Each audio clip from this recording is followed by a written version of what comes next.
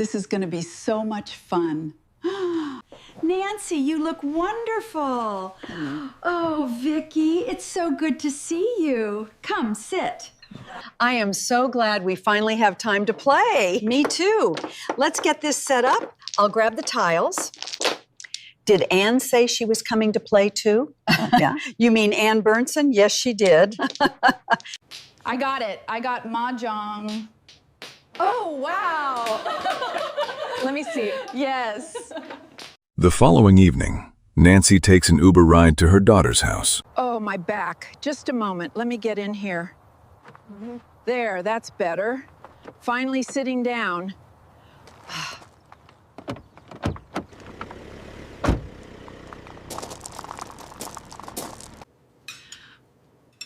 I'm glad you came, Mom.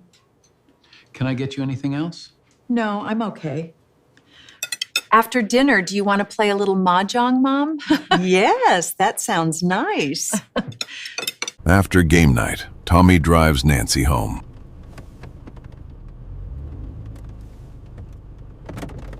All right, we're here. Looks like we're finally home, Nancy. That's wonderful, Tommy. What a long day. At 9:48 p.m., the garage door opened. At 9:50 p.m., it closed. That 2-minute window is all we know for certain. I do not know if Tommy walked Nancy inside or simply waited in the car. On the night Nancy Guthrie was believed to have been taken, Tucson was under the full snow moon. The moon was almost perfectly full, over 99% illuminated, rising just before 6 p.m. and climbing high over the city near midnight. And according to the weather that night, the skies were clear. So this was not a pitch-black desert night.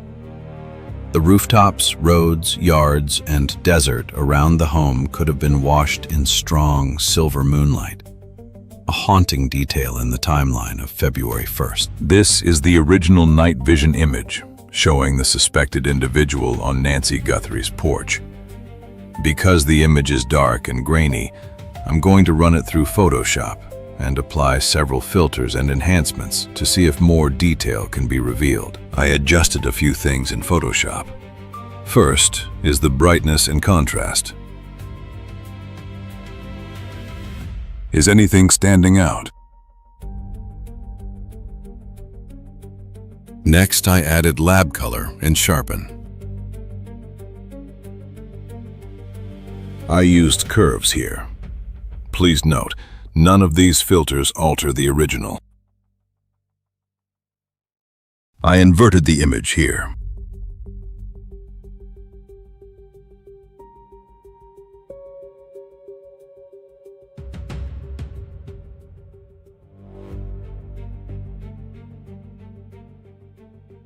Is he holding a bag? Sunday morning, early morning at 1:47 a.m., doorbell camera disconnects. At 2:12 a.m., software detects a person on a camera, but there's no video available. We're going to take another look at the porch guy. It's the background lights I want you to look at this time. I put the video into slow motion so we can really get a good look at it.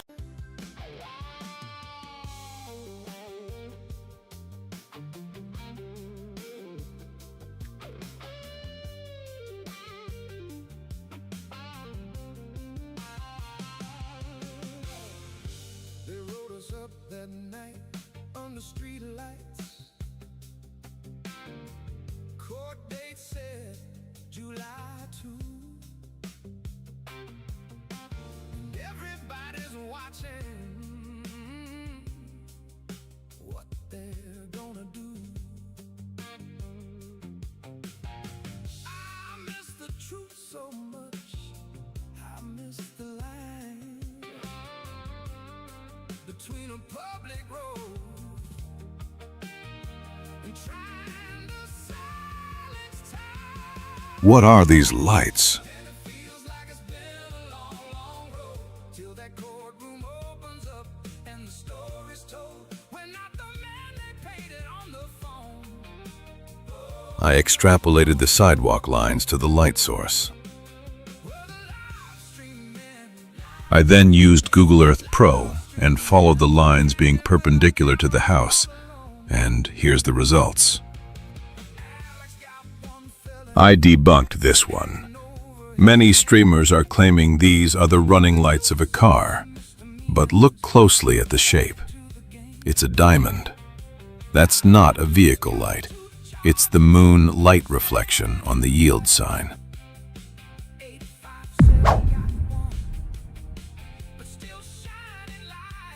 At 1:47 a.m., the home's Wi-Fi suddenly went dead. Investigators believe the intruder didn't cut any physical wires. Instead, they likely used an illegal Wi-Fi jammer to flood the area with noise and knock the cameras offline. We know this because multiple neighbors reported their security cameras mysteriously blacked out at the exact same time. But this raises a major question. If a jammer killed the Wi-Fi at 1:47 a.m., how did separate software detect motion at 2:12 a.m.? And how does footage of the intruder even exist? The answer is power. Because the house still had electricity, the Google Nest camera kept recording locally. Experts suggest the cheap black market jammer may have simply overheated and failed, allowing the camera to briefly reconnect to the internet and upload the clip to the cloud. 228. Nancy's pacemaker app shows that it was a disconnect from the phone. If Nancy's cell phone was later found inside the home, then the 2:28 a.m. disconnect strongly supports the idea that Nancy herself moved out of Bluetooth range while the phone stayed behind. A normal phone-to-Bluetooth connection is usually short range, often around 30 feet or about 10 meters indoors, so this was not a signal that would normally stretch far down the road. That would fit more with an abduction scenario than a voluntary departure, especially if Nancy left without her phone. And at 11:56 a.m., the family checks on Nancy, discovers her missing. At 11:56 a.m., Nancy's family went to check on her after receiving a concerning call from her church friend Anne. Anne said Nancy had never shown up that morning and that she had tried calling her several times with no answer. Authorities in Pima County, Arizona, said Nancy's family members searched her home in vain before calling 911 to report her missing around noon local time on Sunday. And at 12:03 p.m., 911 is called in to the Pima County Sheriff's Department. I believe it's about approximately 10 minutes later, 12 minutes later, our patrol teams arrive. They see the scene, and we start our response with our search and rescue teams and our detectives from homicide and various units. In fact, every unit here, I think somebody questioned, how come there's an ICAC member out here, or this member? Everybody in our criminal investigations team is a part of this team and part of this investigative effort. 911, what is your emergency? I can't find my mom. She's not here. Okay, I'm here with you. Tell me your address. It's 5820. Please, something's wrong. All right, I've got help started. Where'd you lay Joy's house? When was the last time you saw her? Last night, everything was normal. She wouldn't just leave. All right, is her phone or car still there? Yes, both her car and everything's here except her. She didn't take anything. Okay. Are any doors or windows open or unlocked? The back door? It's not usually open. I don't know why it's open.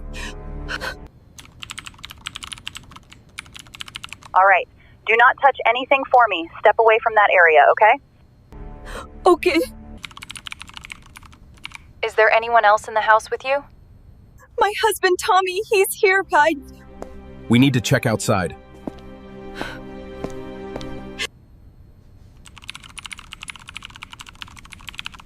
Nope, stay inside for me. Officers are on the way.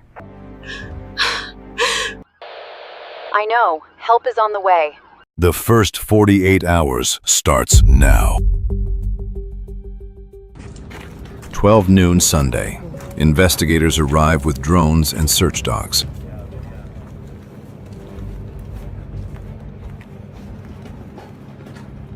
A safe alert for 84-year-old Nancy Guthrie was issued the afternoon of February 1st, 2026, shortly after relatives called 911 at 12:03 p.m. when she failed to arrive at church. All units stand by to copy a safe alert. All units and copy a safe alert. It's going to be authority from Pima County Sheriff's Office, last name at Skyline Drive in Campbell. Occurred on yesterday's date at 12:15 hours. Subject's last name will be Guthrie, first of Nancy, date of birth 1/27 of 1942, 84-year-old white female, 5'4", 150, brown and blue, last name wearing unknown clothing description. Subject was not seen at church and family went to the residence and subject was not at home. All personal belongings, including a 1021 and wallet and vehicle, were still there. Subject is nowhere to be found. Subject suffers from limited mobility and has medication scheduled to follow up and needs daily. If located, check code 20 and contact Pima County Sheriff's Office. Again, last name at Skyline and Campbell in Tucson. And a safe alert at 12:35. As I drop my other phone, hold on one second, guys. But this is the house. Hello.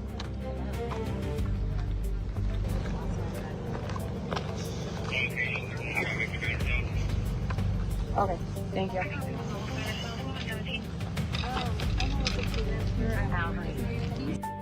Looks like a pretty fresh oil spill or other substance to me.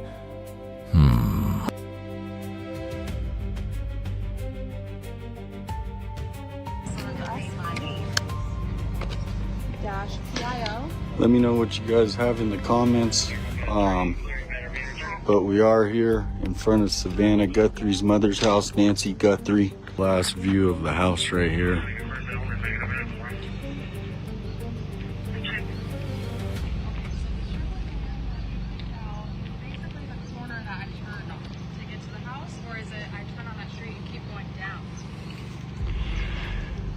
Seeing if they have any surveillance cameras that you can see at the front door.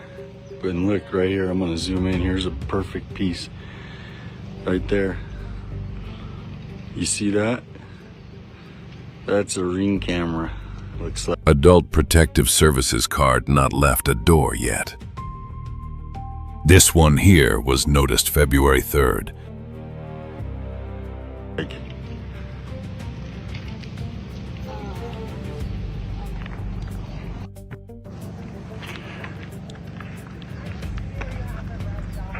6:46 p.m.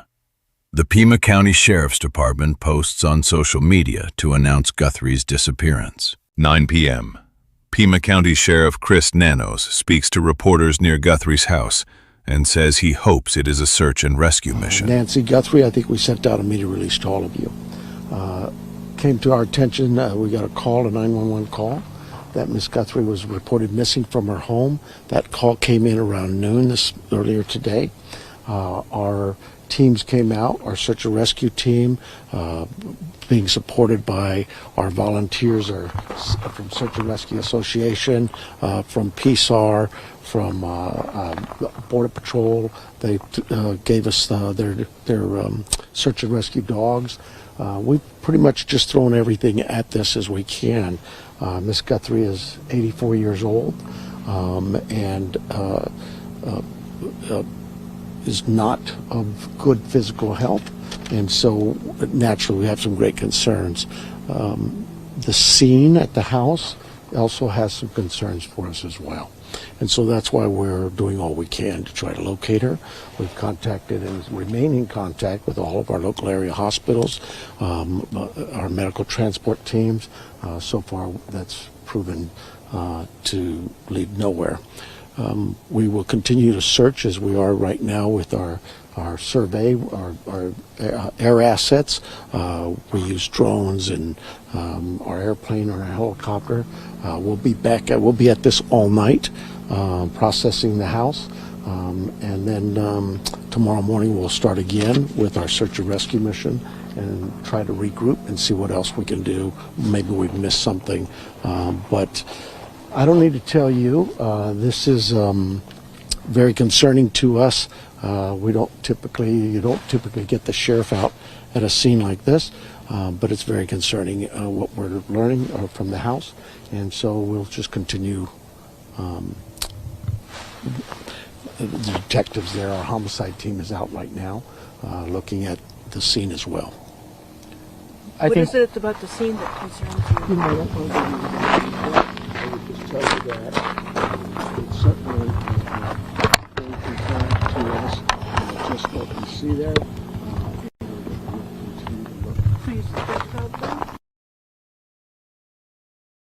I think we're all wondering, can you confirm that this is Savannah Guthrie's mom? This is Mrs. Guthrie's mom, yes. And you can't tell us anything about what the house... what I would tell you is we get these calls quite often, missing people, and we do a pretty good job of searching the areas and alerting the media with our media releases, but this one stood out because of what was described to us at the scene, what we found and located just in looking at the scene. So without getting into too much details, I have to allow my team to do their investigation, and they are going to be doing that. They are in the process of things. Is there anything meaningful about it being homicide detectives, or is that standard? It's not standard. Typically our homicide team comes out when we have a homicide, a body. This one was of great concern. So the team was telling us. What gauge the chances are that it's foul play? Would you be willing to give us any idea on that? No, I hope it's not. I hope we find her. I hope we find her safe and sound.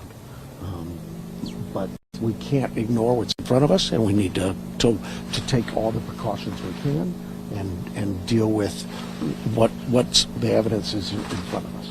You said physical factors, like, physical things, but also does she have dementia or Alzheimer's, any mental? No, she's what's being reported by family is she's very has no cognitive issues at all. She's very alert, very of good sound mind. Just some physical. 84 years old, and especially now, it's as cold as it is. She has some physical ailments that limit her ability to move around in that. There were some neighbors also looking around for Nancy. Are the neighbors looking around? Is that a help to you?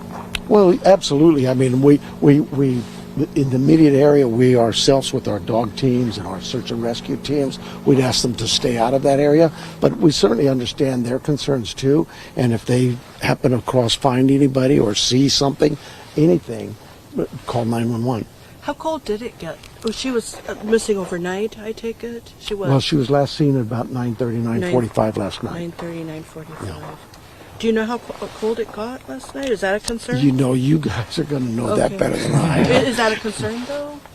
Well, it's cool right now. 84 years old. I'm cold. It's so obviously. When she was last seen, a family had dropped her off at home. Is that correct? She was last seen by family at 9:45, at 9:30, 9:45 is what we're. And did they see her in the home? Yes. And who called in the missing report? The family. You want? Can you say who? I don't have that name in front of me. And is Savannah Guthrie in Tucson or on her way? She is not here. No. What are some things, if someone sees something, or what are some things people should be watching out for in this case? If maybe you ran into her, maybe she wandered off and you ran into her. If you've seen her or anybody like her, call us. Even being of good sound mind, you could have an incident that happen that causes you to lose some of your soundness. But I just would tell you that, look, if you've seen this woman since 9:30 last night at any time, give us a call. Let us know. And you said that you've checked with hospitals, and what else have you guys checked? Well, all of the medical transport teams in the area and hospitals and that.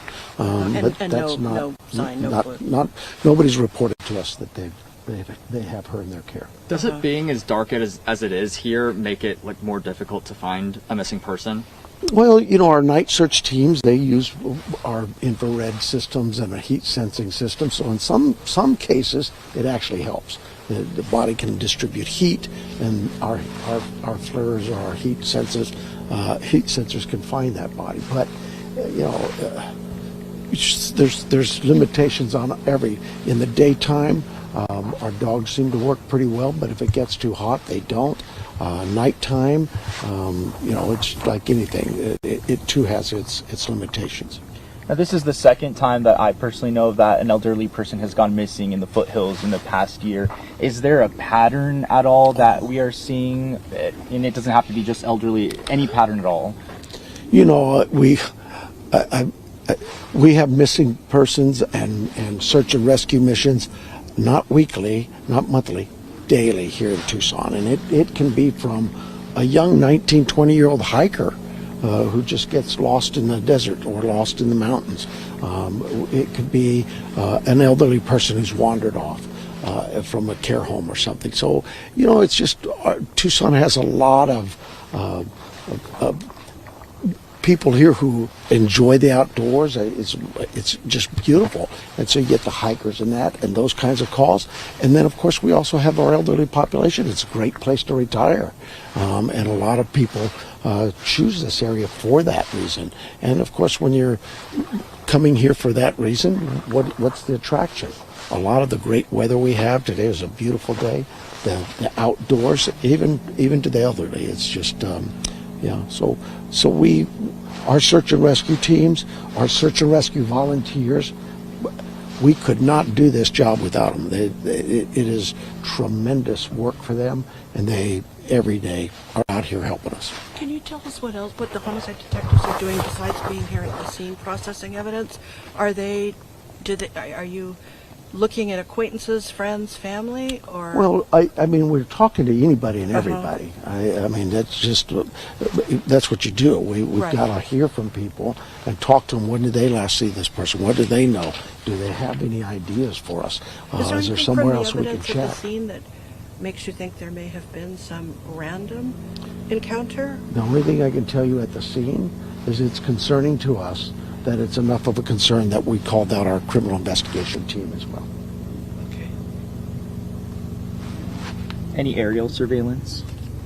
Well, you don't see it now, but we had our Survey 1, our aircraft. We have our drone systems, our volunteers, their drone systems that have some great technology attached to them. What other air assets? Earlier today, our chopper was out here, our helicopter. So we're throwing as much ground and air assets as we can at this. And now I hear our airplane somewhere up there. Is there anything else that we didn't touch on that you think is important for people to know? No, I just, like I say, I know that this is going to get some attention, but I just hope that we can find her, that somebody might know something, that they say something. Let us know what you would.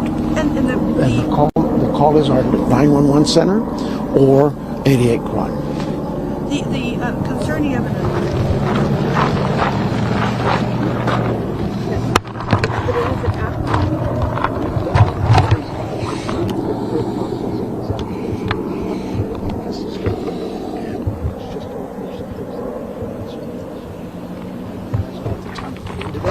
Once the detectives complete their investigation, maybe then we can share some of that. But right now we're at the very initial stages of this.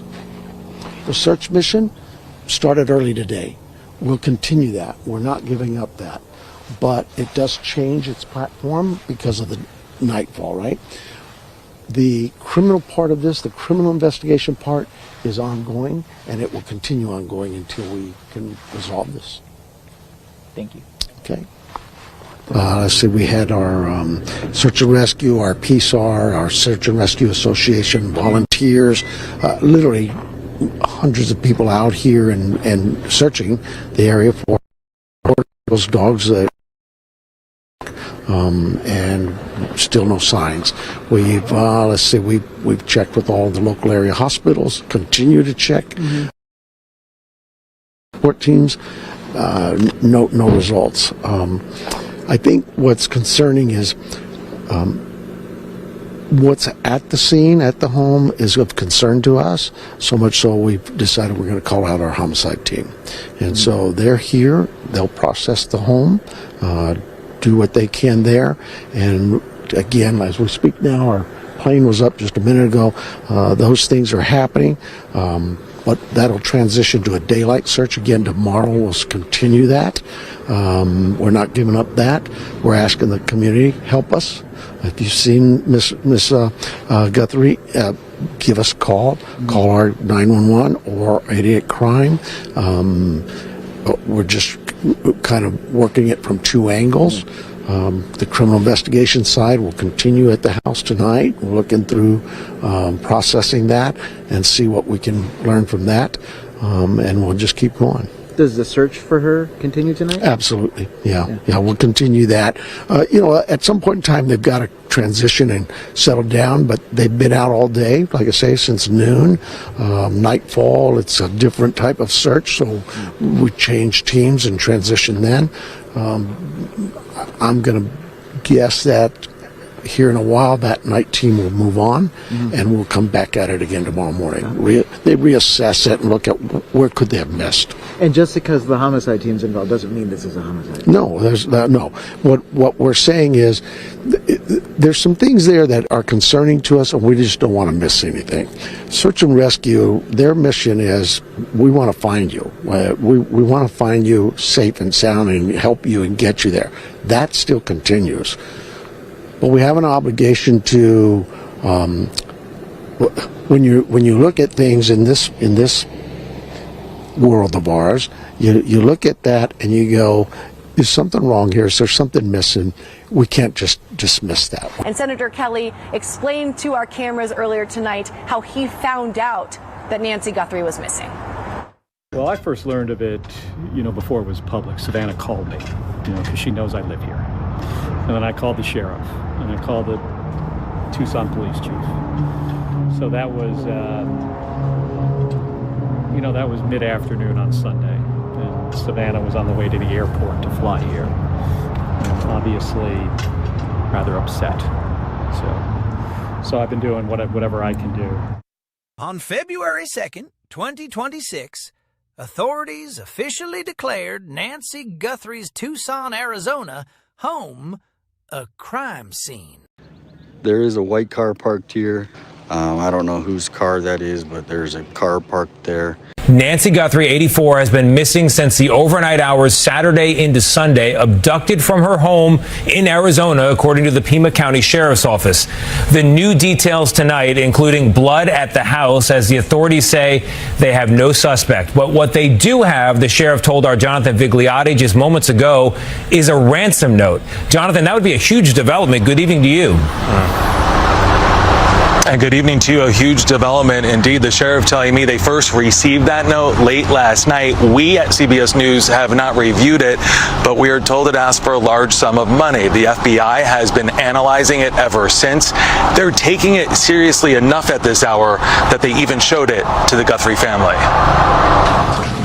Tonight, the Pima County Sheriff tells CBS News they have shared the ransom note with Savannah Guthrie and her family. Is there anything in that note that seems credible at this moment that you're giving weight to? The entire note. That's what I would do. The entire note. When the note comes to us, it's like any piece of evidence. You give it to us. You give us a lead. We're going to look at every aspect of that lead and work it as a lead. So you're not dismissing this note at this point. Not. It is potentially credible. The sheriff says the note contained details about what 84-year-old Nancy Guthrie was wearing the night of the crime. The sheriff would not confirm its authenticity. It was initially sent to a local television station in Tucson, who forwarded it to authorities. The station agreed not to report on it, but today the website TMZ was also sent a copy and went public with some of the details. You've been trying to contain this wildfire, and then TMZ comes out with this note that you have known about, that the Guthries have now seen, and it sounds like it could compromise this case to some degree. It could. I hope not. The search has been on for nearly 3 days with no sign of Nancy, and so far, video from surveillance cameras on the property have not been helpful. So it was on some kind of like 24-hour loop where it deleted? It could have been a 4-hour loop. I don't know. I don't think there's any deletion, but I don't know that. It may be just taped over. Today, our cameras captured what appears to be a small amount of blood outside the front door of Nancy Guthrie's home. And a law enforcement source tells CBS News that a little bit of blood was found inside the home. It's unclear whose blood, but authorities say it's being examined along with other clues. You've taken her away from her home, her safest environment, and you've placed her at great jeopardy without giving her the meds that are critical to her. Again, like I say, could be fatal if she doesn't get those meds. So yes, I believe not only has she been, she's being harmed. And the sheriff tells me they are now testing DNA evidence. They're continuing to ask for the public's help. Anyone with information is asked to call the FBI hotline. I'm going through some talking points for the family. I want to make sure I cover them. Okay. Now, look at what he's doing. He's reading text messages, or he's got something on his phone. I'm not somebody who does well with the script. Let's slow that down and tell people. Let me read it. Monday morning at the press conference. Quote, I'm going through some talking points for the family. I want to make sure I cover them. I'm not someone who does well with a script. Chris? Well, there's only a couple of answers. One, do they have an attorney? And if so, has the attorney delivered talking points on behalf of the family? For the family. I'm not somebody who does well with a script. Oh, we know that, Sheriff Chris Nanos. My local media knows that. We'll get started. I believe it was around noon yesterday, we got a call to the Guthrie residence that Nancy Guthrie, 84 years old, was missing. We believe now, after we process that crime scene, that we do in fact have a crime scene, that we do in fact have a crime, and we're asking the community's help. Let me get this right. You're asking for the community's help, but not giving us anything?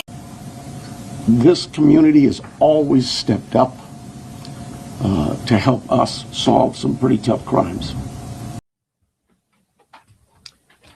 Good morning. I don't know that everybody knows who's here. Of course, I'm Sheriff Chris Nanos. John Edwards is the Tucson chief here for the FBI, and he'll have some words for you as well. This is really, for me, pretty new, all the media attention. So I apologize to you for sometimes I'm speaking in generalities, and I'm not used to everybody hanging on to my words and then trying to hold me accountable for what I say. Hold you accountable? You're the fucking sheriff. We listen to your every word. No longer a crime scene. By February 3rd, the search for Nancy Guthrie had moved into the sky. A helicopter equipped with specialized scanning technology was used to look for possible signals from Nancy's medical device. A high-tech effort to narrow the search and find any trace of where she might be. Savannah, very unusual situation, but we're going to find out. President Donald Trump spoke out on the disappearance of Nancy Guthrie, mother of Today Show host Savannah Guthrie, calling it a very unusual situation. While signing legislation to end a partial government shutdown on February 3rd, President Trump was asked by a reporter if he had been briefed on the case, which police are now investigating as a possible abduction.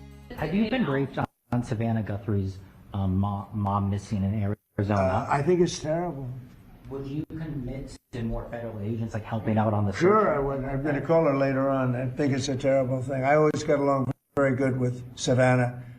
Very unusual unusual situation, but we're going to find out. Whoa, this stuff is getting crazy, folks.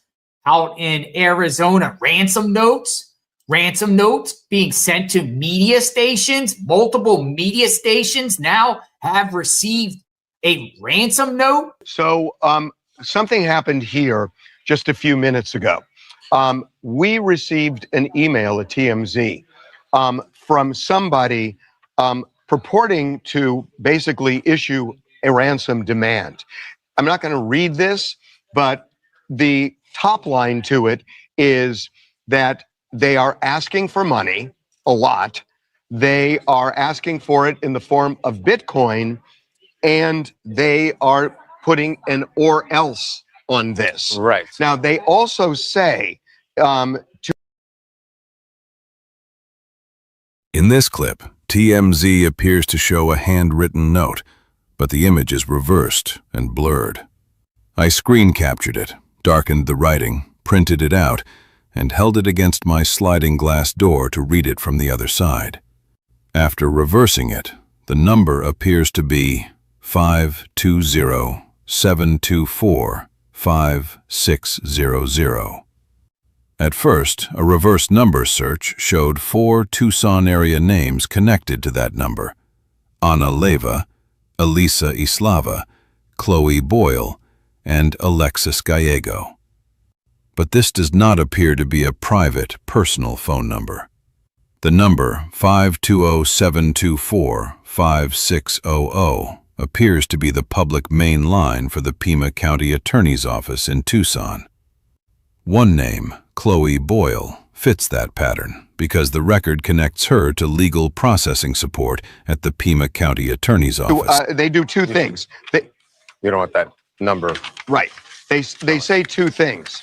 They say that that there is an address, a Bitcoin address that that they could send this money to, and then they give a description of something that Savannah's mother was wearing. You can now see blood, like a blood trail coming out of the front of the house.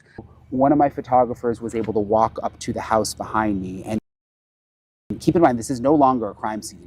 I mean, the sheriff made clear that it is no longer a crime scene, that they released it yesterday, and there hasn't really been anyone out here. There was a woman who came earlier today. I don't know if it was a family member, but anyway, several different people, including one of my photographers, went up to knock on the door just to see if anyone was home, because obviously that's like what we do, and it's no longer a crime scene.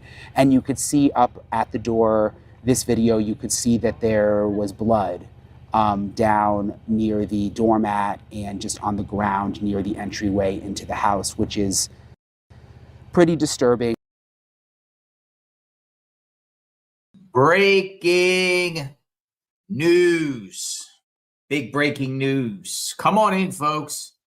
There he is, prime suspect in the disappearance of Nancy Guthrie. See this guy right here, Tommaso Cioni. He is a rock star, plays in a band. There he is in the center with his bandmates. I found a clip of them playing in a band. You want to hear a song? You want to hear his band? Let's play.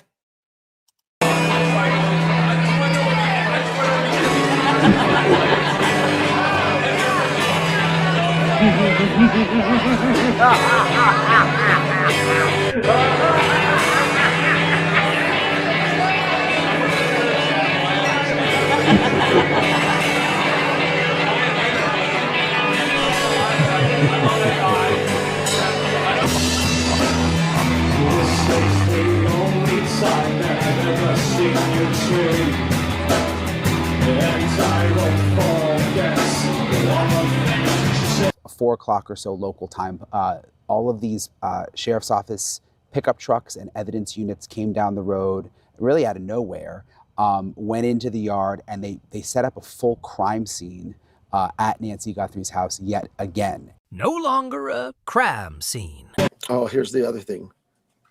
Someone had mentioned there was forced entry. I have no clue where that comes from.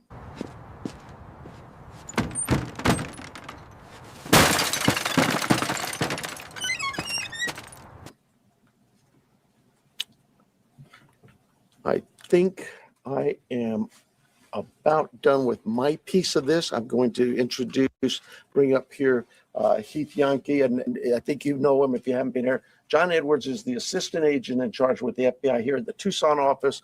Heath Yankee is the special agent in charge for the state of Arizona out of Phoenix. Thank you, Sheriff. Hello, I'm Heath Yankee, the special agent in charge of the FBI's Phoenix Division. The FBI is now working this case jointly with the Pima County Sheriff's Department. And we're going to start today by announcing a $50,000 reward for information leading to the recovery of Nancy Guthrie and or the arrest and conviction of anyone involved in her disappearance. And this will be the missing persons with the reward that will be going out. We are actively reviewing and analyzing information from all digital sources, which includes banks, social media companies, phone companies, and any other organizations where a digital footprint could have been captured. Next, regarding the ransom letter. We are aware of a ransom letter that was sent to the local media and then to national outlets. Any action taken on any ransom is ultimately decided by the family. My next message is to those imposters who are trying to take advantage and profit from this situation. We will investigate and ensure you are held accountable for your actions. We have made one arrest related to an imposter ransom demand. Derek Colella. Jonathan flies to Tucson, boots on ground. This is the Guthrie's hired security guard right here. He's hired. He's a hired security guard. He is hired. He's making sure no one goes on to the property of Annie, Tommaso, whoever else is there. He is hired by the family. They told me. They're working in shifts. So let's talk about the timing of all of this. The timing is interesting. It comes after that second note or message, as they're calling it, has been received from a suspect, an alleged Nancy Guthrie kidnapper. We don't know. All we know is what they're putting out right here in this flyer. Take a look. Investigators confirming they are aware of a new message connected to the case. Authorities say they're actively reviewing that information to determine its authenticity. But they are stressing this is still just one piece of a much larger investigation. We're talking about timing, and that's what we've been speaking about the last couple of days, because timing is critical for various reasons. But it's also critical because we all are aware of a deadline, another deadline Monday at 2 p.m., which is what the FBI talked to us about yesterday. The FBI is leading all communication related to any messages they might receive. And take a listen to what they have to say about that second deadline on Monday. If a transfer wasn't made, then I think a second demand was for next Monday. We're not going to go beyond that, but that was the ransom note the media received. Of course, all of this comes after Nancy Guthrie, the Guthrie family, Cameron just yesterday putting out a message saying that they themselves are ready to speak to any suspect who possibly might have their mother, but of course they want to see a sign of life. This also comes as the FBI is now putting up those billboards. They told us they were going to put up those brand new digital billboards all across the state of Arizona, as well as surrounding states, with Nancy Guthrie's face and that $50,000 reward that is now being offered. We have breaking developments tonight in the search for Nancy Guthrie, the missing mother of Today Show host Savannah Guthrie. News Nation has learned that the second ransom note sent to a local Tucson television station in the days following Guthrie's disappearance stated explicitly that she had died and that 84-year-old Guthrie was, quote, buried with nature now. After February 6th, they already knew. The second ransom note told them Nancy Guthrie was dead. This was no longer a missing person case. This was no longer a rescue mission. It was as a homicide investigation. Guthrie was last seen in her home in the Catalina foothills on Saturday night near Skyline in Campbell. NBC News has learned that law enforcement is checking out surveillance video now after getting a tip about a possible vehicle or vehicles of interest at a local Circle K gas station. Now we're working to get more information about that new lead. We will keep you posted. On that flatbed truck is a car. We do not know if this is coming from the driveway of Nancy Guthrie's home. We don't know if it's coming from a neighbor's, but we have been told and asked to look out for it. I'm going to get out of the way. It is really important that we get a shot of this car as it comes. Ladies, follow me as we do it. Lewis, go ahead and turn.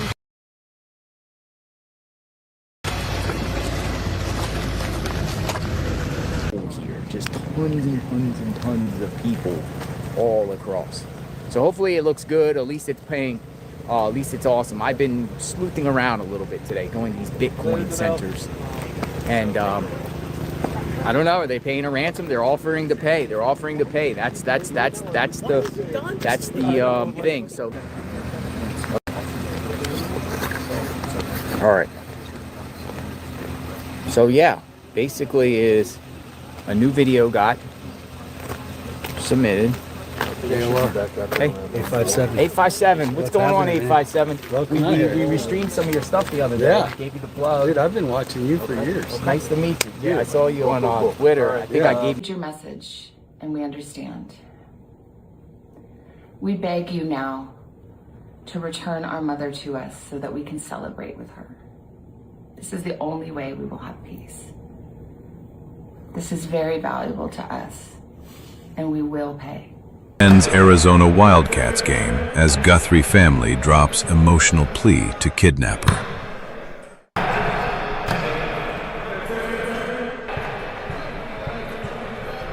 Listen to this.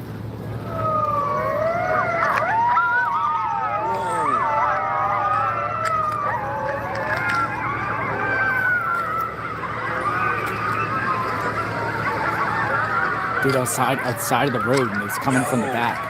This is outside the home of Annie and Tommaso, and there's coyotes.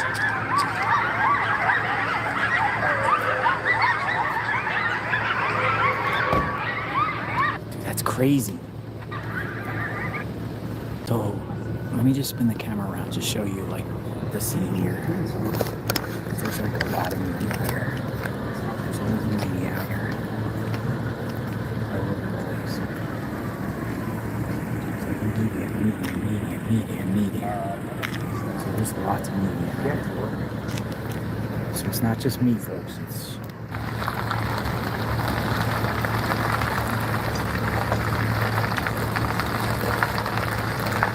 a female.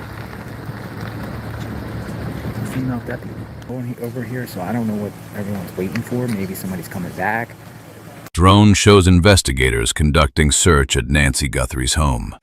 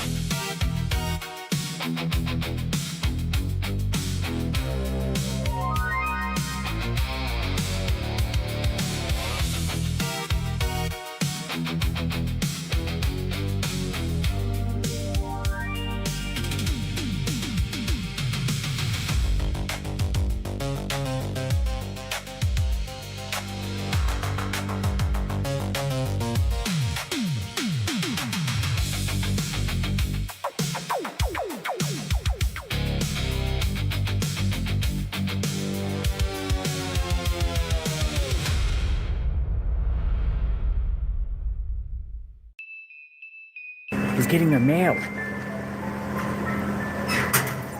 He put on gloves. What in the heck?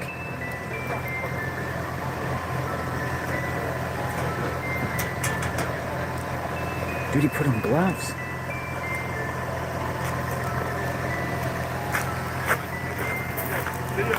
put on gloves and got the mail. What the heck did we just watch here?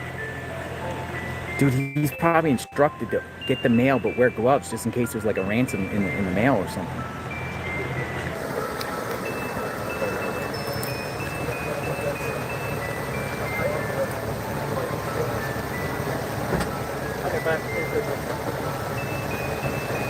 We're looking for something. All right, so this is Jason right here. Jason is a neighbor. He lives here. He's never seen anything like this ever. What do you think happened here? As you being a Tucson resident, what's your gut telling you? My gut is telling me that it's the brother-in-law. Got action.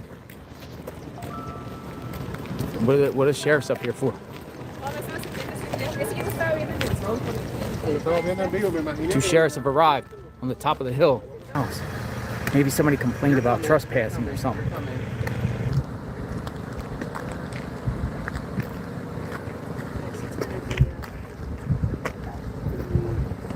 This house is referred to as the car house. Let's take a look inside. Last sold in October 2nd, 2023 for $829,000. Just to our left is Sue Ellen's home. Let's take a look inside, as Realtor.com showed it before purchasing. Single family. Year built is 1961. Last sold for $625,000 in 2017.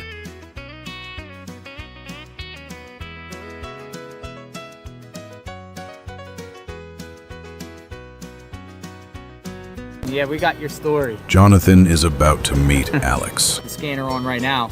He's listening to it. So if anything pops off. JLR.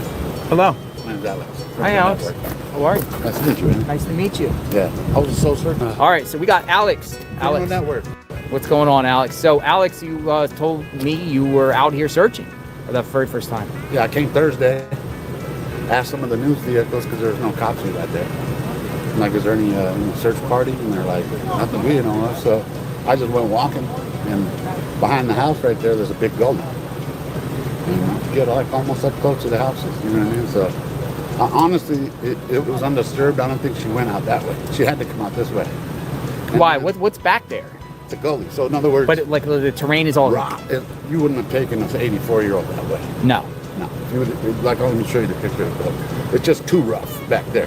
There's even like the sharp trees hitting you all the time out there. So anyway, so she had to come out through the front. Here's his channel. Come on, Mark. All right, come on in. Come on in, right over here. Here with the local resident, the Juice. Da Juice. Juice is on YouTube. What's going on? Tips. The new information that's been popping up left and right. So I figured I'd take it live to my YouTube channel to kind of put the message out there a little bit. Public awareness. And it just has to be family related for whatever's going on. I feel like it's got to be. Let's bring in the aforementioned senior correspondent, Alicia Acuna, outside the home there. Alicia, we're watching these pictures from the Fox flight team. Clearly, there is something happening over there. We don't know exactly the nature of it. What can you tell us from your vantage point? Hi, Kevin. I can set the scene here for you. About an hour and a half ago, we had a sheriff's deputy come up, park in front of the home. That caught everyone's attention. Now, not too long ago, within the last 20 minutes or so, we saw an unmarked vehicle with law enforcement drive up. The two spoke, they got back in their cars, and then we saw yet a third member of law enforcement walk up. 3 people walked to the back, 2 to 3 people walked to the back, and you can see them now. And they are what our drone team is describing to us. The Fox flight team is describing this as possibly a manhole. I heard Jonathan say that it could be some sort of water drainage. Either one of those is possible. We're not quite sure. But they've been poking around in there almost like they're looking for a sample of some sort. Looking into this area. We've been kept back just a bit, actually. Usually when they have some sort of activity here at the site of Nancy Guthrie's home, were often pushed back. The media is pushed back so they can do their job. Clearly, they're not concerned about that right now because we've all been allowed to stay as law enforcement continues its work to the back. Kevin? This is not Nancy's septic tank. It's her neighbor's.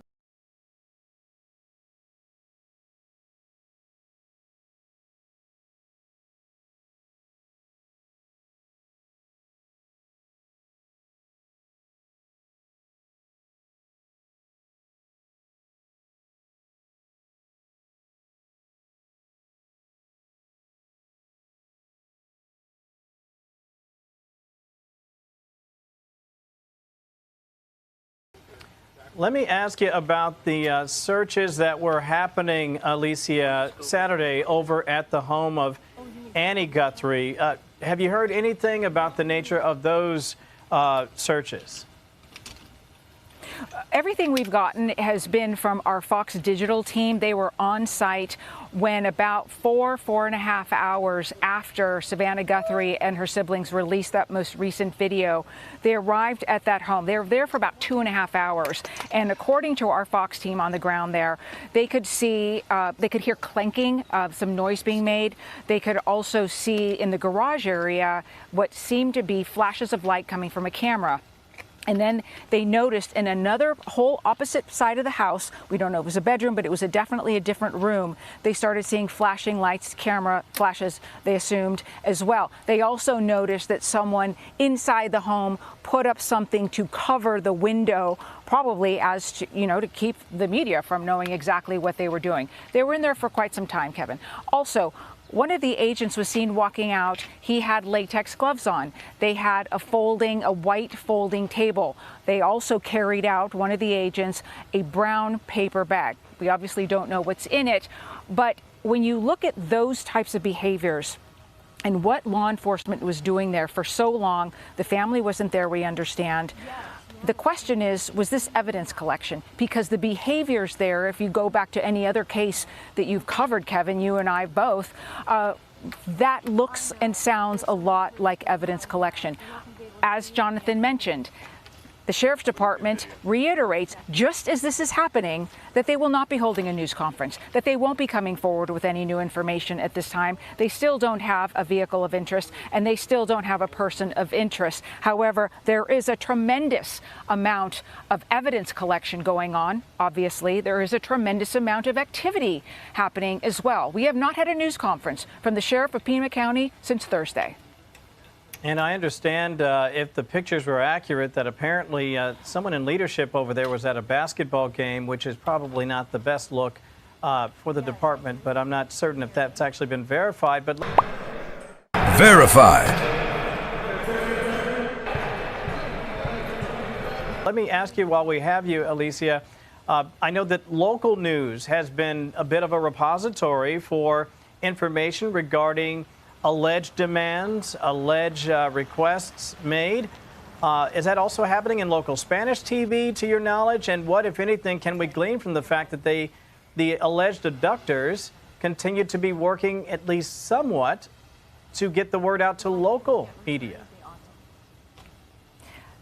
It is interesting, isn't it, Kevin? Because obviously the kidnapping of Savannah Guthrie, an NBC News star, her mother, was going to garner national attention. And whoever's behind this decided to reach out to, as far as we know, 2 local TV stations here in the Tucson area, in addition to TMZ.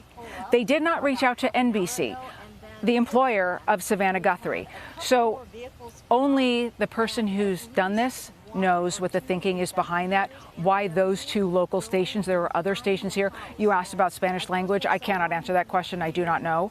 But it is compelling. And one of the stations received yet a second note. They did not release it to the public.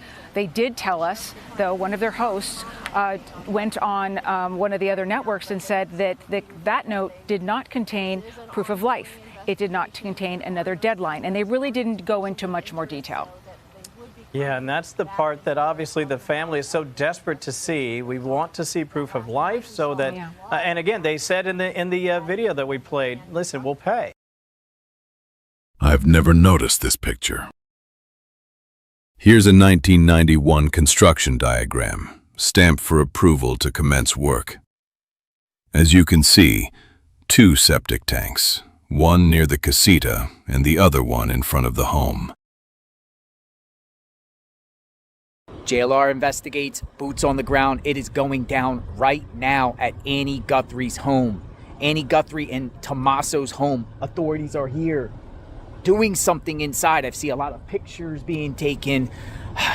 What's going on here? Is this a search warrant? They came here about 8 p.m. after it got dark. And lots of media out here. Something is going on. Something is going on.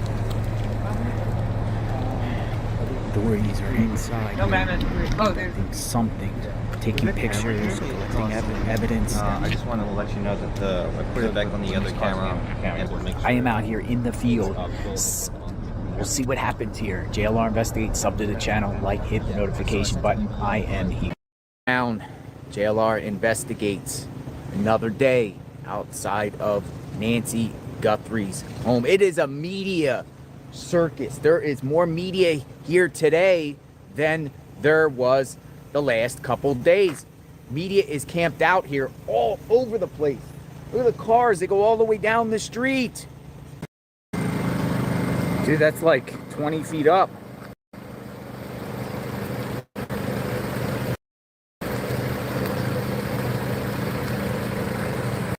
Look how high it is. It's not moving. It's shooting higher than the house.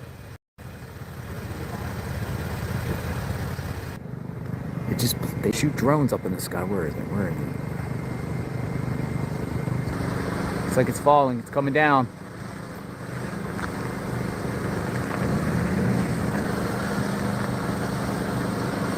Drone down.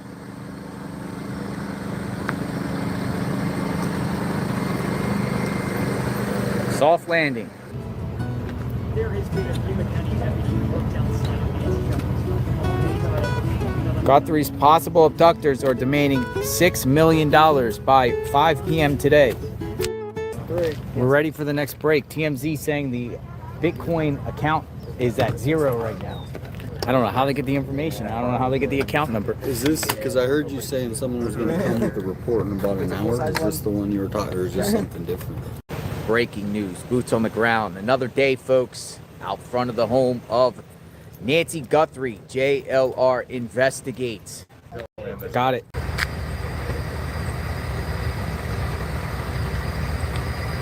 Richard Nolette says his brother took Nancy Guthrie to Rose Canyon Lake.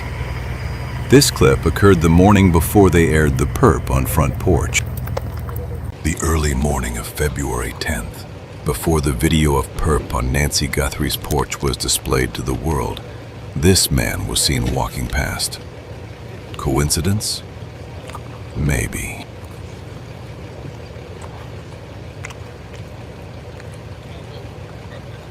Let's zoom in closer.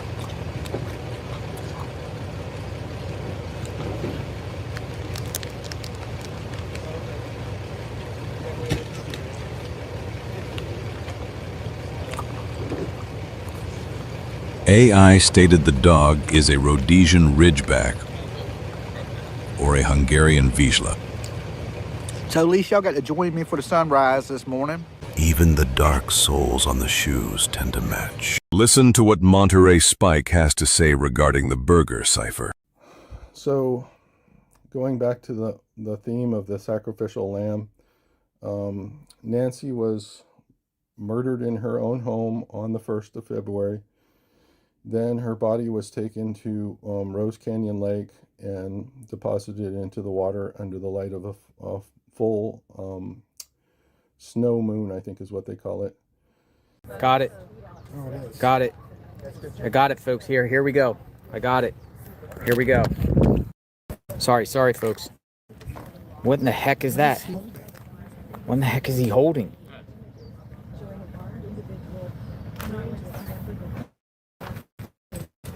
What do you think?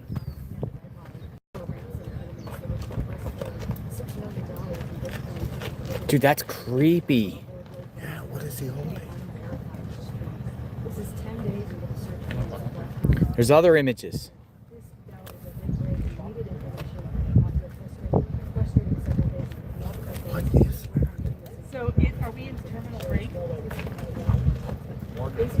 Who is that?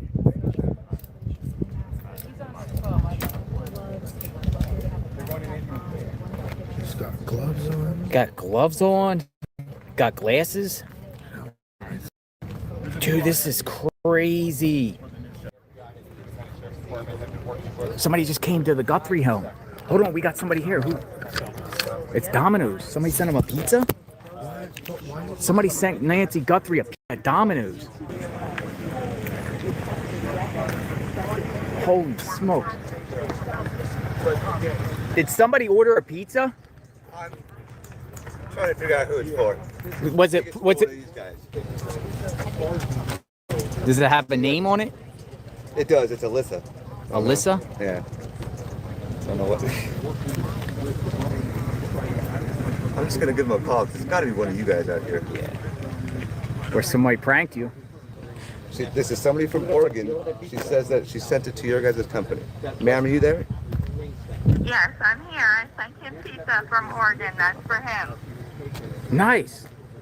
Oh, there you go. There you go. What's your name? You gotta read your messages on YouTube. What's your name, man? You got the whole national media watching. All right, guys, a couple of big updates here happening right now with the Nancy Guthrie investigation. First of all, TMZ is now reporting that there is movement in the Bitcoin account. Does that mean that Savannah Guthrie is paying the ransom? I don't know, but TMZ is reporting movement in the Bitcoin account. Really, only TMZ can report this because they're the ones who got the first ransom letter and they're the ones who have the Bitcoin address. So we kind of just have to trust what they're reporting because we have no way to verify it. We're going to see what happens here if this is just a...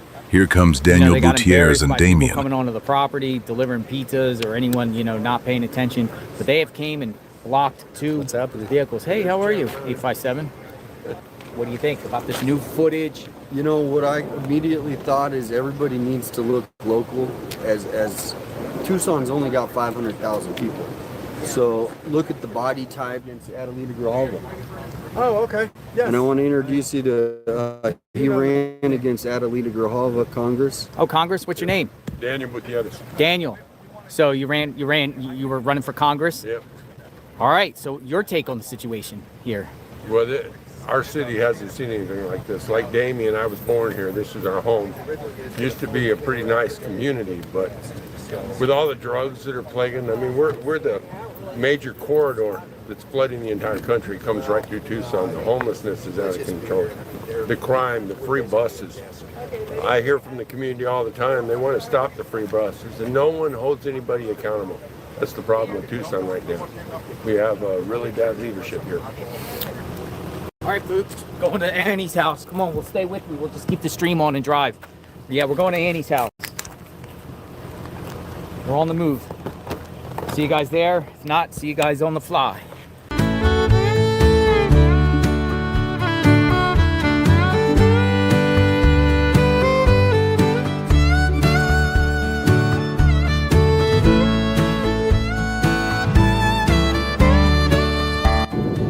Right here. We're here. Looks like reporters are here. All right. They're all going across the street or something. All right. Yeah, we're off. We're off. Some media already here.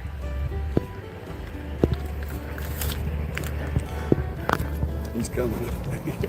What do we got? Where are they at? That way? Who? The police? Yeah. There's right now there's several officers over here. I'm not There sure. are officers right here. Yeah, I'm not sure what their credentials are. Oh, they're going door to door. Look. Look. Yeah. They were at the house next Can you door, open and that they've up been and set down the that up? house. Yeah. So they're going to every door on this Why? on this block. Why? Dun, dun, dun. Oh, it's a pig. Boar. What is that? Holy smokes. Look at that. I'm stopping. We're following a different study. Holy smokes. We got a breaking news. I don't know where this thing came from. Javelina. What is it? Javelina. Javelina. Are they? Call it a pig. It's thicker. Are they wild? Yes. That's not somebody's pet. And I wouldn't And a pet it. herd of them will hurt. Wow. Javelina. Sorry? Whoa. Okay, yeah, I'll find it. But yeah, it should be in the next little bit.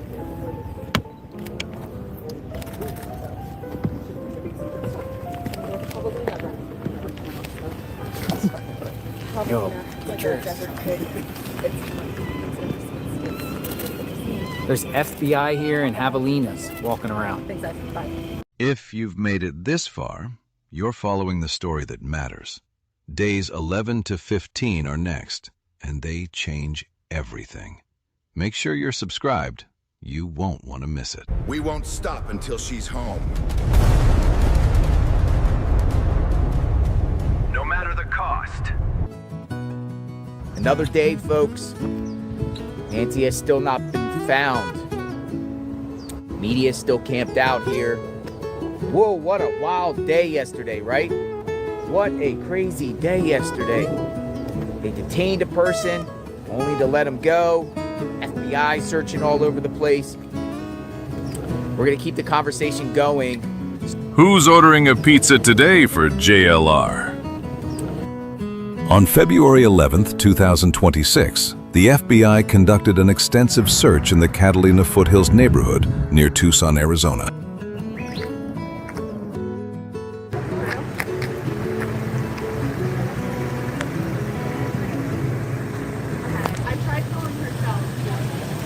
How's it going? I wish you guys would pick a side. Yeah. This is... You want me to let everyone know? You're a public fucking nuisance. I am? Your system is. Oh, the system. I thought you said me personally. Well, your people that choose blocked the streets like... Where do you live? On this street. In the street. How do you like? How do you spot the situation? Horrible, huh? Well, yeah, I have great sympathy for the family. For you betcha I do. But you don't like the parking situation. Like the parking. Yeah, you know, people out here. the parking situation. Hopefully it goes away soon. Yeah, we hope. What's the latest? Tell me. Is there any new information? Feds going door to door. Did they go to your house? Yeah, they've been to my house. What exactly did they ask you? Like, did they ask you? They asked permission to look in the wash behind my house. Why? Because they're looking for any kind of evidence. A body or? Including, no, they're looking for any kind of evidence. They indicated porch cameras. Porch cameras. Yeah. So a neighbor says that the reason why the feds are there, he thinks, is because they believe that he didn't say she, he is a suspect. And that would be Tommaso Cioni. Who's this? Just saw some flashing lights. I also hear an alarm. Or police. Who's this? So, yup. It's investigators. They're showing credentials. FBI's here. Law enforcement is here. They're back. Somebody's here. You got a yellow. Investigators are here. He's opening up with a key. Went in.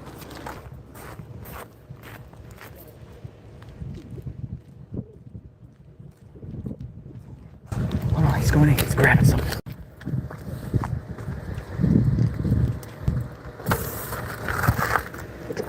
Gloves. Blue gloves. Blue gloves. Blue gloves. Put blue gloves on. This is a Cody producer on the fridge. Put blue gloves on. He put blue gloves on. You got a bag. Yeah, gloves in a bag.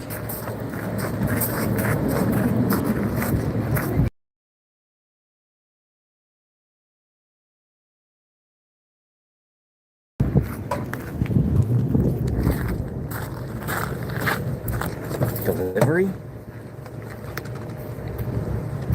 Hey guys, are we collecting evidence?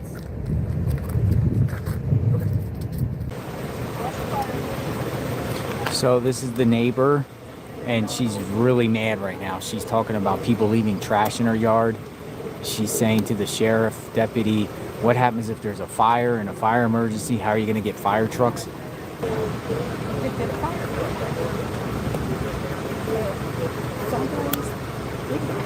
Guthrie's home. It's packed out here.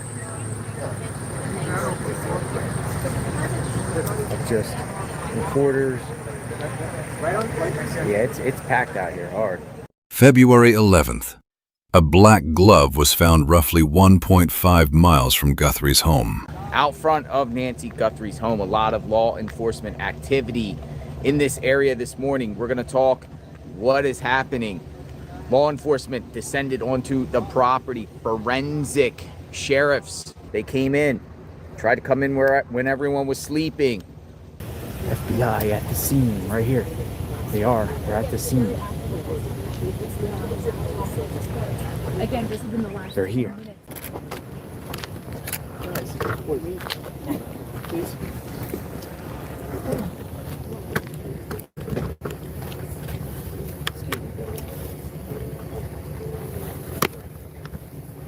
Yeah, I'll do it.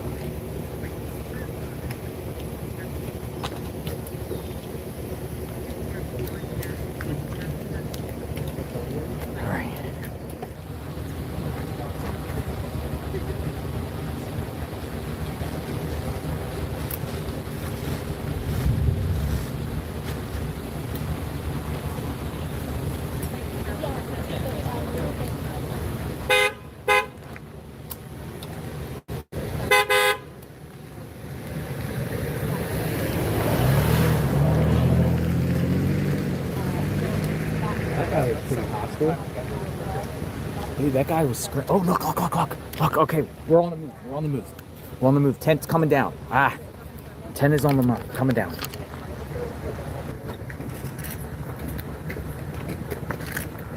We're leaving. It's the tent.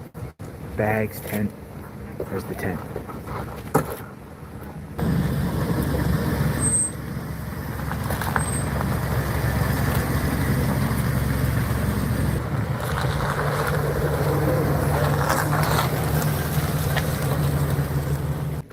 I'm here with John DePietro. Yep.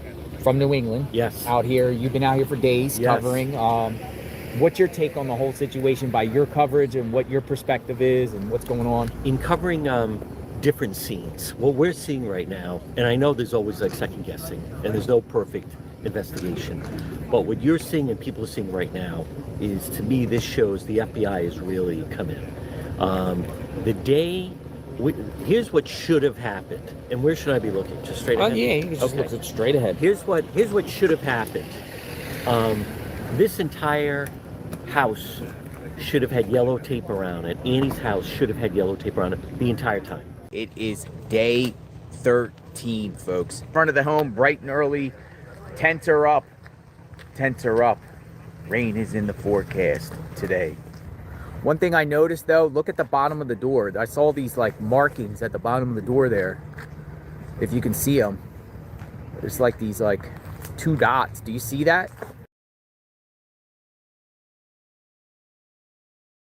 This card was dropped off from an investigator with Adult Protective Services. Now they Stores change, and you know, why her? Why her? It's a great question. Why her?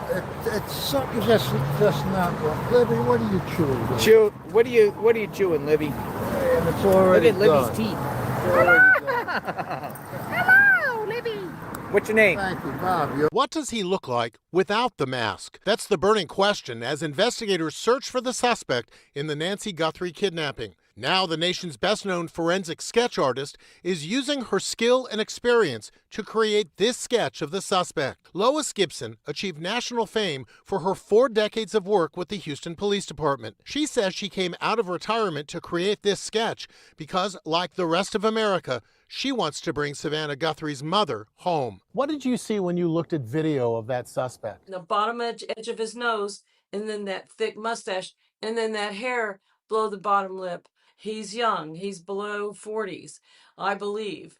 And other than that, he could be Latino, white, Lebanese, just any kind of race. We want to make it clear this is not an official FBI sketch, and Gibson acknowledges her sketch may not be totally accurate. The guy might have tattoos all over his face. I might have the facial hair wrong, but I had to try, and I'll take the hit if I'm wrong. How many criminals have you helped catch? I've helped solve more than 1,313 cases. She's in the Guinness Book of World Records for most criminals positively identified due to the composites of one artist. Ironically, last year, Lois Gibson was featured on the Today Show, the morning show co-anchored by Savannah Guthrie. She's made a difference in a lot of lives. You are the first to admit that your sketch may not be completely accurate. I'm willing to be brave and take a chance and make a mistake.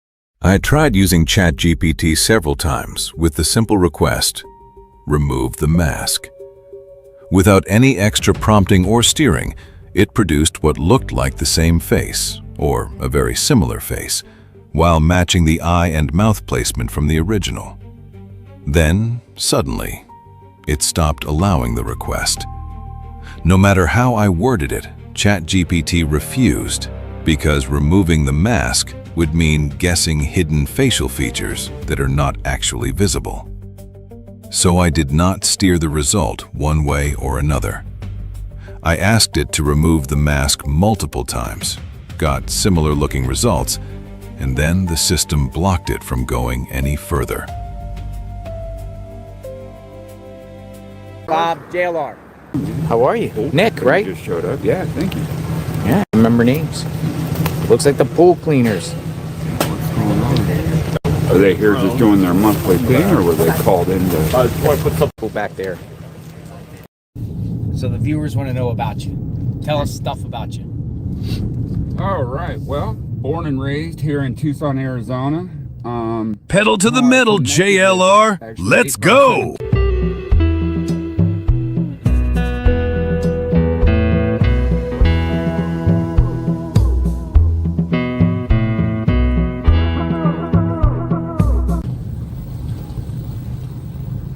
All right, we're gonna go out and take a walk. This is it, Nick. Wow. I'm not here. What went down here? JLR arrives at the KVOA News 4 television station for the first time, noting the prominently displayed banner at the front of the building. That's definitely unexpected.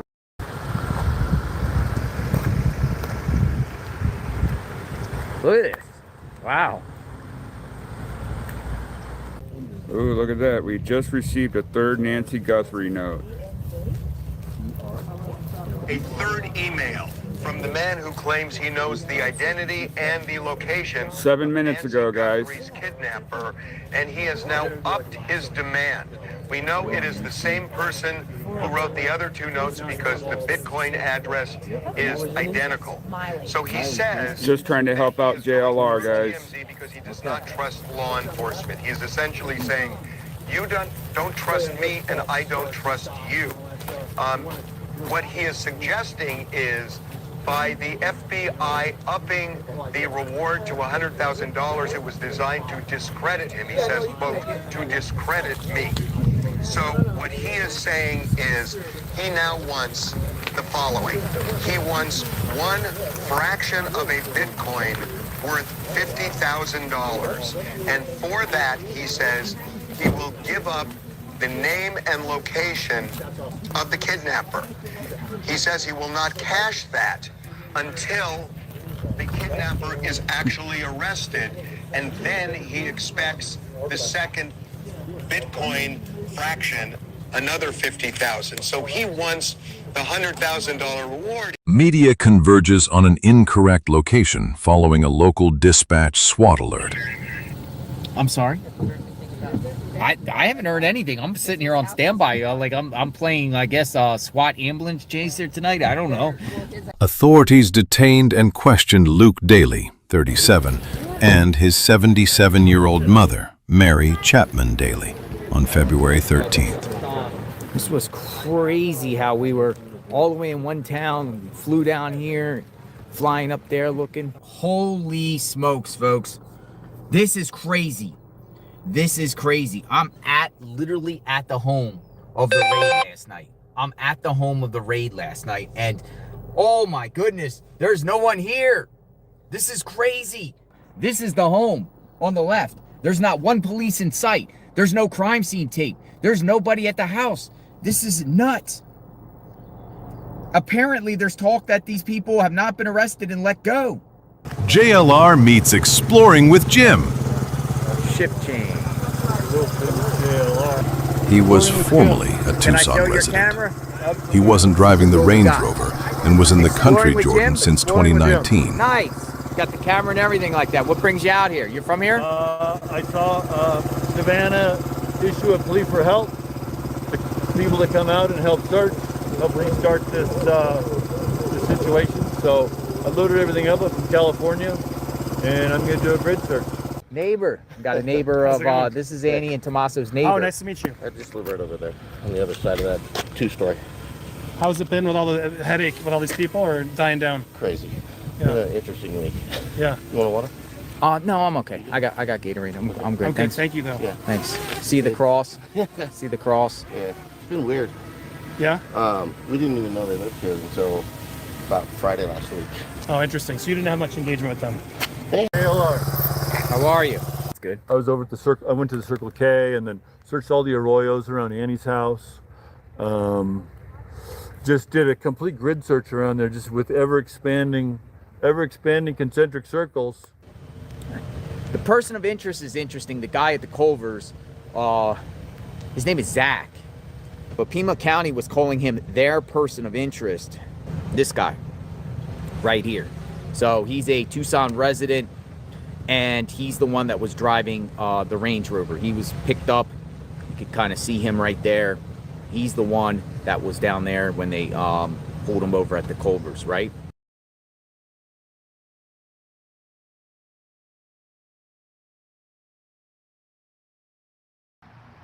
Being that they accused you about the Range Rover, well, the guy, Luke, who owned the Range Rover, he hasn't even been charged. So for someone to accuse you of anything, it's almost even crazier. You know what I mean? My name is Zach. I don't know him. I don't know his mother. I didn't meet anybody. His name is Luke in my life. Okay. Okay. He bought that car from MG Motors and he left. And he paid. And that's it. That was it. And his mother. His mother paid for that car, not him. So the plate holder, you know, the plate holder, yeah, license plate holder. They saw MG Motors on that thing. They went to accounts, MG Motors accounts on social media. They found me. Between 1,000 people, they found Zach. And Zach living in Jordan peacefully. I left US August 2019, before the pandemic. And that's the house. It's like the daily house that they went to. According to court records, this guy has all types of like drug charges and whatnot. This is Luke Daly. Again, I don't know for a fact, but this photo is circulating all over. So this is the house. This is the house. Luke Daly. So a guy that has a long, extensive record. Why they bring authorities to him? I mean, he kind of has that same kind of facial features as the Zach guy with the goatee and mustache there. So FBI increased, as you know, $50,000 to $100,000 for information.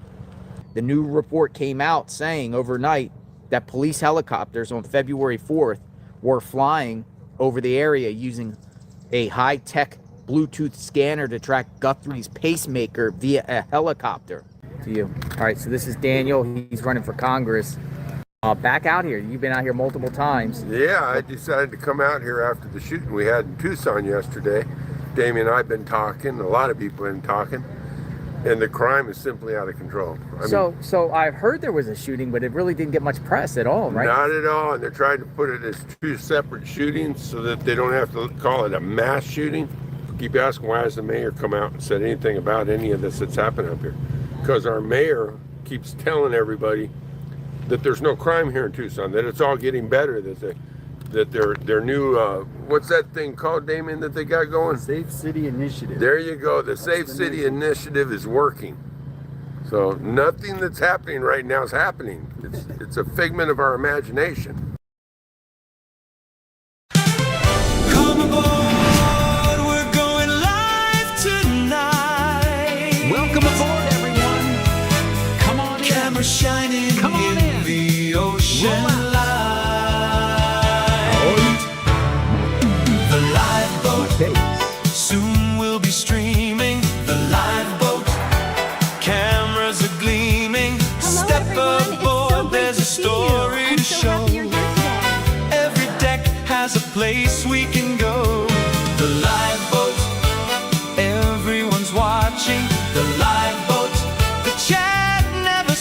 stopping. Set your course for the truth tonight with the spotlight shining bright.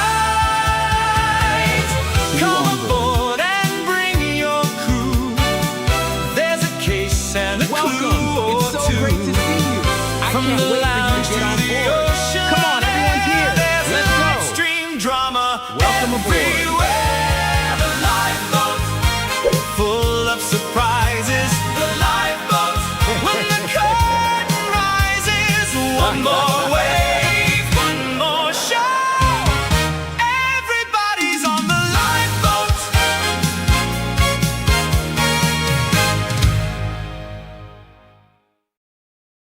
Day 16 today, and the Pima County Sheriff says the Guthrie family, including all siblings and spouses, are cleared as possible suspects in this case. And Fox 10 investigator Justin Lum joining us live now from the Guthrie home in the Catalina foothills with the latest tonight. Justin. Well, Mark, Christina, as you both know, Sheriff Chris Nanos has said early on in the investigation that everything was on the table, but this is a substantial announcement today saying that the family of Nancy Guthrie has been nothing but cooperative throughout this ordeal. Also today, TMZ reporting that they received a fourth email for a ransom from someone claiming to know the identity of the suspect involved in the alleged kidnapping of Nancy Guthrie. I guess you guys are making headlines once again. You received yet another communication. Yeah, so sorry, I'm just going through the notes here. But yeah, we got a fourth letter from someone claiming that they know the people who allegedly kidnapped Nancy Guthrie. They're still asking for $50,000, really just to protect themselves and their family. They're saying this guy is saying he has a criminal record, and that, really he's just looking that if he gives this information up, that his family is protected should something happen to him, whether that's from the people who he is allegedly going to rat out, or from the police arresting him for other matters that he may have been involved in, or saying that he's involved in this case at all. What is that? Put something on the back bumper. Automatic sprinkler. Automatic sprinkler. He's fixing the sprinkler.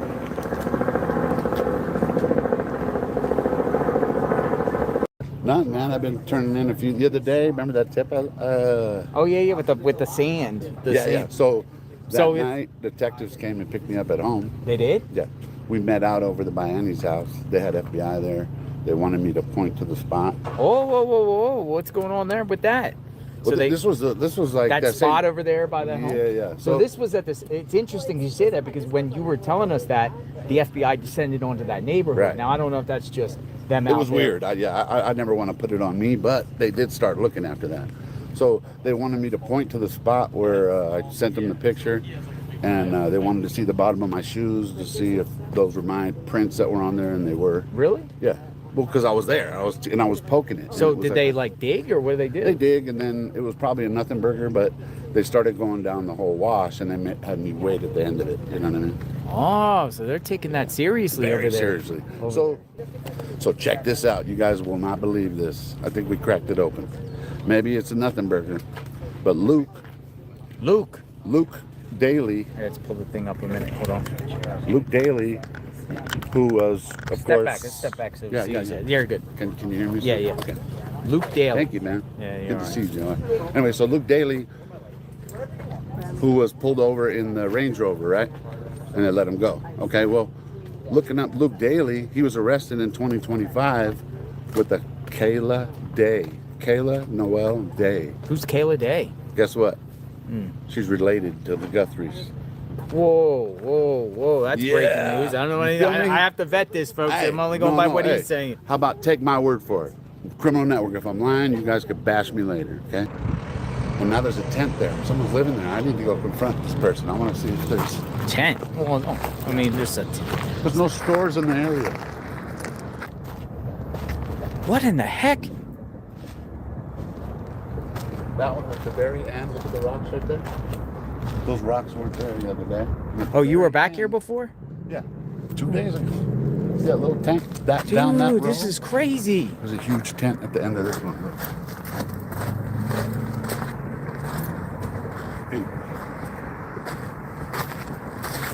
So this is on First and Orange. Holy smokes. See it? So Go down there and just ask. I'll stay here. Yeah, no problem. Go down there. Be safe. I got you. Ask them if they see anything suspicious. Look, the carpet lays beautifully. All right, I turned it off. So, yeah, the camera's facing. Okay. I won't show you. So, hold on, let me go past you and then I'll put the camera back we there. haven't seen anybody over here. You haven't seen anybody over here? But I also. See? What's your dog's name? This is Little Bit. Little Bit? How are you? Little Bit's a good girl. She's a protector. She wants to protect her mom. So you haven't seen any searches here or anything in this general area? No. Not since we've been here, but we've only been here for 2 days. 2 days. 2 days. I got some money in my car. I'm gonna go give her some money. Here comes Dad's Gone Live. He got in yesterday. She's better. Hey, how are you, sir? Good. Nice to see you. What's going on? Not much. Hey, can I talk to you away from the stream? Yes, come on, huh? Nothing bad at all. There you go. Appreciate that, guys. There's Dad's Gone Live, California. Kind of gets in his vehicle and just drives in circles. Streams away. Yeah, we got the flowers. Got the flowers. So we'll lay down flowers in the next 10 minutes. I'm waiting for it to kind of. I have an umbrella.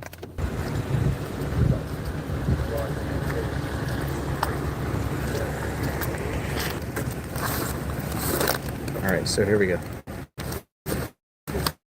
Right here. Camera footage requested. I mean, that is a large area. Oracle Road seems to be the center of this. Annie and Tommaso live over here. We're here. But it expands. I heard the dog. I heard it. Hello? Are you back here? Did you hear the dog? Hello? Hello? Where's the lady with the little dog? I don't know if she was here. She was here? Yeah, but she's in, I'm right here. Hey! It's you! Can I step past your thing? I'm gonna step past. All right, man. I don't mean to intrude under here. You okay? Yeah, alright. How's it going? No, bad. Hey, your dog's not gonna bite me, is it? No, she just doesn't know who it is. Yes. I got something for Little Bit. Here. Thank you so much. And I have something for you. A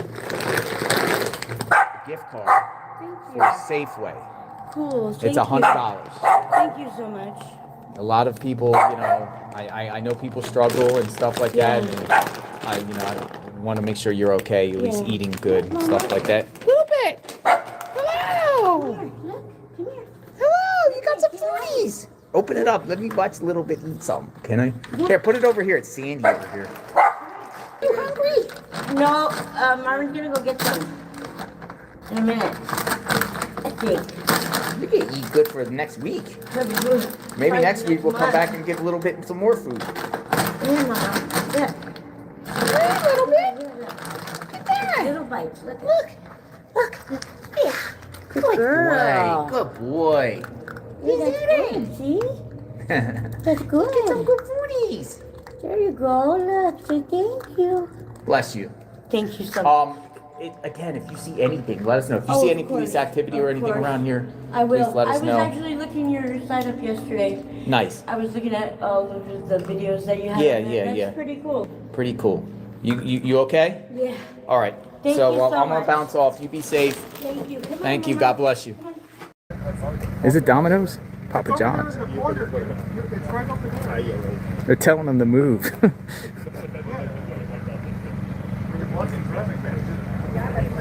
They're getting mad.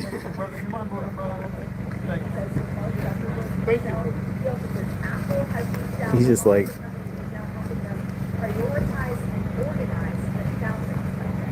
Interesting. I don't know, folks. Let me know what you think.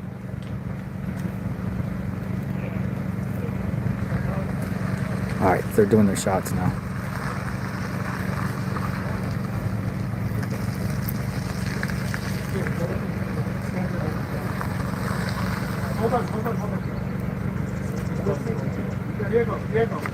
Dude, they're preventing him from leaving. Yeah, so do we, brother. Yeah, we're trying to work go, bro. 1 second, please. There's a cop. You're not supposed to be on. Dude, they're arguing.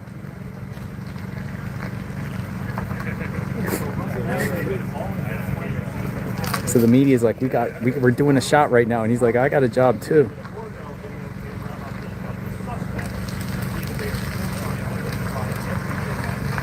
Oh, let me give him the finger.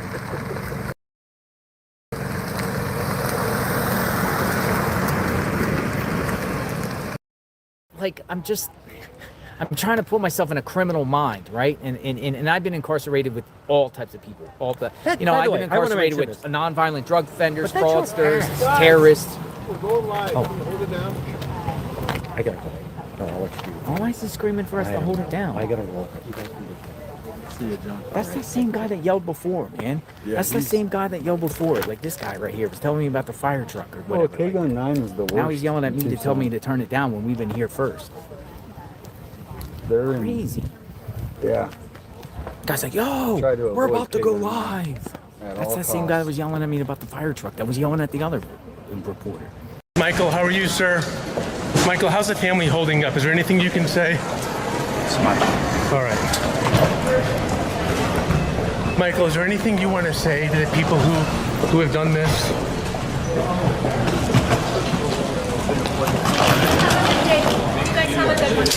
Michael, how's the family holding up? Anything you can say?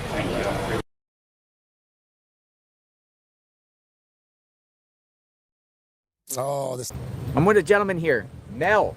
All eyes watching the world. He's out here. He's from New York. What's going on? Yes, the name of the channel on YouTube is Watching the World, but I'm also on other platforms. So Pickup truck. It's been parked on the side of the road. What time? Do you see that guy? Where? He's like working at like 3 in the morning, just on the side of the road. No, I'm not aware of that. There. Yeah, it's been like really creepy when we walk in. He's sitting like that. Really?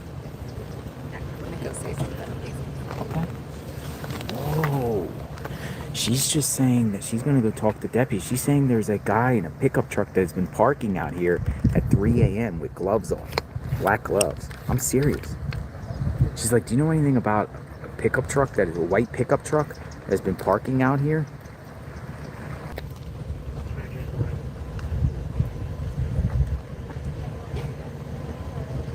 A white Ford Ranger with California plates. She took the picture? I don't know. She might have.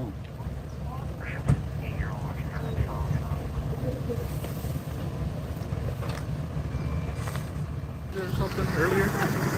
Yeah, I believe so. Yeah, that was me. That was you? Yeah. Huh? Yeah, that was me. Are you the suspicious man they were That's what they were saying. So, man, I'm YouTubing. You have gloves? Yeah, I have gloves. You have black gloves? Yeah. Let me see. Let me just see. There, yeah. You're coming to set the record straight. Well, yeah, I mean, I'm like up there sleeping. I was YouTubing last night with Jacob. We were having some pizza out here. And then everybody's blowing up my phone right now. I just woke up, so. Oh, wow. They're like, dude, what the hell is going on? What's your name? Bart. So you're just out here streaming. I mean, come on, give him a break, right? I know, right? I mean, that's pretty cool. Yep. No trespassing signs planted in front of Luke Daly's house. That's the guy's house. And there also was lights all over the house on. I went there this morning. He got a lawyer, just like Carlos.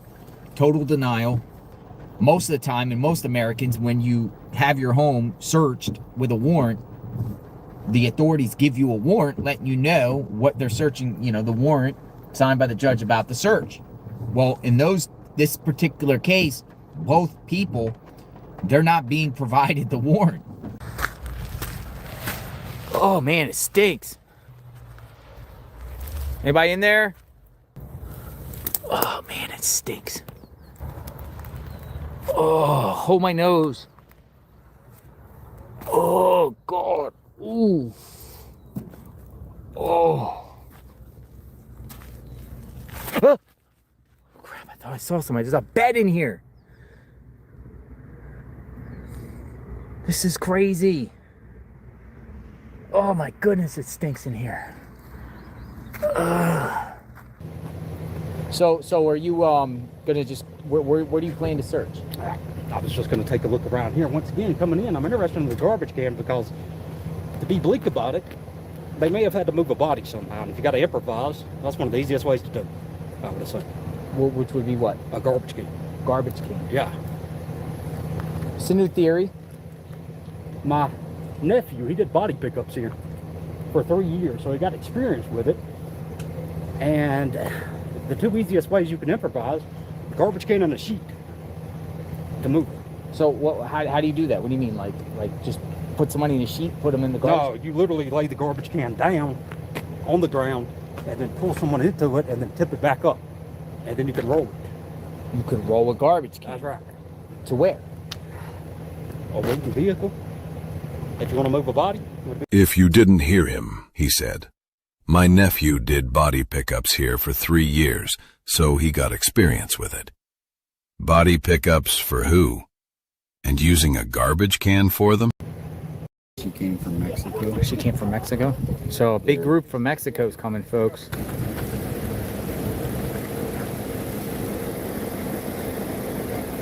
Yeah. Alright, we're gonna go up. I gotta... Oh, camera full. Camera fell. Or no, umbrella. Hank. Here comes Dolly Vision.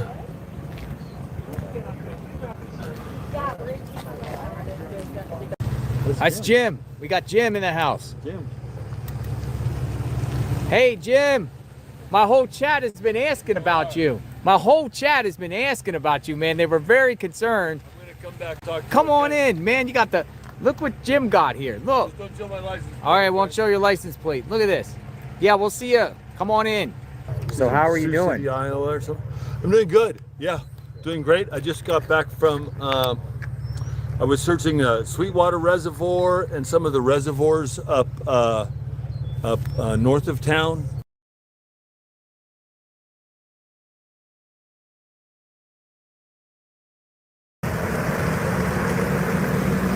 Uh-oh.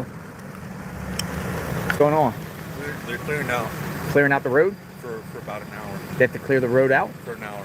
For about a little bit. They're gonna put barricades on. Oh. Hey, do we gotta bounce?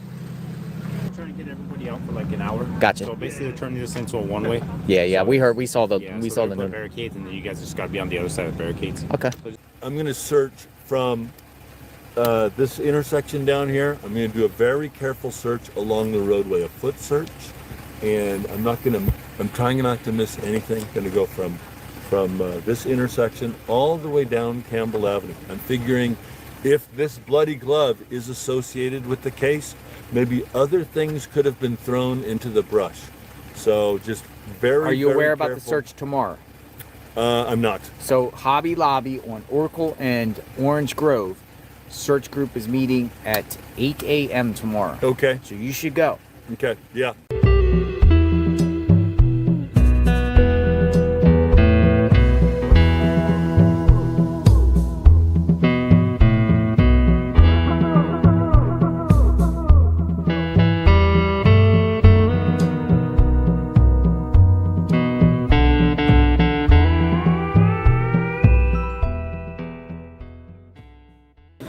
There's so much people looking, but here the sheriff say no. You need a permit. Unbelievable. Thanks for sharing, and thank you for caring about Nancy. Bye. Unbelievable, folks. Now the sheriff's telling searchers they need a permit. Of course. People were saying that. Oh. Who is that? Hey, she broke it, man. Who is that? She's a neighbor. Literally, just didn't even slow down. Just... Well, that's kind of my fault. It's in the road. No, sorry. Ah, but she could... Yeah, she broke my tripod. At the end, right? My That advice makes to sense. you, keep being Jim. Yeah. Right. Oh, what the heck? Somebody's going on the property, dude. What the heck is this guy?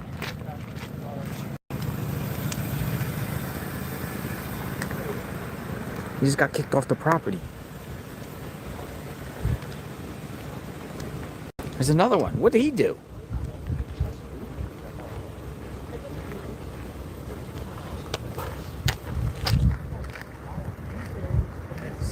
That's weird. What was he walking up for?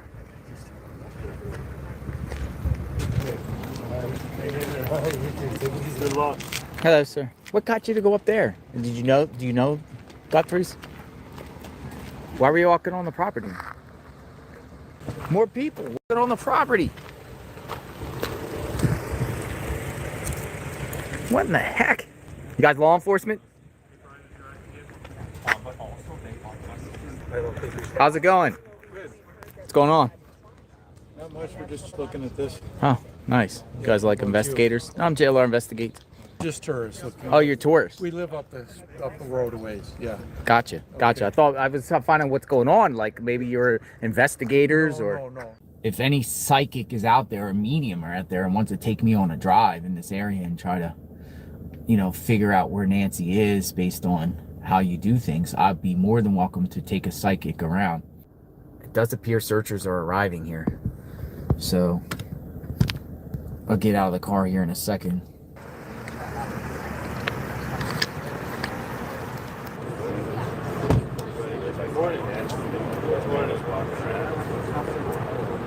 To step up and, you know, help find a local community member. I find it, it's saddening that, 3 weeks have gone by and there hasn't been one major grid search. I showed up the Tuesday right after it happened, and I went up to the news cameras and I was like, "Is there a search party?" Like, "Oh, we don't know about any search party." So today, we're out here searching for Nancy.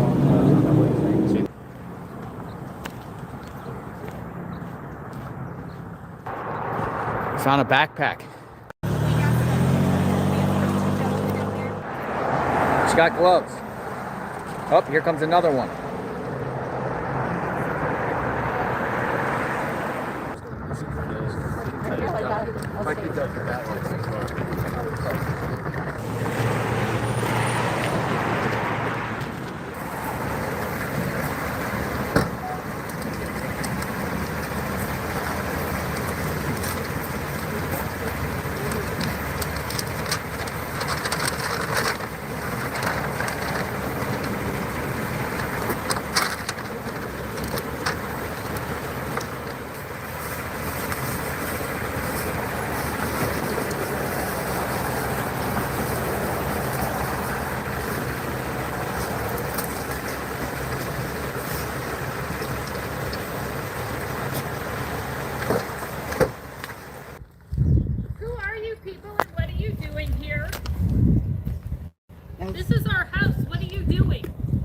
It's a public road. Filming.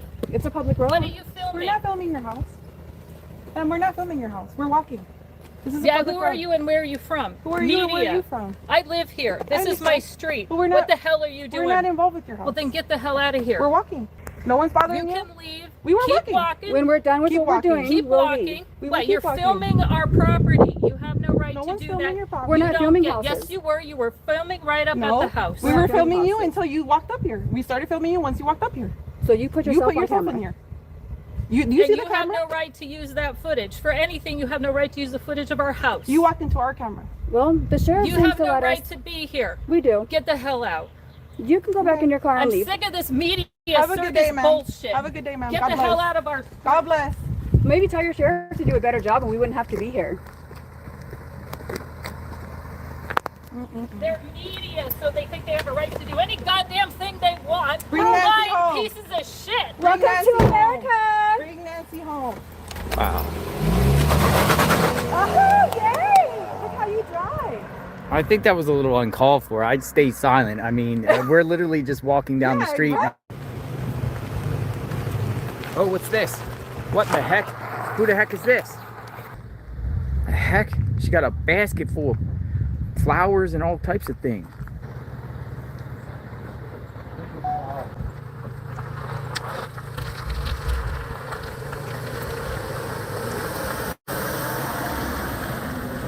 Those flowers.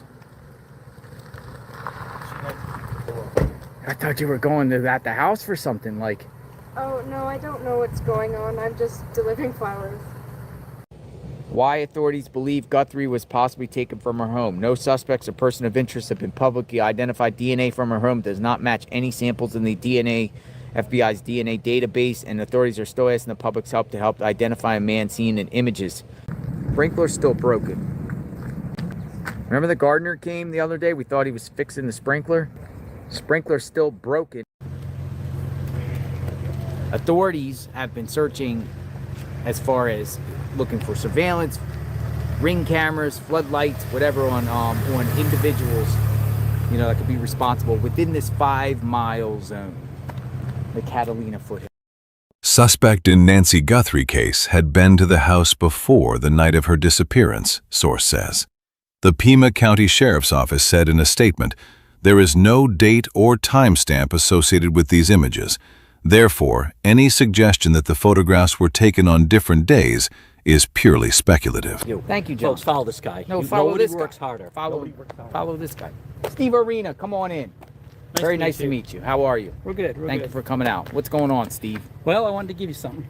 Oh, whoa, I didn't expect this. What do you got? A challenge coin. Holy smokes, I got a challenge coin. A little background to this.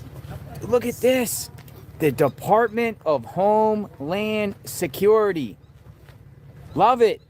So I'm retired CBP. Are you? Yeah, I'm a civilian employee. God bless you. I love. On the way to Saguaro National Park, sit back and relax.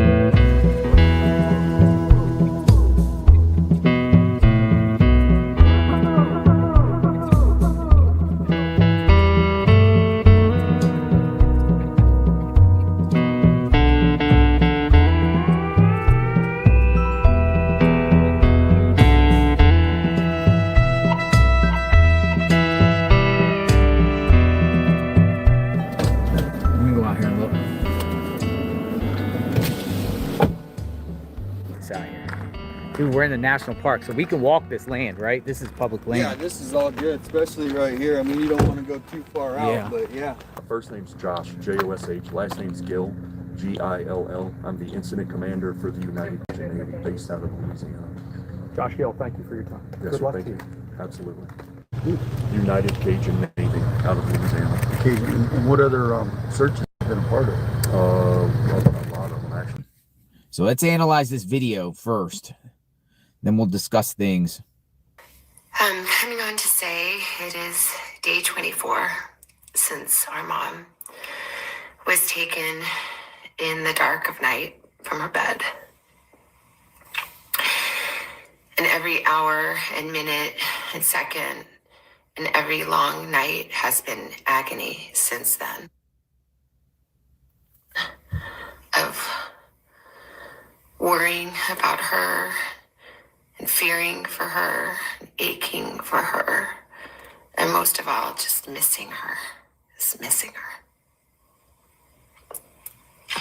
We know that millions of you have been praying, so many people.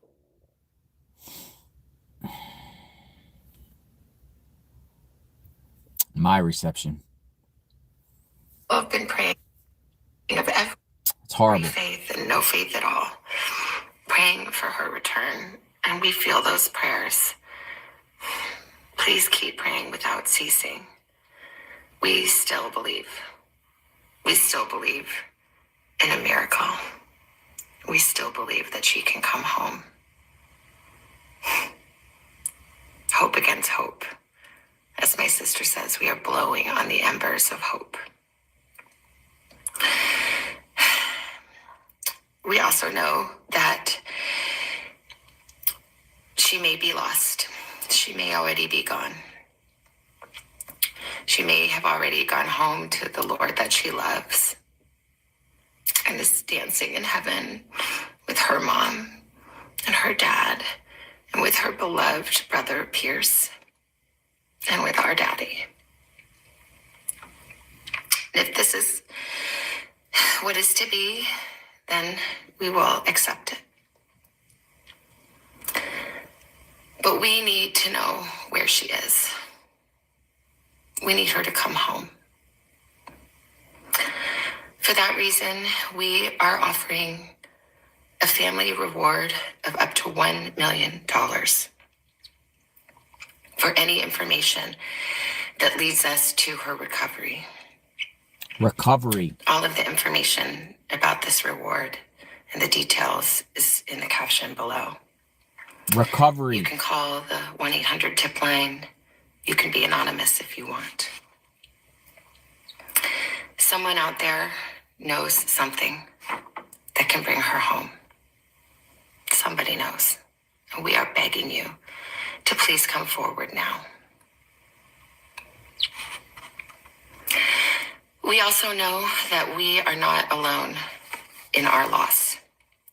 We know there are millions of families that have suffered with this kind of uncertainty. And for that reason today, we also are donating $500,000 to the National Center for Missing and Exploited Children for their work in helping families who are coping with loss and actively looking for those who are lost.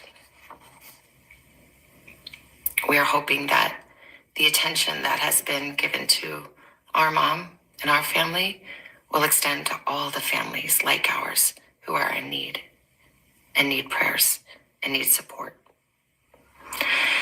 So please, if you hear this message, if you've been waiting and you haven't been sure, let this be your sign to please come forward, tell what you know, and help us bring our beloved mom home so that we can either celebrate a glorious, miraculous homecoming or celebrate the beautiful, brave, and courageous and noble life that she has lived. Please be the light in the dark. Thank you. No, un poco más hacia acá para que pase.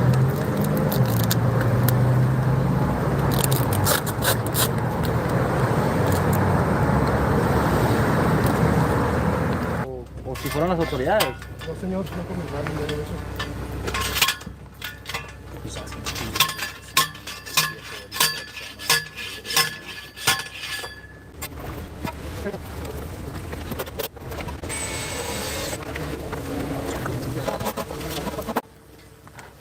I'm looking for Jonathan. It's JLR Investigates. Nice. That's me. Oh, okay. It's me. What is it? It's not a bomb, is it? I'm not sure. I was just here to deliver it. Well, that's the phone cooler. It's a phone cooler. But this is sweet. You know why this is sweet? See anybody at the house with her? Her family came over. They did? Yeah. You seen Annie and the Tommaso? You seen them before here? Yeah. Really? Yeah. They would come over. Yeah. When we ran You into wave each at- other, we'd chat for a few minutes and then we'd go our ways, you know.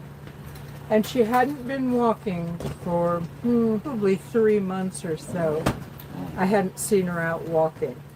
Remember yesterday one of the maintenance men came up to us and said FBI was asking about January 11th and January 16th? Less and less media out here. We are going out to Mount Lemon today. There's plenty of water. Nice go. What's this? Oh, what's this? What's this? What's this? Who the heck are these people? Ellie! What's this? Whoa, we got some people here. Whoa! Ellie's here. What's this? Holy smoke, somebody's here. That's an activity, Looks like guys. feds. Yep. That's an activity. He put his head down. He didn't want to be seen. He put his head down. Look. Who's that Oh, we guy? got another one. Got another one. What's this? Oh, All we right, got some guys, activity. We got some activity here. We got some, oh, they're going in the back. Dude, that's LE, man. You can tell by the light. Garage? Are they going to the garage? Ellie.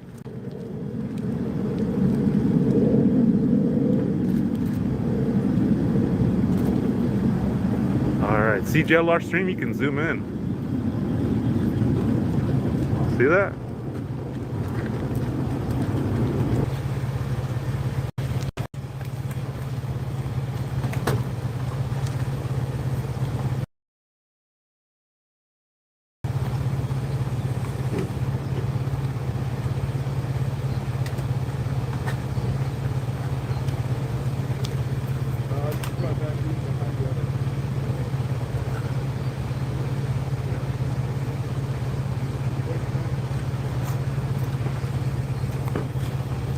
Leaving.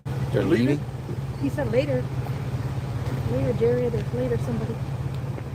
Law enforcement. Oh my goodness. Whoa. Big deal. They're just all over the place. There's feds everywhere. Damn, they came in hot.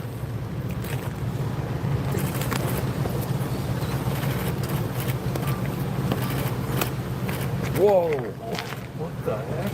Holy smokes. Guys, look at that suits. We got suits coming in. Yo.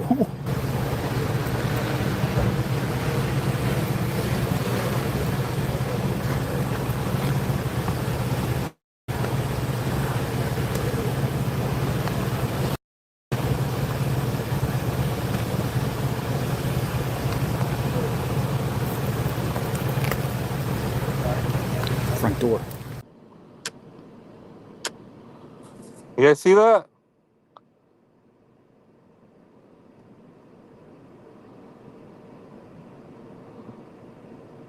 I know, we're just saying, we're being like, you know?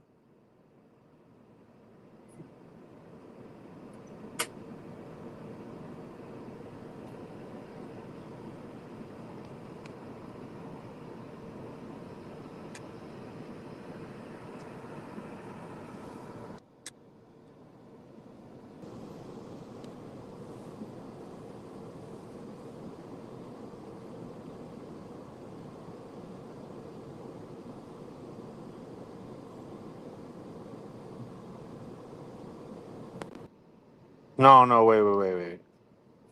Don't trip me out, guys. Don't freak me out.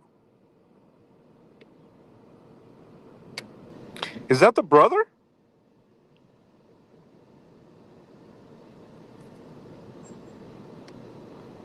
Is that the brother, guys? I wonder if that's the brother.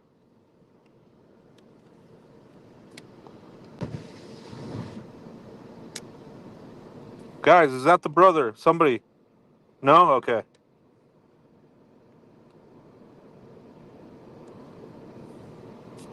Brothers, okay, thank you, guys. Thank you.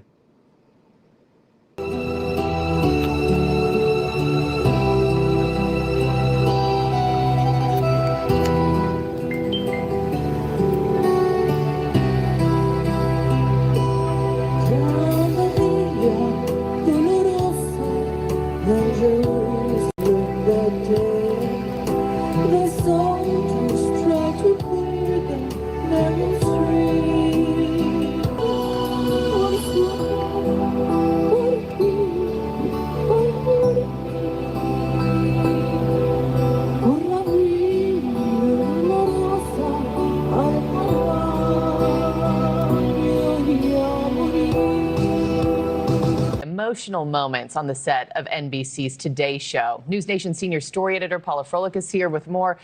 Paula, Savannah Guthrie's husband, Michael Feldman, he took time to travel to New York City amid his mother-in-law, Nancy Guthrie's disappearance, for a visit with her crew. This wasn't anything on air. This was, I'm told, a private meeting between him and her co-workers.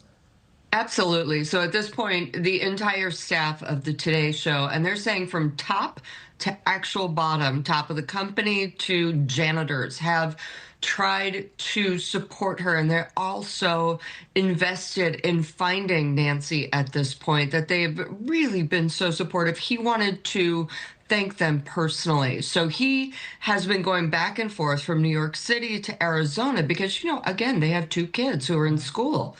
So he's doing the supporting of the home and wanted to just stop by and say, thank you guys so much. We see you, we hear you, and we appreciate you. And Savannah wished she could be there, but of course she is completely overwhelmed with the search for her mother right now.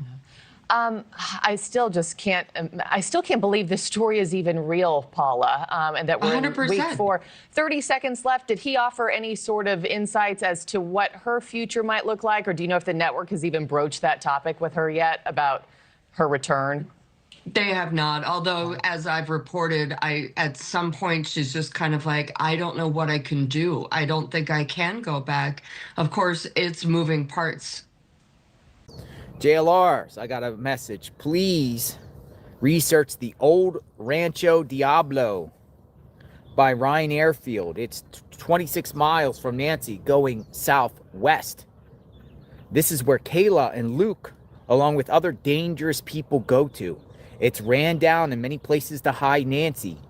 Before Kayla took down her images, they were screenshot. She is pictured there at an old ranch hanging upside down from a cross.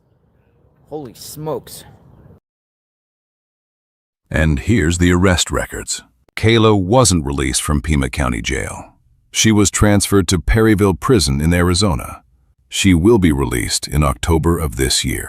I don't feel that it was a right call not putting crime scene tape up there from the beginning. Uh-oh, we got some action here. I got to call you back. I see that. All right, I'll call you back. Thanks for the chat. Bye-bye. Bye.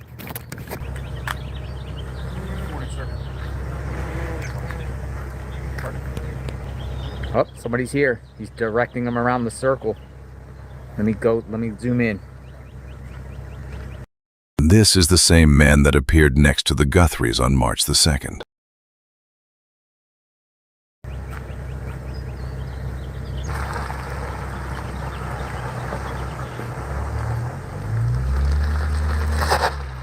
Look at that.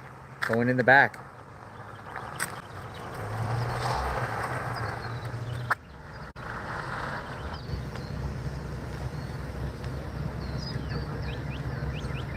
They're opening up the garage.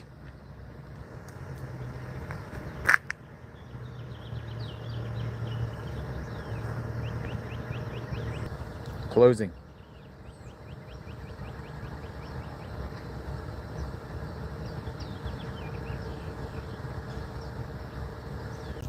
They went in there, closed the door, and now came out.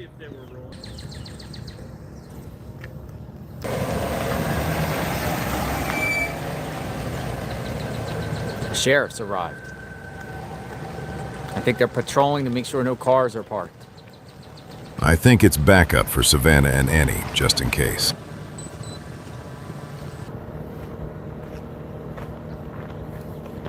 Oh, somebody's here. Look, somebody's here. Somebody's here. Comcast.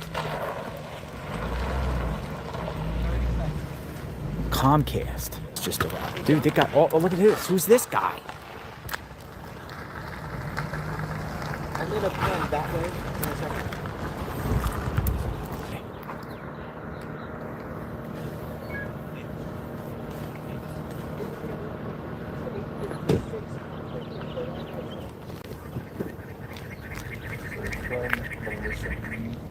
I didn't know, but my name is JLR.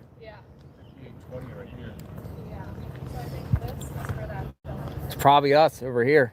I'm JLR. Are you JLR? Yes, sir. More deliveries. Interesting. Who did that? Who sent that?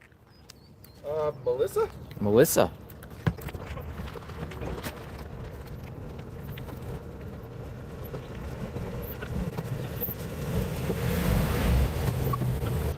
Car's leaving.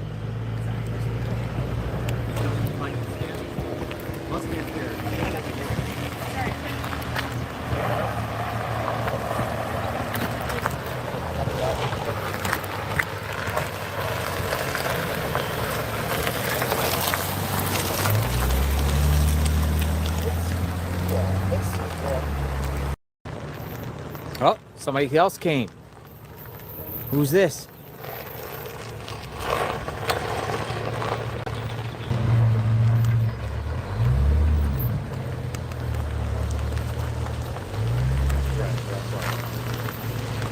Who the heck is this?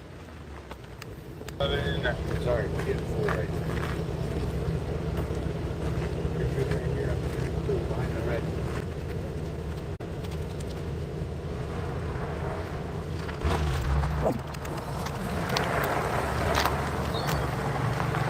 She goes right into the garage. You Ubered here. 857 brought a new. $6. $6? He's fixing it.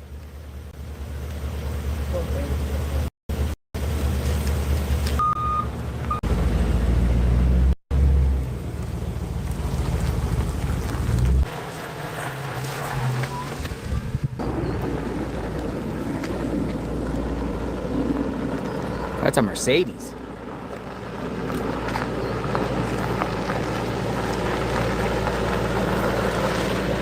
looks like somebody with a bald head. They're leaving. Oh, they're leaving. They're leaving. We gotta put the camera and find out who this person is.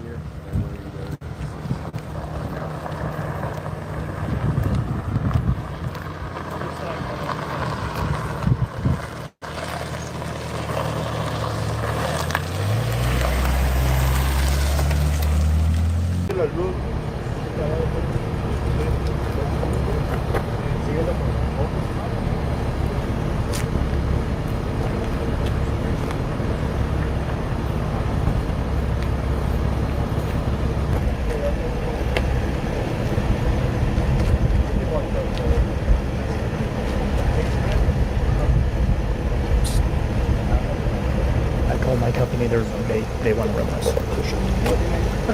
We're out here outside the Nancy Guthrie household where this man just underwent a field sobriety test. He was allegedly sitting out here in his car, potentially smoking marijuana, had a picture of Nancy Guthrie on his phone. When asked what he was doing, he pulled out his phone and pointed at the picture. Officers did smell marijuana. They conducted a field sobriety test, and he is now being placed in the back of the vehicle. Video recorded by Dad's Gone Live shows officers responding to calls about a man parked on a residential street at night. 4 officers are present. Among them, Travis Reynolds, a deputy with the Pima County Sheriff's Department, who was later arrested for kidnapping.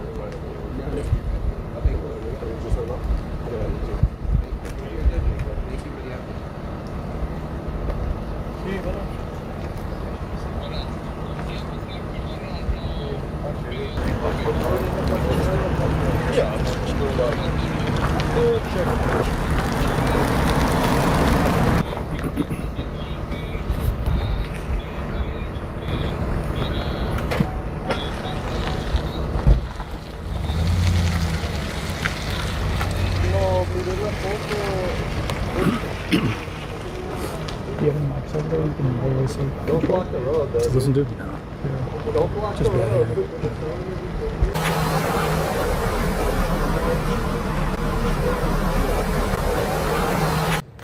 We'll see where this goes. Very disturbing that the FBI obtained surveillance from a white Kia Soul that zoomed this for the very first time, almost 4 weeks, almost a month into the disappearance. Was Nancy Guthrie in this car, caught on a Ring surveillance camera the night she was kidnapped? Video obtained by Fox Digital shows a dozen cars triggering the camera's motion detectors as they sped by in the hours after her abduction. But this one is getting intense attention. It was taken at 2:36 a.m. That's 48 minutes after the kidnapped suspect was caught on camera at Nancy's front door. It's also 8 minutes after her pacemaker disconnected from her cell phone, which is the moment she is thought to have been taken from her house. The Ring camera is located here, 2.5 miles from Nancy's home. The car is thought to be a Kia Soul based on its slanting roof. The Pima County Sheriff's Office says it is actively reviewing the new lead.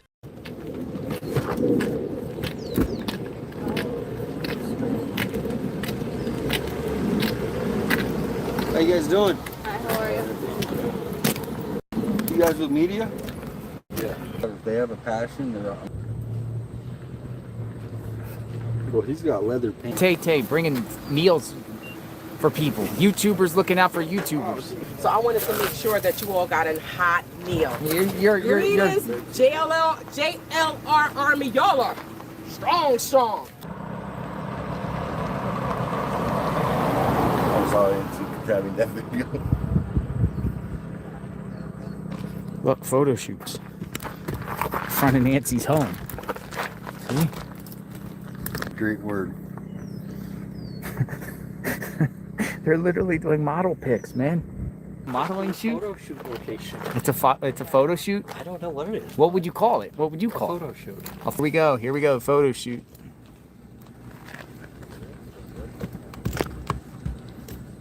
Right in front of Nancy Guthrie's home. I want to talk.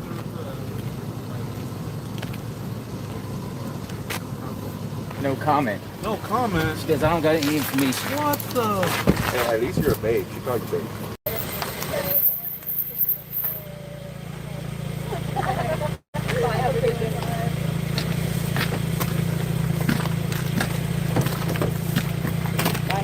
Hey, where's your channel? It's not launched yet. It's not launched yet. What's it gonna be? Crime. True crime. True crime channel. All right, guys, take care. Bye. Bye-bye.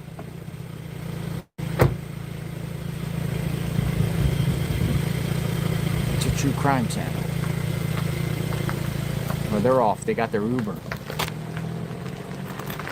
Still here? Embarrassing. Come on, let's finish it. Is it good? Taylor's still here? My name is Kiki, and I'm the girl from the videos. When I received an influx of DMs from young people asking me, who is Nancy Guthrie and what are these posts from the New York Post about, I knew it was my job to continue to raise awareness over Nancy Guthrie's disappearance. I wanted to make a public statement exposing the real truth. I'm very well known on a hidden platform which offers a feature to us where you can post videos similarly to YouTube known as OFTV.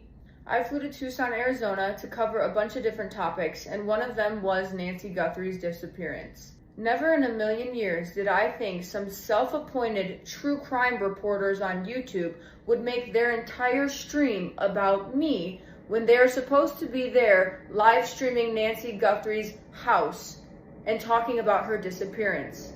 I myself showed up for a few hours, maybe 2, with my videographer to record an episode for my own channel.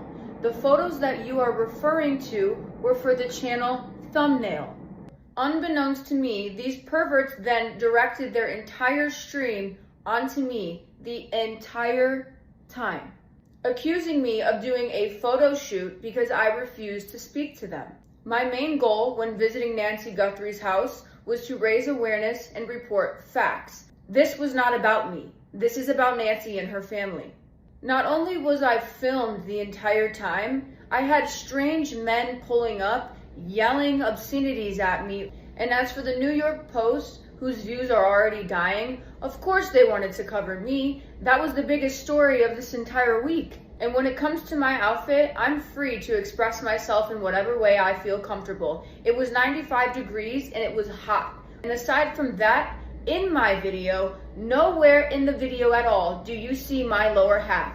And the only people paying attention to my lower half and videotaping it for the internet were these self-appointed true crime investigators for YouTube. As for Nancy Guthrie and her family, I'm very, very sorry if any of this have hurt you guys in the process. My outfit was not to be disrespectful. I came there with no intent to do any interviews, any media coverage, anything really about myself rather than to raise awareness to your family and your guys' misfortune. And as for the rest of you, my outfit does not determine my respect, my competence, or my intelligence. One thing that I learned from all of this is that the media is completely fake. They said that I didn't leave flowers. I went to the memorial after I was done recording, laid the flowers down and said a prayer. And for my final statement, I just want to say God bless the entire Guthrie family, and hopefully we can bring Nancy home safe.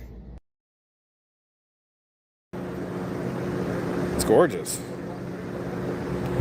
Dude, this is a million. If you had a house up here, it'd be $1 million view here. People are saying I'm getting car sick. That's what people are saying. I'm getting car sick. Watch.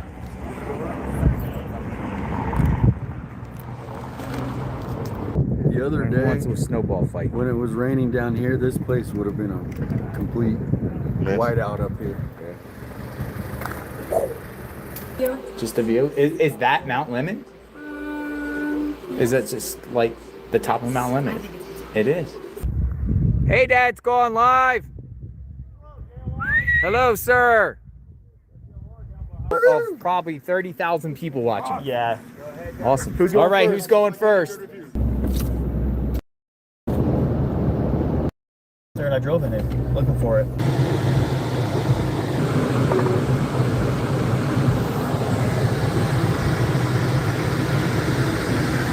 It's a good backdrop. Bomb squad. Unsolved and mystery cases because of your situation, right? I do, yeah.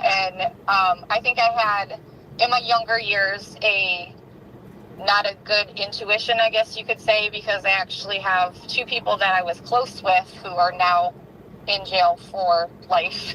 So nothing is going on out here. I let some people piling in. I don't think much is going to happen around this house anymore. So blood. Ashley Banfield, did she say it, or she had somebody on, or her sources tell her there was blood? She said it. She said it. I sent you a video, and I said, look at timestamp 31.45, and that's where she says it. Blood in the hallway, splattered blood in the hallway by the door. Just the drops, the same kind of drops that were on the porch. I've spoken to someone who is in law enforcement, is familiar with the investigation, who has told me that the blood found, and again, blood found inside the house. This is something that I reported on day 3, that another source of mine, a high-level law enforcement source, reported there was blood found inside the house. No one in law enforcement, the sheriff, etc., has confirmed that. But my source said there was blood found in the house. Today, another law enforcement source familiar with the investigation has said that the pattern of that blood inside the house matches the pattern outside the house, outside Nancy's front door. So you've seen that video.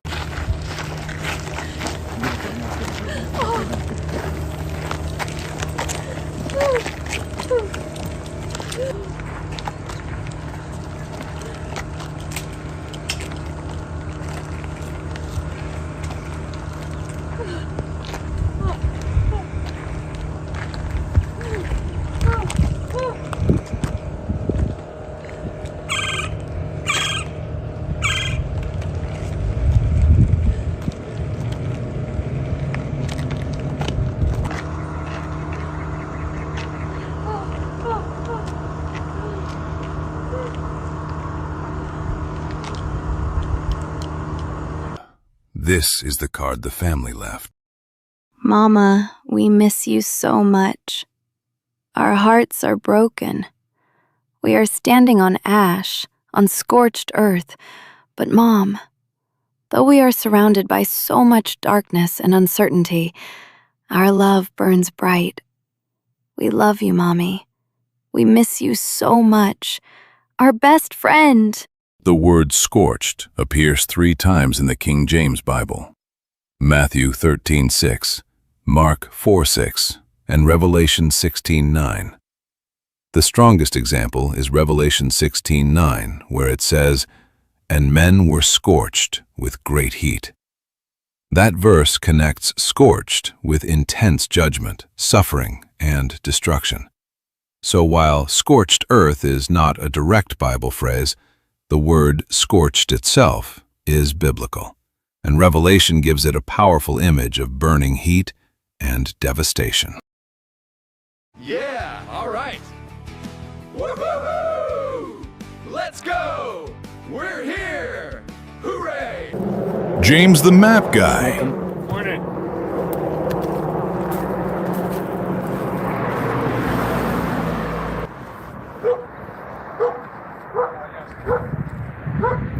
But you know what day they came? Within days, there were police officers at the door. It's a very safe neighborhood. It's certainly not a random abduction. He's very protective. Okay, but I didn't come to fucking dance, okay? I came to party, all right? Give me Brian Guthrie's number. I'm not here to fucking dance. I'm here to party. I'm not here to fucking dance. I'm here to party. Yeah. Definitely know where she's We're the at. searchers. Okay, yeah. Let me know. We're not law enforcement. We're searchers. Yeah. Let us know. We're like you. I I want know to exactly. Tell us. Where's she at, James? Walter Nash. And Walter Nash won't face any consequences at all.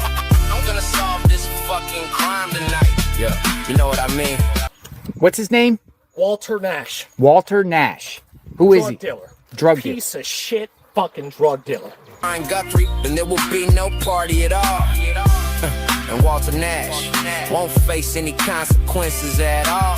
I'm gonna solve this fucking crime tonight. I think you should probably share that. I think we were just coming out here. Look, I brought my dad out of here. I was trying to find the reporter that would. Oh, you're talking about Brian Ant? No, fuck that guy, man. He's a fucking cartel fucking drug dealer, man. You know what I'm saying? You know what I'm saying? That's exactly who it is. Tell him, James. Walter Nash, 100%. fucking knows who fucking is involved in this. Tell them. I just told if they arrest Walter Nance, you know who gets the reward money. Thank you, brother. James. Good to see you, man. Yeah, you too. Ready? Ready. 1, 2, 3. Yeah. Woo! Criminal Minds. Hello? Hi, Brandy. JLR Investigates. Hi, how are you? I'm great. Thanks for reaching out. Not believe you call. I didn't think you were gonna call me. Stay 1 second. I'm getting a call right now. Maybe something's going on. Hello, what's going on? Hey, JLR, someone brought you some food over here. What do you want me to do? I guess you could eat it because I'm here. I don't know what kind of food is it. Who's it from? It was from Amy? Amy. It was from Amy. Amy. I'm not there, Amy. I mean, I guess it's for them, Amy. I can't go retrieve it. Okay. I mean, enjoy. All right, appreciate it, brother. Thank you. Thank you, Amy. I mean, I'm not there, Amy, so thank you. All right, bye-bye. Maggots. I'm sorry? Do something credible. 5,000 indigenous women go missing every year. Preach. Go ahead. Why don't you get out of here? You're not relevant here. Do you live here? Yes. This is my neighborhood. I've seen you maggots occupy this street for a month. I wish you would all leave, okay? When you have something relevant to say, when you have something credible, when you have some non-conspiratorial bullshit. What's your name? None of your fucking business. You have a good day, sir. You're a bunch of maggots!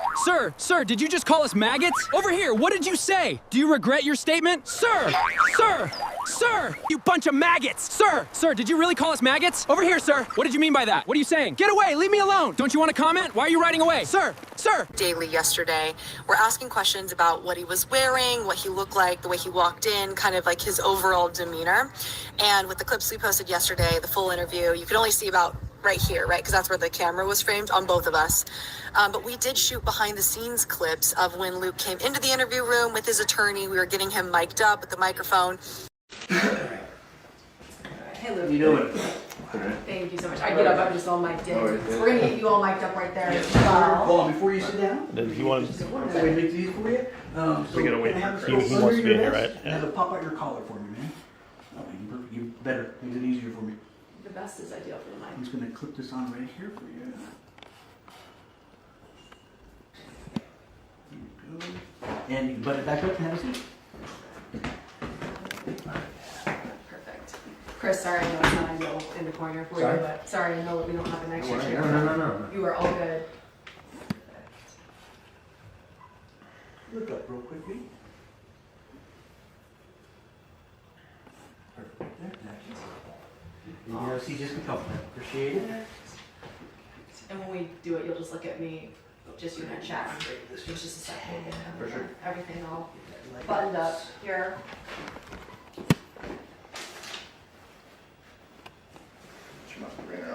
Here we go. Just I'll take your phone.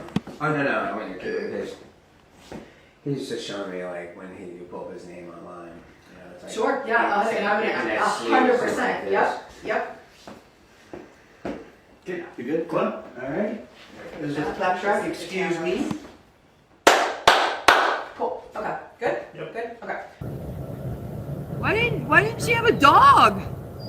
The dog would have did something, you know? I had a dog all my life, and my dog protected my life all the time. I have 3 French bulldogs at my house right now, and they won't let nobody get past nothing.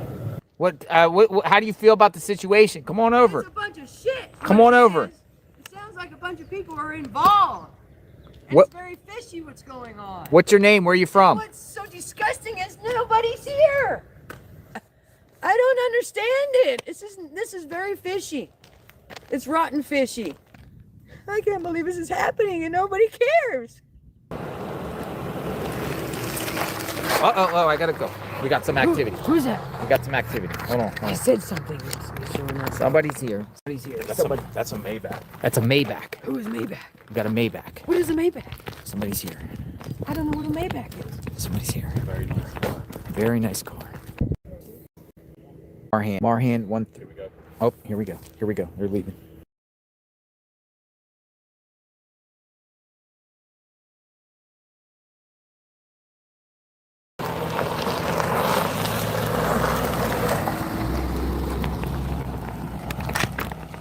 Oh, we got law enforcement here too. Escort somebody in the back.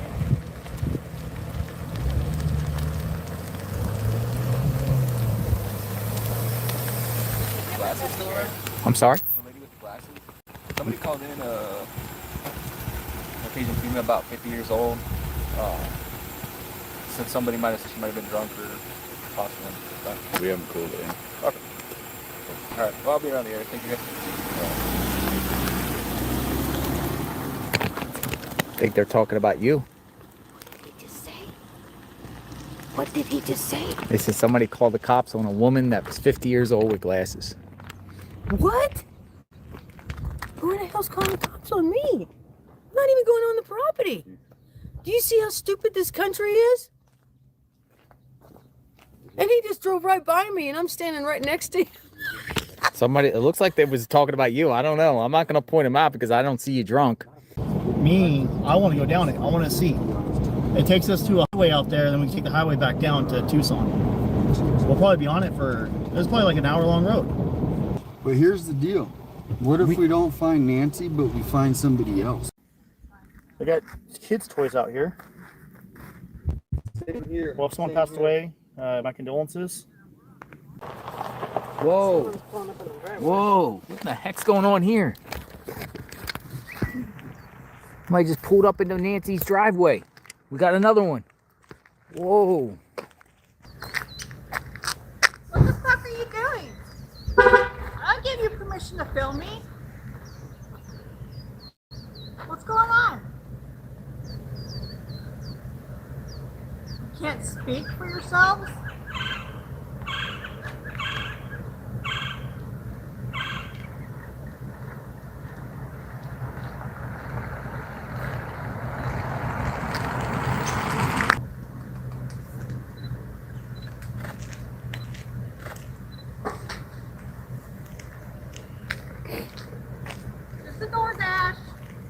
Investigators were reviewing a damaged utility box near Nancy Guthrie's home.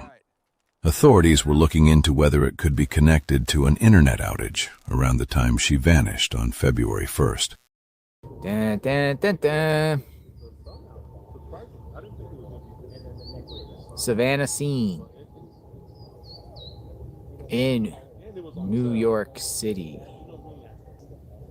Dark glasses. Can only imagine what she's going through. Don't go on the property, sir. Yeah, it's okay. Yeah. That isn't my property, but... No, I know. I just don't want you to get in trouble. You know what I mean?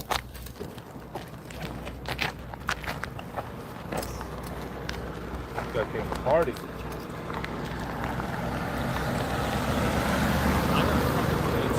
Right now. Like that park. Just save some woman's life. Okay? You know what I'm saying? That's who I came to party with. Whoa. Walter Nash. You said Walter Nash. That's a dirtbag fucking attorney. Why do you think he's involved? Like Walter? I think that they just went to the wrong house. I mean, once he, right? See ya, James. Be safe. An alleged kidnapper note early on in the Nancy Guthrie scandal, claiming they knew exactly where she kept her Apple Watch, and they had described something inside Nancy's bedroom that led some, according to Harvey Levin, Sheriff Harvey, as Zach Peter calls him, and that the police had reportedly spun their wheels quite a bit on these notes. Did those people behind that note see this segment? Yep. But the entire length has the median, and James, we got action. Yeah. Okay. Let me call you back. Call me back. All right, we got some action. We got somebody with an electrical ladder. Oh, who are these people? That's zooming in. We got action. Dun, dun, dun, dun.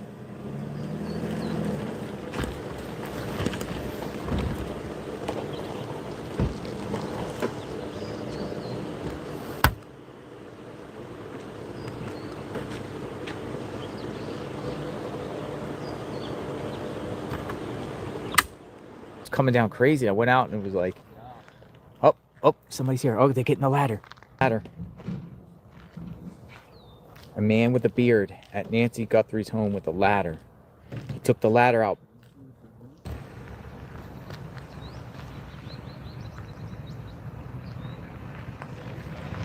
Air conditioning, people. Hands. They shook hands.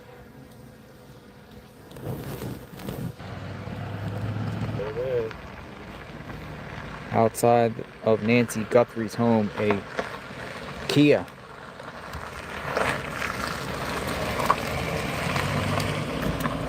What's your channel again? Share your channel. Righteous Monkey. Righteous Monkey. Righteous Monkey. Shout out to the chat. Put your city in the chat. Let us know where you at. Yeah, good guy right here. Put your city in the chat. Let us know where you're at. I like that. But then why would he subsequently say that, oh, we got somebody here. I got to let you go. Okay. Maybach. Good day. Maybach. Somebody's here in a Maybach. Thank you, Lori. Dun, dun, dun, dun. Breaking news.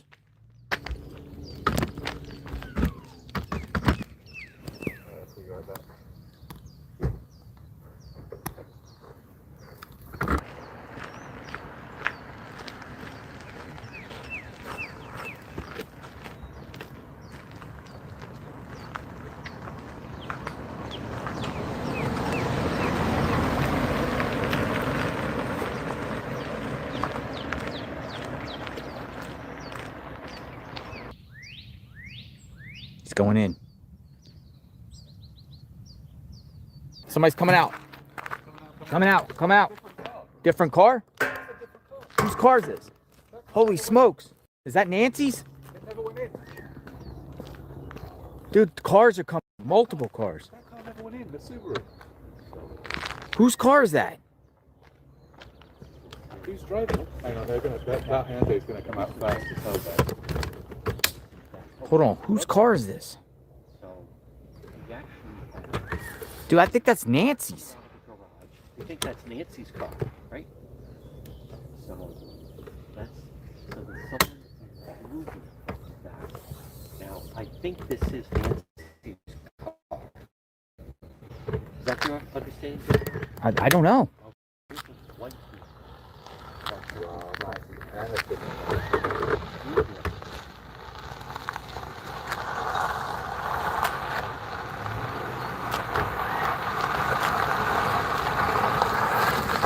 A woman. A woman. There's another guy. Dude, that looks like Cameron. There goes the Subaru. That looked like Cameron. I have no idea. That looked like Cameron. I thought that was... That looked like Cameron right there. Somebody been in there the whole time. Somebody been in there the whole time, man. Somebody's freaking been in there the whole time.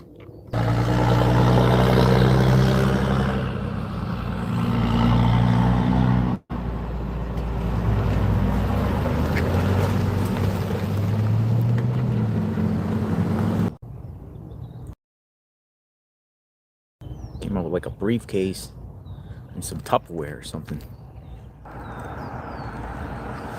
Let's do this, please. 22 says, holy smokes, we got roofers. Well, how many vehicles are here? A lot. A lot? Are they all electric people? Somebody was painting. Painter? Yeah. Which some people say is like the Kia Soul right behind us. Mm-hmm. Or Range Rover. At that flag, they just made a stop and dropped her off somewhere. It would have been in those areas. Do you know that person that was in this car? Which one? The one that just drove by and waited? I don't. How are you? No, yeah, I'm just stopping real quick to talk to him and then I'm gonna get out of here. Get out as fast as you can. Oh, Sue Ellen's not playing. You got me out of here. Nice to see you, Sue Ellen. Good. You have a good day.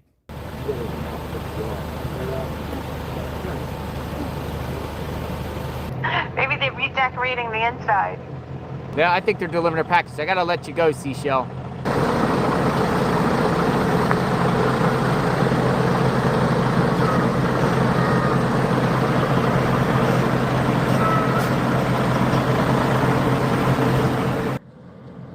No way. FedEx is coming to deliver water. Thank you. You're very welcome. Somebody delivered it for FedEx? Really? A FedEx water? FedEx water. Oh, I. Thank you, brother. How you doing, JLR? Hey. My name's Chris. I'm out of St. Pete, Florida. Hey, St. Pete. Over the road truck driver. We were in the neighborhood. Nice. So we thought we'd swing by and say hello. Nice. Pay our respects. I saw your cute dog, so I say hi to your dog. Yeah. Tour of the rig. Holy smokes. You don't need to do all that. It's lived in. You don't need to do all that. Yeah, brother. Oh my goodness. Hey! Oh my goodness. Here, I'll carry one. Hello. Hello. Hello. I love you. See you later. I knew he was going to do that. I just had a feeling he would do that. Oh, man. Bye, Chris. Safe travel.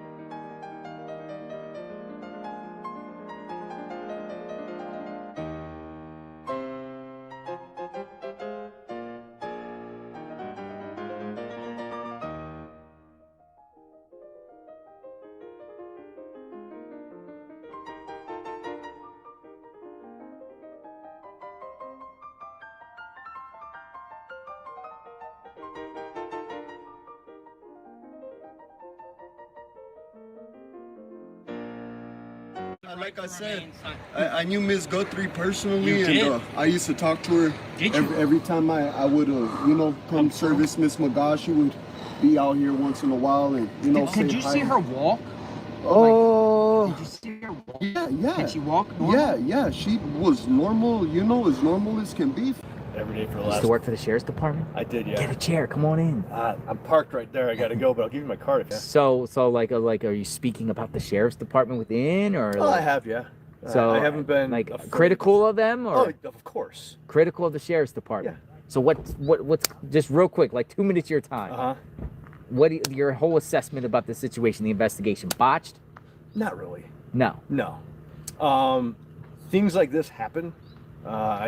My personal opinion is I think she was dead before she left the house. Whoa! There it is. It's back. That's their car that got seized. It's back. Dun, dun, dun, dun. Breaking news. Their car is back. Brandon, you're not the perp, are you? No. People I'm might not say the you perp. look like the perp. What's going on? I remember you were out here before. You're a neighbor or something? You live around the neighborhood, or you just? I'm sorry, kind of like nearby up in North Carolina. Okay. Area, but I've been following this case. I've been following him. supporting the JLR Army. Nice. Hopefully we catch this perp. Yeah, I'm a chef. You're chef and no FBI. No FBI.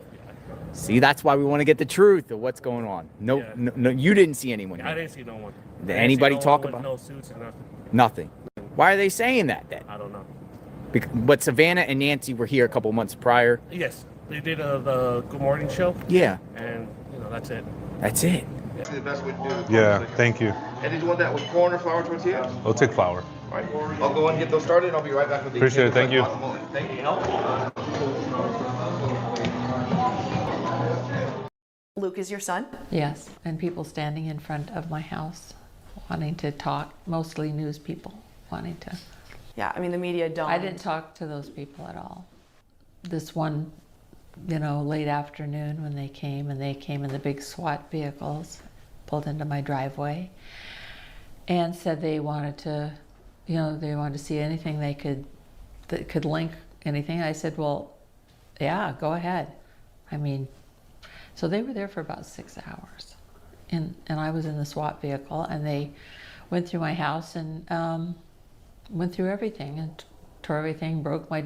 If the door was locked, they would break it open to go see what was in there. There really wasn't anything in there, but it was pretty upsetting. So when they detained you, did you know that this was related to also them investigating Luke? No. You had no idea? No, I wasn't thinking this was about Luke. I found out it was also about Luke, but initially, no, I was thinking it was all about Nancy Guthrie. And could he have been involved? No, I didn't think he ever could have been involved. If you wanted to avoid all detection, Yeah. that was the route, because it took me to a river and the Bashes. Bashes? That's 9 miles of no. Today is day 45 in the search for Nancy Guthrie, the mother of Today Show co-anchor Savannah Guthrie. And investigators are busy with the painstaking work of forensic genealogy, trying to build a family tree from that mixed DNA found in her Tucson home that could lead to a suspect. And we have new information on cameras at Guthrie's home. CBS News' senior coordinating producer for our crime and public safety unit, Anna Schechter, has more. The FBI was able to recover some still images from the 2 cameras that were facing the side of Nancy Guthrie's house and the back. And the FBI told us that it was nothing suspicious, but that is more information. So let me put this out there for you guys. This from all of us.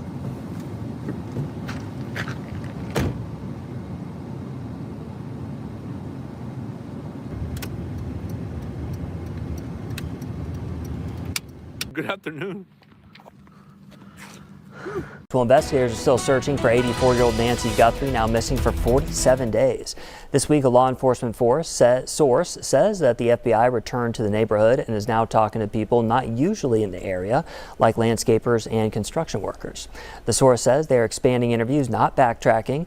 The Pima County Sheriff's Department says that they are reviewing evidence and tips. Over $1 million in reward money is available. Joining us, an all-star panel in addition to Joseph Scott Morgan, joining us from Jacksonville State University, Brian Fitzgibbons is with us. The search of landfills, it's horrible. What could they be searching for? And one of the reasons, Brian, I say I don't think it's a search for her body is because we've heard nothing about the use of cadaver dogs. But I believe here that they'd be searching for any pieces of physical evidence.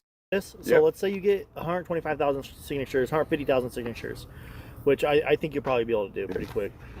Let's say you get the signatures. What is the next step, and how do we progress with getting them out of office, or is it guaranteed to get them out of office, or does it just make it to where we can vote? Here's what happens, okay? I get them in. I complete the recall.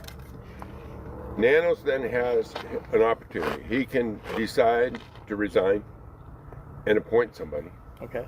Or he can go ahead and call for a special election. But you know, and it was just so nonchalant. You're talking about a high-profile kidnapping, and you're talking like it doesn't matter. I actually got an email late last night from a gun shop owner in Scottsdale, Arizona, which is, Phoenix area. And they wanted to talk. They wanted to talk off the record. Now, I can share this information. These are some of the names that were provided to me by this gun shop owner. And look at these names. The FBI 3 weeks ago went into his gun shop with some faces and these particular names. And in the course of these are last names, by the way. These are last names. And then numerous first names associated with some of these last names. I think it was a total of 20, he said. What nationality do you think these names are? I was doing a little research. Iranian, Persian and Iranian, Middle Eastern. Get that Middle Eastern look here. I can also confirm that one of those names on the list is associated with Nancy Guthrie. There you go. We might have a possible lead here of an angle. It doesn't mean these people are involved whatsoever. The feds are definitely looking into those names and people that purchased guns in those names. Breaking: Nancy Guthrie once had an Iranian healthcare worker staying with her in her guest house that she fired a few years back. This is 100% fact. An Iranian healthcare worker. Now, I know who it is. We're not going to put the name out right now. You could do your own independent research. This is not rocket scientists, folks. But this is very, very interesting. So 2 and 2 makes sense to me here. We are now more than 7 weeks into the search for 84-year-old Nancy Guthrie. And tonight, Sheriff Chris Nanos is talking about that date that investigators and the family have put an emphasis on. It comes as the Guthrie family says it believes Tucson and southern Arizona are key to solving this case. News for Tucson's Jacob Owens joins us live on the south side after speaking with Sheriff Chris Nanos today about that date. Jacob, what did he tell you?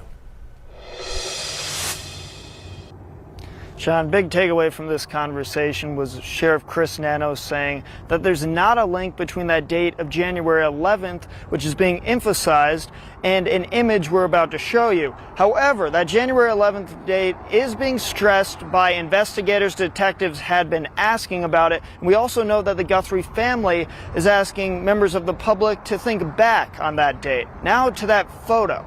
So as a reminder, this again is unrelated to the January 11th date. Sheriff Nanos says this photo still does not have a timestamp.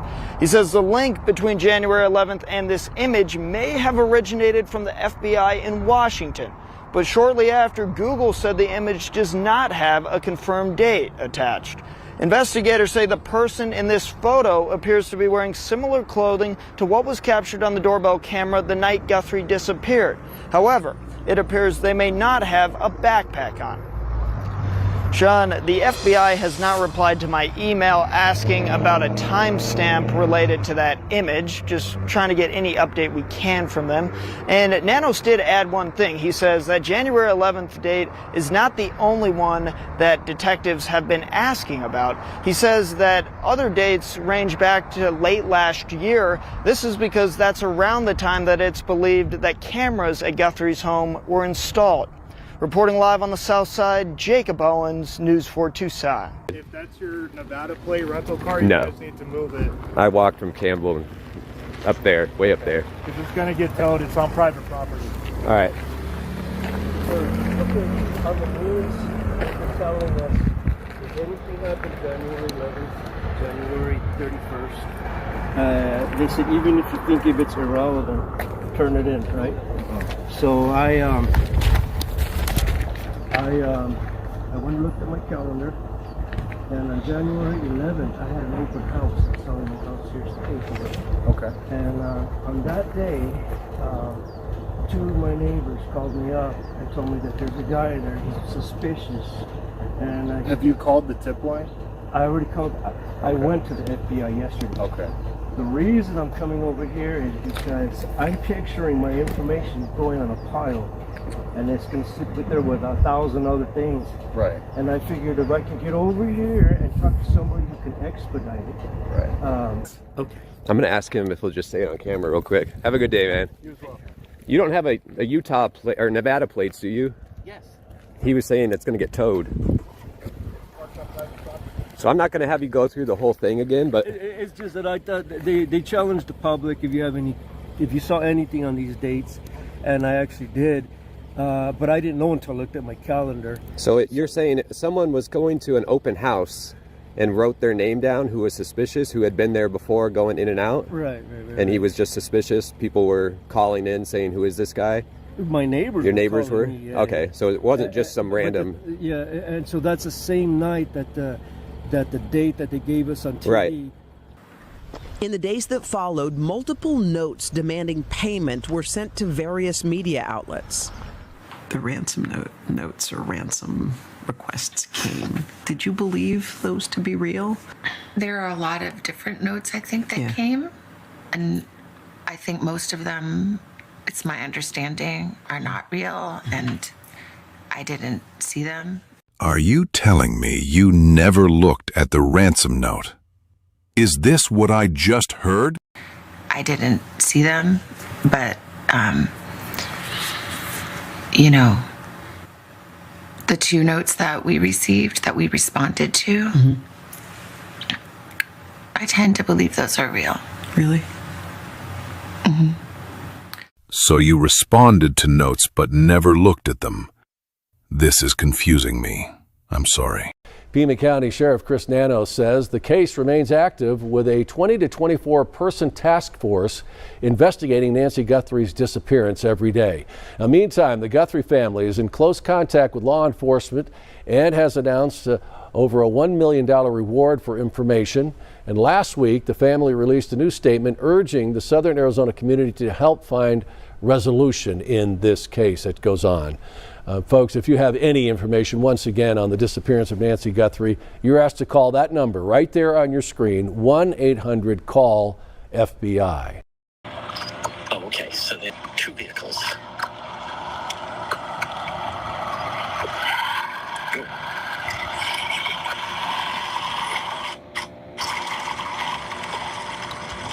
That looks like Annie. That looks like Annie. Oh, she slowed down. And then here comes this camera. And the garage door is down.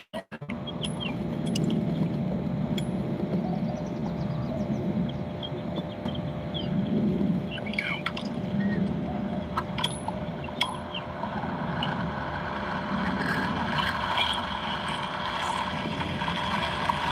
Oh, there's the Hyundai.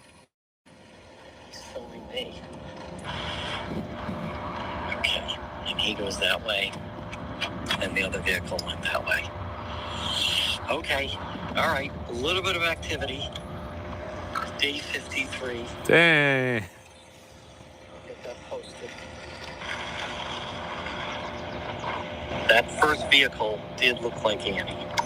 First vehicle, to me, it did look like Annie Guthrie.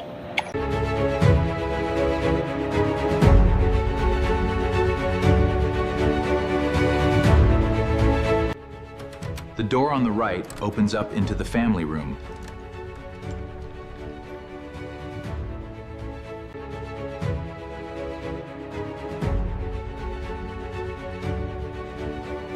The doors on the left side open into the kitchen.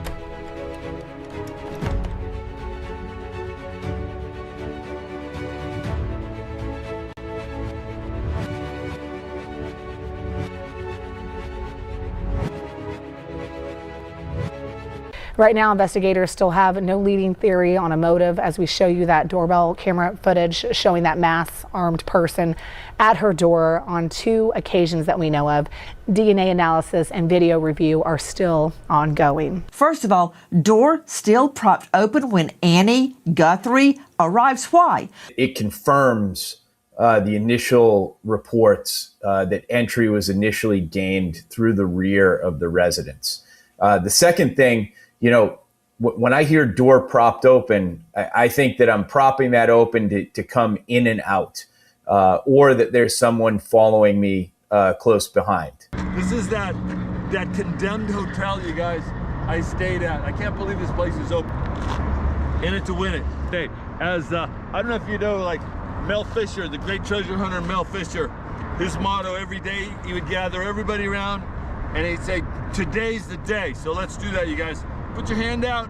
Today's the day. Let's do it. You guys, this is the condemned hotel, right? I just wanted to come by here for old time's sake. I've never stayed in a place like this in my life, you guys. We'll run through it from the beginning. This is the room they rented me right here. 101. It's funny though, they cleaned up the pee. There was a lot of pee here in the corner. A rat trap right outside your door. There's the room. I couldn't stay. I had to. It smelled so bad like crack that. Oh man! I had to. I was helping the guy work on this bike. I guess he never got it fixed. Look at it, you guys. Condemned. Do not occupy. The room up above. Condemned. Cop left. I'm also staying. Did you have to give the cop something, maybe? Interesting. Okay, what's up? We'll call you back. There he is. You guys. Listen, guys, you got the exclusive. Me and JLR got the exclusive. He's leaving. Cop left. I'm also staying. Did you have to give the cop something, maybe? Interesting. Okay, what's up? We'll call you back. There he is. You guys. Listen, guys, you got the exclusive. Me and JLR got the exclusive. He's leaving.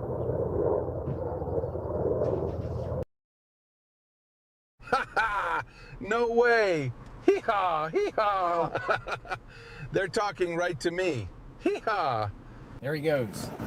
Ted's going together with Ted. I love Ted. I love Ted. Look at Ted. Oh, look. Ted walking. Look. There you go, Ted. Hey, Ted. Hey, Ted. Hey, Ted. Nice. Those are the high cones, too. Look.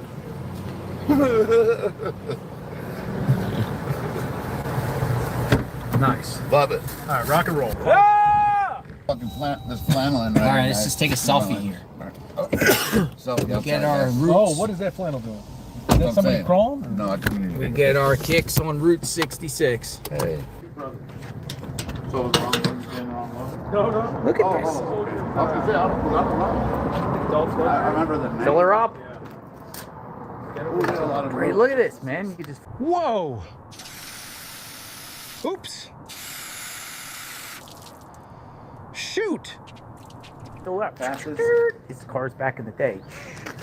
Fill her up. Pretty cool, man. Wow. Donkeys! Oh, Hey! that's awesome. Look at this! Look at this! It's the Wild West. We got donkeys in the street. Hello! Hey, buddy! Hello! Hello! You want some fries? Yeah, we got. Give them Chick-fil-A. Ow! They all want some Chick-fil-A. We got Chick-fil-A's. Chick-fil-A, one for you. Oh, there you go. Give him Chick-fil-A. Give him Chick-fil-A. He's hungry. Oh my goodness. Let's eat. Yeah, Chick-fil-A. Hello. Here, have some Chick-fil-A. Here. Hold on. We're getting surrounded. Oh, they're all coming. They're all chewy. Help, I'm getting surrounded. Oh my God. Come over here. I'm blocking them homes. Hold on, here. Look at the one in the front. Hey, I'm buddy. blocking them. Hold on. We got any more Chick-fil-A? Hey, I want him. He needs one. Okay. Hey, I think I'm out of Chick-fil-A. Any more Chick-fil-A? Wait, here. Oh, no, they're going to be pissed. I got sauce. Yes, we got Chick-fil-A. Chick-fil-A. We're giving donkeys Chick-fil-A. They're Googling it for us right now. Here, everybody, some Donkeys eat Chick-fil-A. French fries. Hey, Oh, they're happy. Hold on. Holy cow. I gotta go. Look. Oh my God. I gotta go. They're like, you're not going anywhere, motherfucker. I gotta We gotta go. We gotta go. Oh, no. Hey, I gotta go. Hey, bud. Come aboard, we're going live tonight. Welcome aboard, everyone. Come on in. Camera shining in the ocean light. The lifeboat soon will be streaming. The lifeboat, cameras are gleaming. Step aboard, there's a story to show.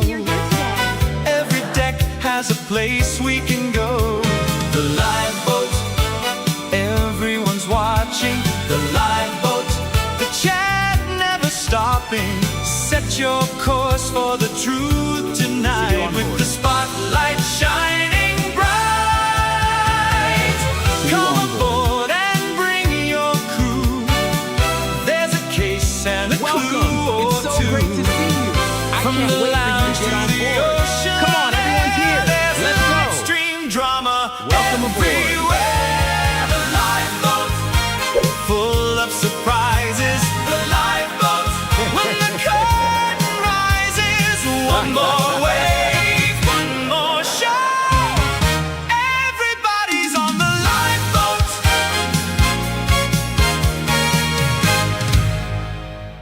Yeah, Zoltar. Tom Hanks. Big. All right, Ted, want to go to the bar? See you guys. Oh, where's the You bar? going to the bar? Yeah. Are you? Right? Where's All the- right, I'll see you in a I second. probably can't go live in the bar. Where's the Here, bar? I'll be back. Here? Yeah. Okay. Do you want to go with him? Yeah, good. You'll be fine, right? All right, Ted. They'll put a name Ted's tag going on to the there. saloon. Everyone's going to be like, don't let him go along. Ted's going in the saloon. He really is going in there. Good luck. We're going to look for some ice cream. Outlaw Willie's right here. Look. We got mules just walking around. Hey. I can't see him because but he's all talking. So work? Oh, my card. Yeah, here. I see. Just don't record my card. come on over and let Zoltar be sharing with you your fortune. Damn. Did it go? I don't even know.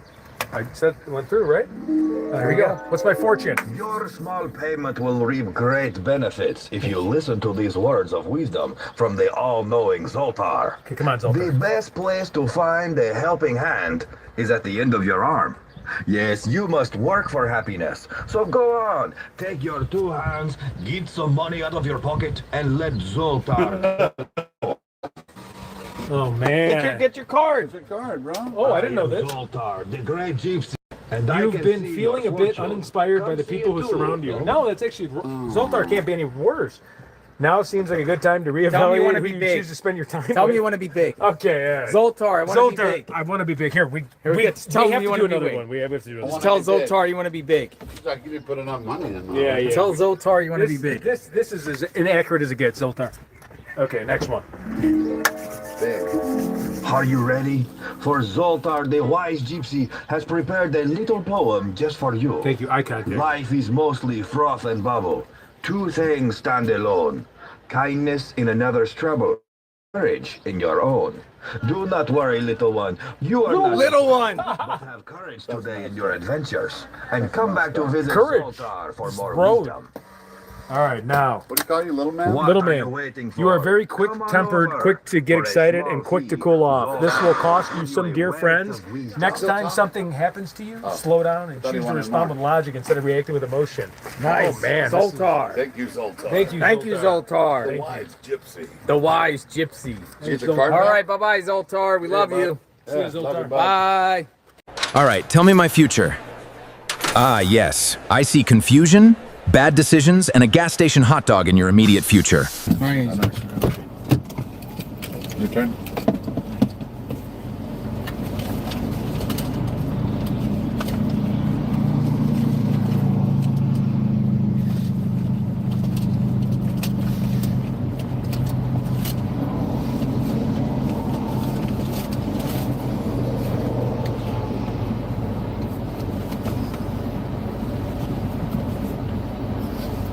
Did you see that?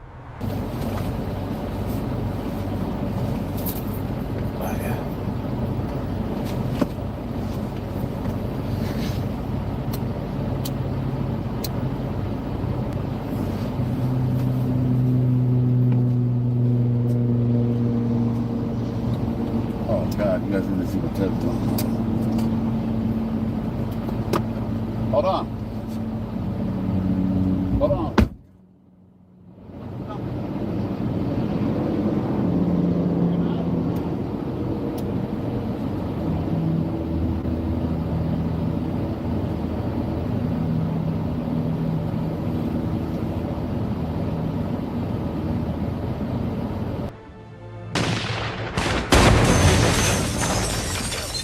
It's exploding!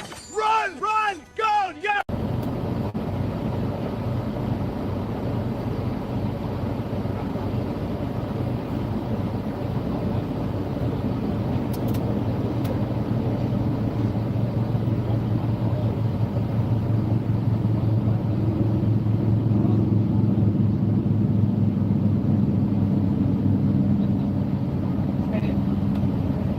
Ted's going crazy. What the heck is Ted doing?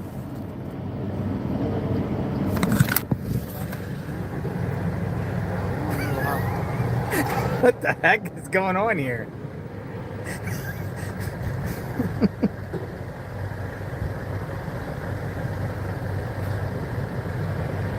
All right, Ted. All right. The city of Las Vegas thanks you. Thank you. Thank you. You're welcome. We're getting into the good casino. Hey, look at this! Look at this! Holy smokes! Hey! Hey! Hey! I love it. Hey, your thing went off. I don't know what. It's not on, but it needs to be redone. Guys, Hey! Let me take a selfie. What's your name? welcome to Vegas. Hey! Woo! Yay! And it lights up. See? Crab leg. What? We're investigating. Steak. Oh, yeah. You sell it. We're investigating. Soda. Valerie, this is cool. This is a Kojak Well, lollipop. Kojak What are the lollipop. cards for? Right? And It's I know a 34 magic trick, but you're in Vegas. You have to have. Come here, Alex. I want to expect you, Alex.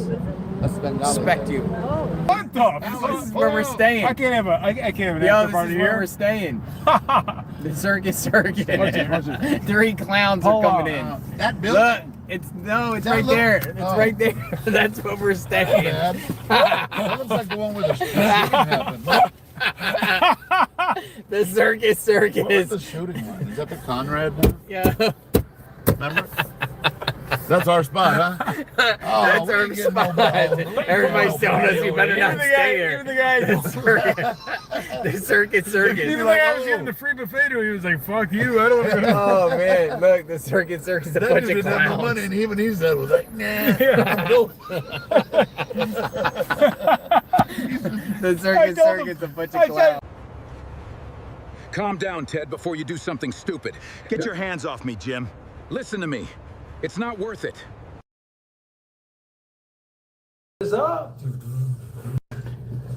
We're in Vegas, folks. I got Ted with me. Breaking news. Wild times ahead. Wild times ahead, friends. Day 2 of our Las Vegas adventure. Here's what our plan is. Me and Ted are gonna hit the streets. We're gonna hit the streets, and we're gonna walk around Vegas. My room's right there. That's where I slept last night. The other one bed, I just took all the pillows from that room and put it there. Ted's already there. Ted investigates. This one. Ted investigates on YouTube. Ted, you're wild, man. Circus.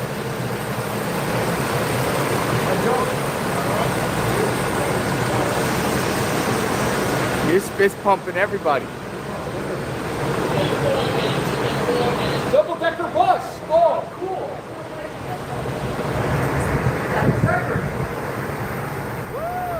Hey, hello there. Hello. Hey, hello. Bye. Awesome. We're touring. I never seen a double-decker before. Really? Yeah. This is awesome. We're tourists. How do you get up there? Is there an elevator or just stairs? Stairs. Okay, all right. This coffee's so hot. Eiffel Tower. How cool is this? Yeah, we'll go to the Eiffel Tower. Oh, okay. Look at Okay. this. Yeah, go up the Rainbow Bridge, Ted. There he goes.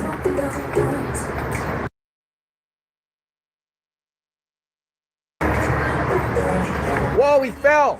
He fell.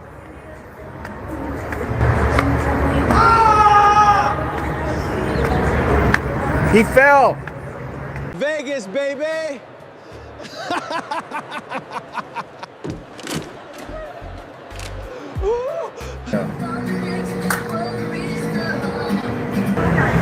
Palazzo. Keep moving. Roll up. Whoa, do it again. You good? All right, I'll make back.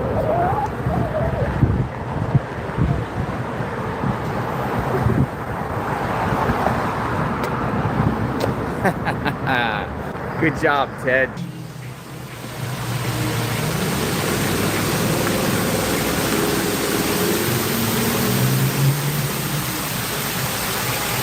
Take it away.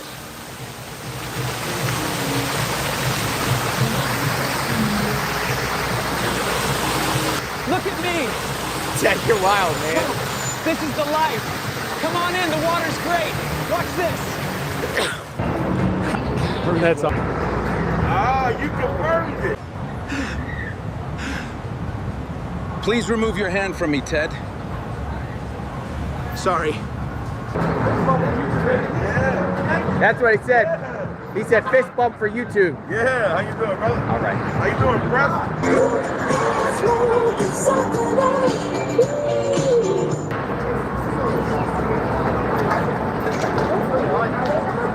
And the stream.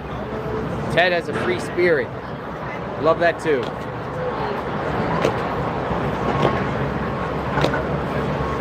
Thank you, Summer Brown. I don't look at this guy. Look, everybody's like, hey, it's the star of the show. He's the star of the show. That's Ted. If he misses, it's gonna hurt. I know, right?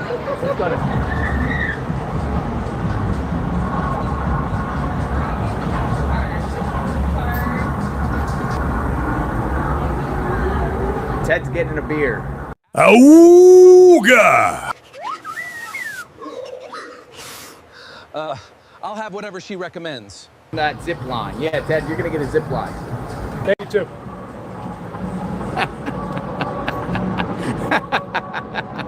Whoa, whoa, whoa, whoa, whoa, whoa, whoa, whoa. Kicked out.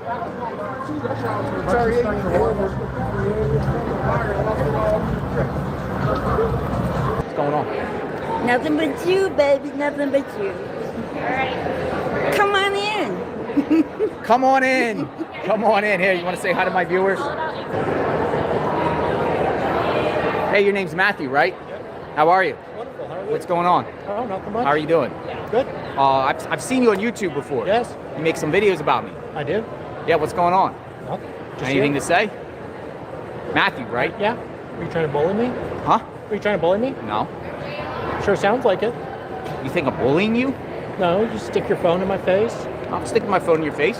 Look at Now this. you take a step back when I say that. Okay. So what's going on? How you doing, Matthew? I'm allowed to be here. You make a lot of you say a lot of things about me I do. online, don't you? So you say it as a statement of fact.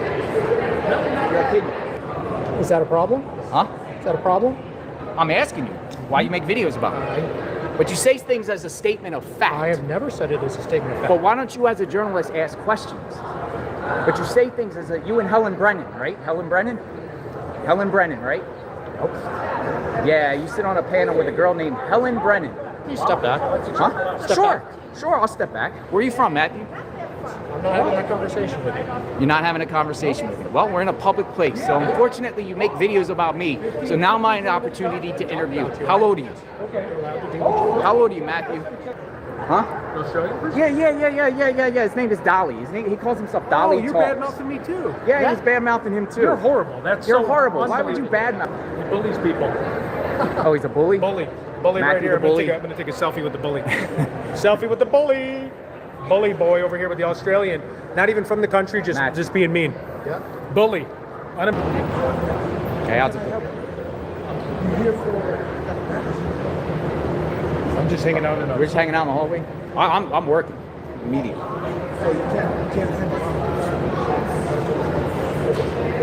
right, I'll follow you out, Ted. I'm okay? Thank you, guys. Thank you. Good? Yep. Can we go down and look to see him? Yeah. Okay, just not up here. Thank you, guys. Who complained? Huh? Who complained? You know, Somebody cameras. Someone complained. It was look. He's pulling out his camera. Look, JLR got kicked out of crime. I'm so sorry. I'm sorry, Jonathan, for being a pain. Please forgive me. I've been a very bad boy. Can we be friends? And then what I was doing was I was minding my business, and this dude was behind me filming me. I see him, and you know I recognize everybody. Yeah, he's good. As far as He's filming me. We don't want to just. Oh, look at Chris McDonough right here. I got to say hi to Chris McDonough for the first time. There he is. Come here and sit for a second. Chris McDonough. He's the top-notch Nancy Guthrie coverage right here. The interview room's in the house. Just 1 second. Chris McDonough. Cover interview room on YouTube anywhere. The best coverage Nancy Guthrie. We love Chris. The man. Hey. True Crime Mom. True Crime Mom. We're in Joy Outside Crime Con. Where are you from? You guys, you and EquiSearch, like you guys are like literally that group in Florida. Oh, he made it. He's alive. He's alive. He's alive. He's alive. The boss man is live at the end of the table. I had the pleasure of bringing him to every month. You guys owe me $1 million. Sal Capano. Hey, Sal. Betty, Hey, Sal. We got Sal with the hat. What's going on, guys? Hey, Sal. You want to come and say hi? Hello. Hey, it's Sal. The best. What's going on, guys? Hello. Watch out, this guy here I'm worried about. Sal's buying Ted a drink. What do you want, Jake? Diet Coke. Diet Coke. Sal's buying me a Diet Coke. All right, Sal. Thank you, Sal. What's up?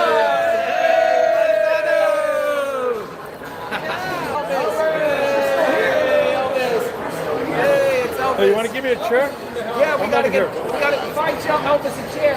Oh, here. Come on in, Elvis. Come sit next to me.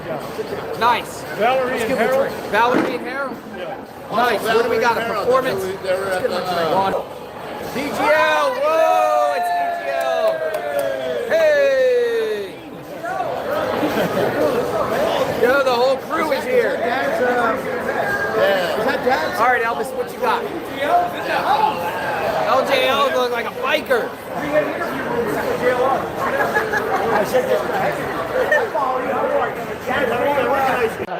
We got Matt. Come on in, Matt. Hey, Matt, say hi to us. What is this? So the viewers. I was meeting everybody. All right, Matt. Here's the plug. What's going on, Matt? Brian. Oh, you're Brian Condit. We are surfacing video partner. Mark Garrett. It's been 4 months old. The building. How do we get to the parking garage? We're getting escorted out. See you later, Elvis. Elvis has left the building. Elvis is kicked out. Thank you. Thank you for watching. Thank you. Elvis. Get him out of here. All right, we're outside Caesars. Right here. We got the goods. Let's move.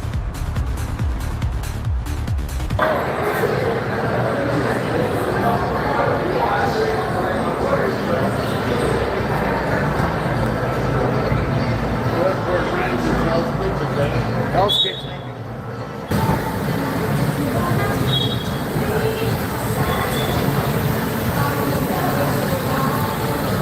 Ted, you're crazy. You're probably the one that got us kicked out. Half a mile? Half a mile. You want to walk half a mile? You're wet. That ain't bad. Half a mile. By the time we get there, before. It's up to you. That's awesome. Yeah. We'll talk about it. Good news and I Wait, are you Mav Investigates? Can I please get your autograph? Thank you so much. This is priceless. Gillies. Allegedly. All right, Ted, we're looking into getting you on the bull at Gillies. Yeah, bring it on. You think I'm scared? I'll jump off the plane. You want to go on the bull? Yeah, for sure. Relax, folks. I was born for this. Turn it down. Turn it down. This thing's got a personal problem. I meant to do that.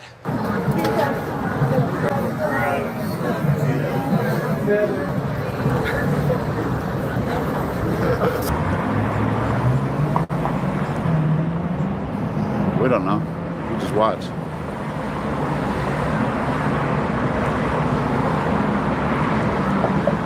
We got the exclusive right here, guys. Gonna do a backflip, guys.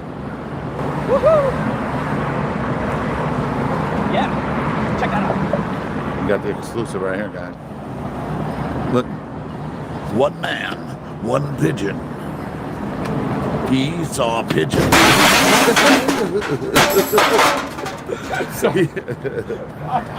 saw a pigeon. He's quit. Quit this motherfucker.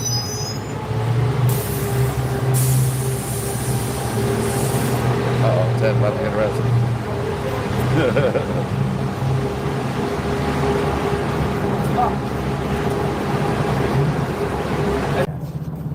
Maybe you go in first before Ted. Kind of behind. What kind of behind? You got me in there, right? Oh, perfect. Thank you. Well, look at that.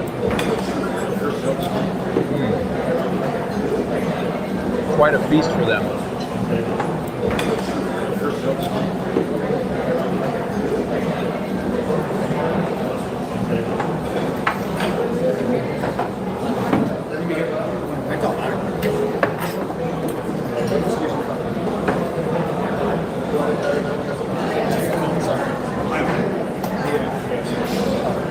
What is this? Check that out. He's nanos. No frog. Oh, this is All right, Ted.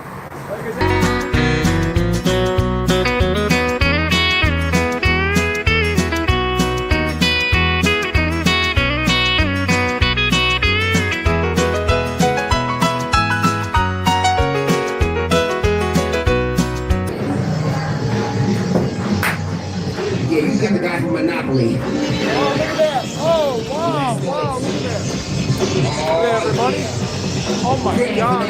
Awesome.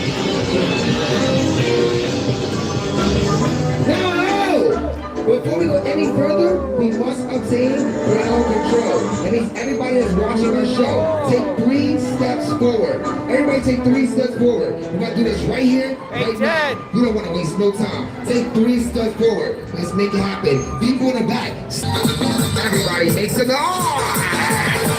Ladies and gentlemen, we'd like to thank God for stopping by. Dad, where they want a picture from you? Huh? Dad, no pictures. No pictures.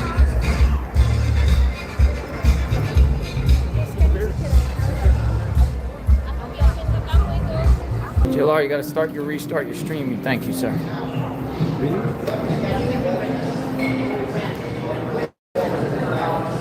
Alex said he was just asking about you in front of everybody. You what? Yeah, Chris was just asking about you. Oh, really? Yeah. Nice.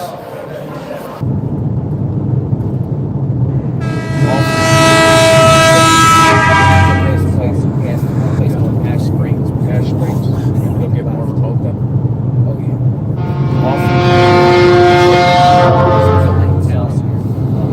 Oh yeah, check it out. Yeah, that's where we're gonna get gas. Here we go. This is where we're at. Wildlife refuge. Oh yeah, they got parking over there and everything. We can. Fine. The ring. I don't even know how to say that. We don't either. Yeah, we just called.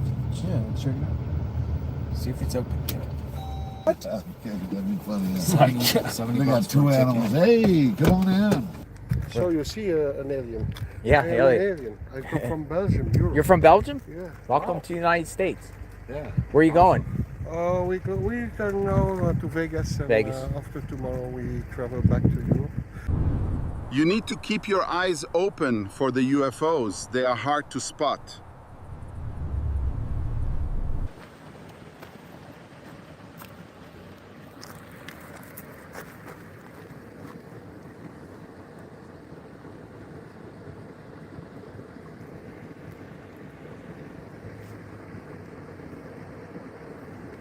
Hello, little buddy. Gophers. I see. No, you're good on this side? Good. Oh. All clear.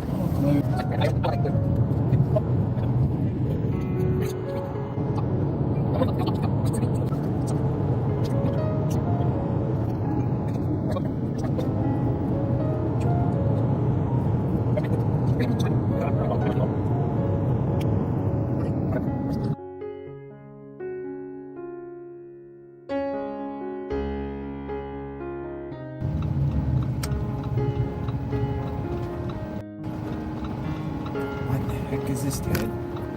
Whoa. Oh yeah, dude, this is awesome.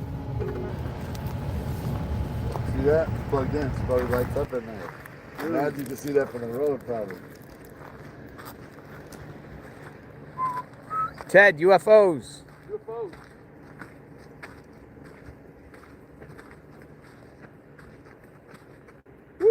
Goodbye, everyone. See you on the other side.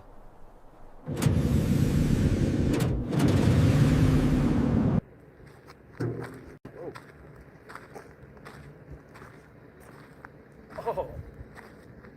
They're saying to jump it. Alien zone. Careful. Just warning. Oh, look at this. Warning. Alien zone.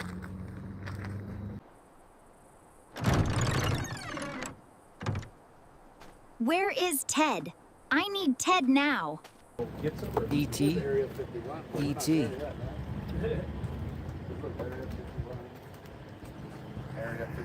Yeah, well, no, I'm jealous. You let go of my hand? Can you let go of my hand, bro?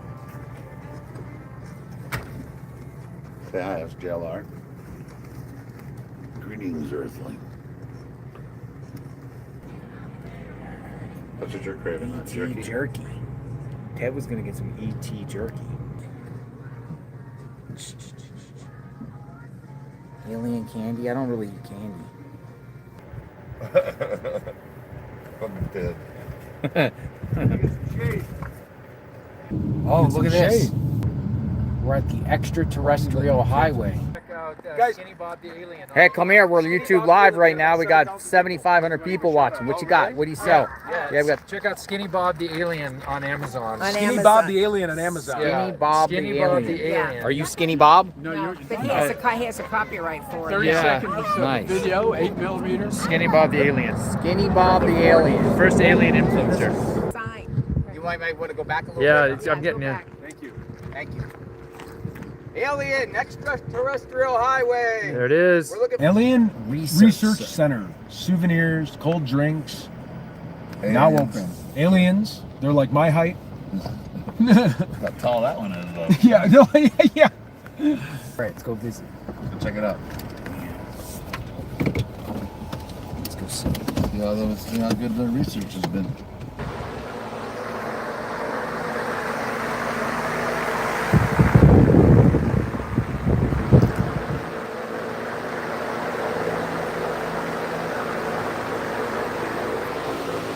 My goodness.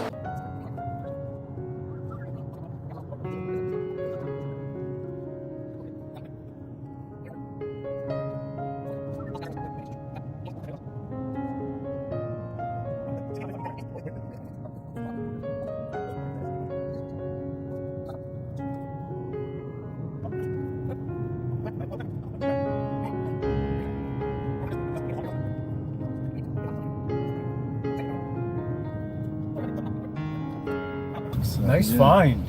This is the black mailbox they're talking about in the dirt road. Right here. Wow. Let's go look. Let's go check it out, guys. This is what they were talking about. Let's go check it out. You know about this stuff? Yeah. What's your name? Daryl. I'm JLR. So we're out here. We're YouTube streaming live right now. Oh, okay. We have You about have service? Well, we have Starlink. Okay. So we have 8,000 people watching live. What do you know about this? We're told. My understanding is this was originally the mailbox for the rancher that owned this land. And once Area 51 started getting noticed, after Bob Lazar kind of blew the lid off of everything, people started coming here and putting letters to aliens in it, and it just started driving them crazy. So eventually it got taken out, and then UFO buffs put one in and have kind of maintained it ever since. I used to be with MUFON. I'm with the International UFO Bureau now. Awesome. And we used to maintain this, and we would put heavy-duty black steel boxes here for it, and people just come and take it away. So right now it's in like a igloo cooler or something. But that was one of the original poles. The pole in the concrete is still being used. Wow. Yeah.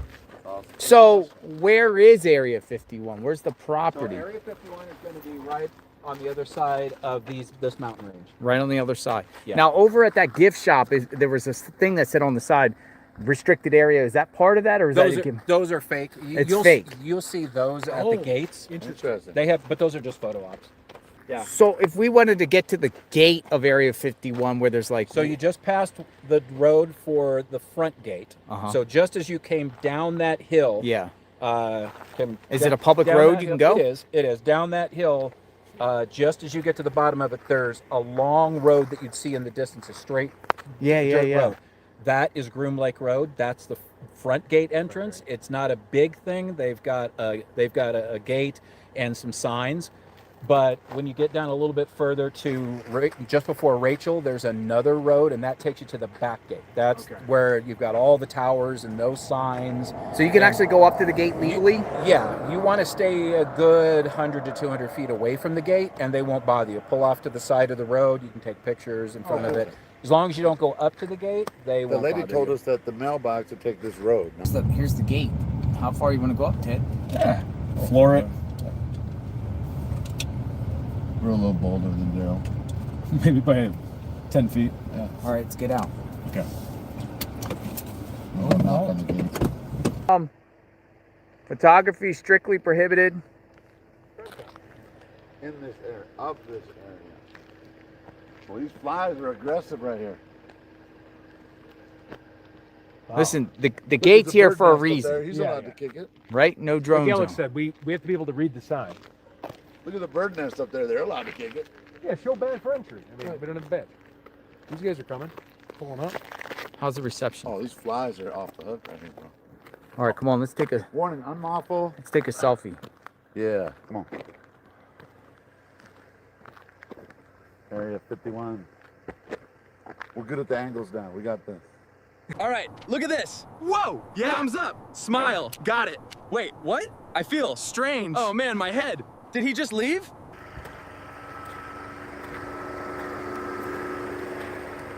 What happened? What happened to this van?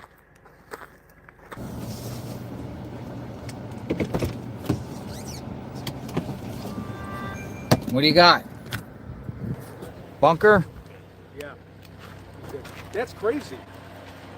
So you have a couch in there. You have a couple old stuff. It's really intriguing in there. Yeah, 2 couches.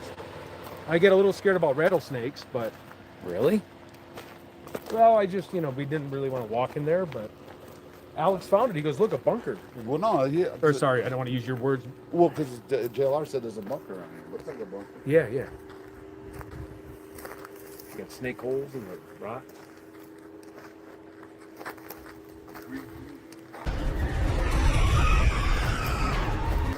It's creepy. Ew, it stinks in here. I got stuff in there. Any bats in here? Yeah, you don't know what's in there.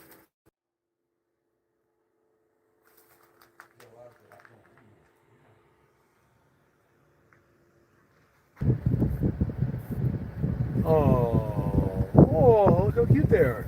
The cows. They all crossed. They're so cute.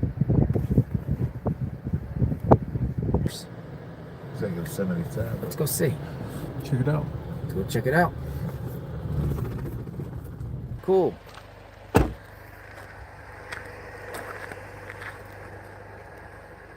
Oh, look at that. It lit up. This is where we're staying. Look at this old Wild West This is town. amazing. Yeah, this is crazy. We're gonna live? We're gonna live? No, I think that's the one next door. This I think it's 5 stories. If I read it right. Here it is. 5 stories. Where do we park? Remember, 502 is where the lady in red. A&W. Mitzvah parking. Oh, we got a parking spot. Oh, nice. All right. Wish me luck.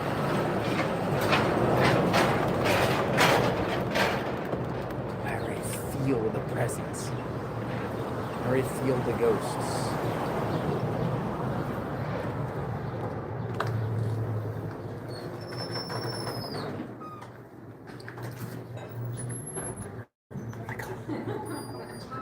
Look at this. This is so cool. Dude, it smells so cool in here. Look at this. This is cool. Look at this. Oh, we're gonna have a fun night. Oh my god. How do you even get to the upper floors? This is 2 floors. This is 2nd floor. Here we go. Let's go. I'm going in. I'm going in. I'm going in. All right, here we go. 510. Oh my goodness, look at this. Oh my goodness. This is cool. Look at this. A perfect night, isn't it? One man, one room, one vision. The Mizpah. Oh, wrong about the date. It was in 1920. It's 1907. Yes, 1907. She just said happy. She said when I got my keys, she goes, "Happy ghost hunting." I love it. Happy ghost hunting. Thank you. Yes. Thank you, Ted. Looking good, Ted. Thank you. Look at this.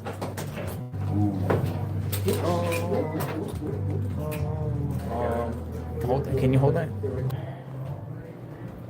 Ooh.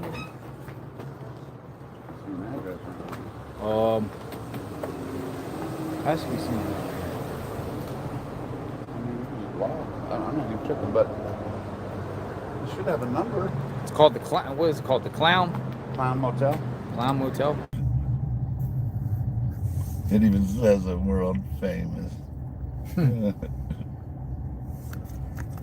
world famous clown. Look at this thing. You can still go into the driveway. Yeah, we wanted to come look at it before we check in. We wanted to see. Look at this thing. They said there's tons of clowns everywhere, supposedly, like hundreds and hundreds of them. World famous. Like little, I don't know what they are. Clown hotel. That in the back of the car. Yo, how's the hotel? What's going on with it? We're YouTube live, man. We wanted to come check out the Clown Motel. It's a cool little backstory and all, but it's not the best motel. It's not, dude. We were gonna stay here. The guy was telling me, oh yeah, he charged me $100 an hour for streaming. I'm like, what? What the fuck? Yeah. So like, what you guys got? Like one of those theme rooms? No, we don't. I'm here for work, so okay. I just got a regular old room. It's a room. I'm and sure just there's said, hey, I want to go to the Clown Hotel for work. Yeah. I didn't get to choose. It's not the best though, right? All right, thanks. Not from what I've seen. Not my room. Gotcha. How does it feel to be in a cemetery at night? Are you scared? I feel okay. No, you know me. I don't mind this kind of stuff. I don't think there's any serial killers in Tonopah. Serial killers in Tonopah. Some of these stones are. Wow. What are these? Look, they're a Barbie doll? Or a doll? It's not a Barbie. Weird, huh? Hazel, we miss you.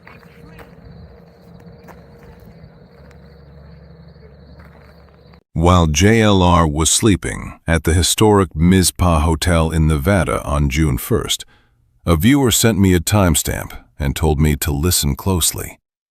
They claimed they heard a ghostly voice calling out JLR's name while he was asleep. So I went back to check it out myself. And now the big question is, did something paranormal happen inside the Mizpah Hotel?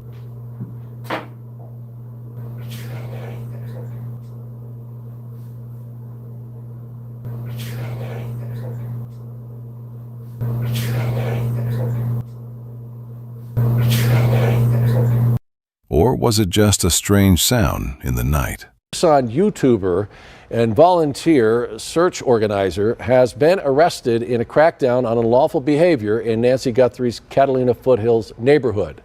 PCSD says Alexander Zabel, who runs the true crime page Criminal Network, was taken into custody at his home before 6 p.m. Zabel faces 2 counts of obstruction of a highway or public thoroughfare. We're told he had been active in Guthrie's neighborhood since her disappearance, despite being cited before by police. And for continuing coverage, be sure and stay with us on News 4 Tucson, on air, online, and on our social media platforms. The 2 counts being discussed are not for Alex. That information belongs to Dodjuice, a.k.a. Troy Bradshaw. So let's be clear. Alex should not be tied to those 2 counts unless verified information proves otherwise. I'll use the word YouTubers, but the complaints got to be pretty egregious in that the behavior of those individuals was becoming pretty scary, pretty frightful. After months of neighbors complaining about unlawful behavior in Nancy Guthrie's neighborhood, the Pima County Sheriff says enough is enough. Tonight, Sheriff Chris Nanos announcing a crackdown on the problem, and News 4 Tucson's Monica Garcia joins us live from the foothills to explain. And Monica, I know this has been a big issue. What do they plan to do about it? That's right. We just spoke with Sheriff Chris Nanos, who says he tried to respect the public interest surrounding this case. A lot of people want to know what's happening, right, especially in the months after.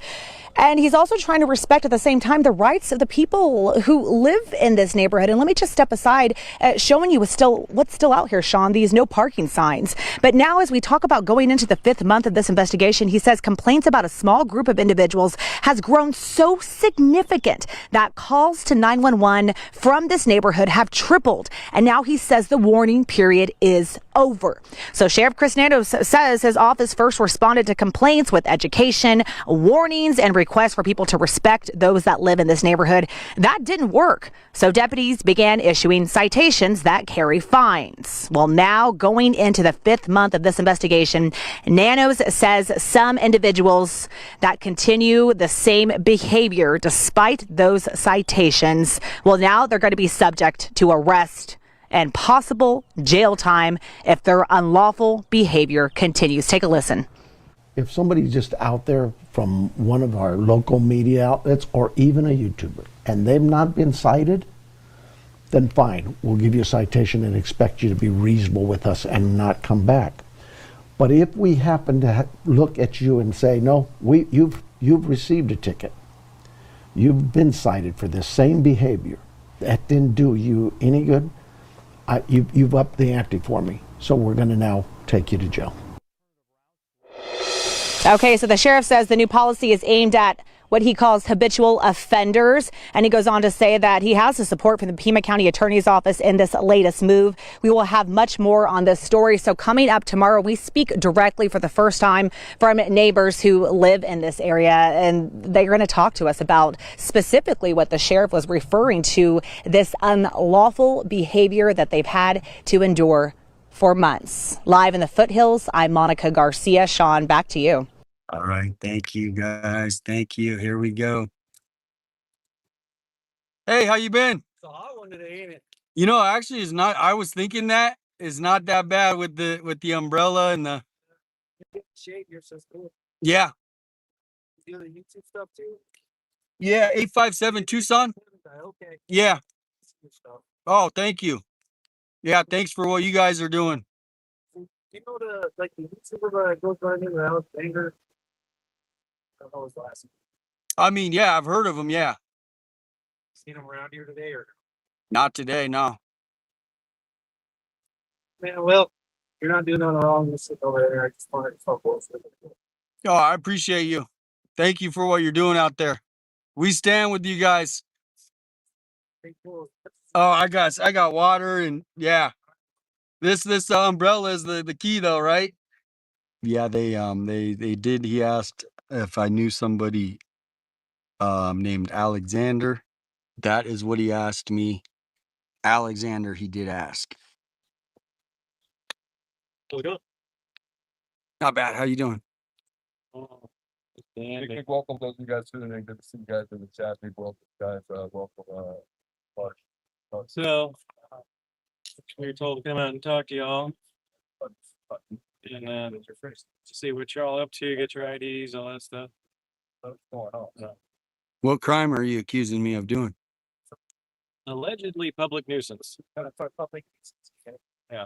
No, have you talked to the other? They already came by here. Hey, wait a minute. We already had sheriffs come by and I talked to him. He said we're cool. When was that? About 2 hours ago. I mean, I have it on video and everything. Man, well, you're not doing nothing wrong. Just sit over there. Yeah, he came out and he's like, "Are you 857?" I'm like, "Yeah." He's like, "Oh, you're cool, man. You're cool. We know you're not up to anything." So yeah, I mean, if you guys look on your call log, you'll see there was 3 sheriffs out here like 2 hours ago. All right. Yeah. Direction we're going. No, I'm out of here if you guys are gonna. I mean, we're not doing anything. Just get his 43 and we'll get going. All right, bro. You have ready? I know, bro. I know. Do you guys have any reason that you're a public nuisance? That's Oh wow. that's the statute. That's what I was like. Here's all over you, man. What's that? Right now, is that from your town? Oh yeah. Have you ever seen these? They're cool. Yeah, actually, yeah. I didn't see you had it on it first, and then Oh. yeah, I've used one before today. So yeah. Are you able to call the sheriffs who were out here just to? We'll look into that. Okay. 'Cause he was out here and we were like totally cool. Get it right here, or have to get it? Yeah, I got it. Oh, thanks, bro. Okay.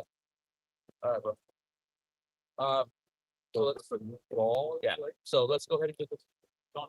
All right, man. So we get decided for this, and now, yeah, it's an actual arrest. So I'll get you the statue. So let's get your stuff together. Pick up with us, all right? My stuff. Yeah, Is your current address right here? No. Back stuff. Every stuff.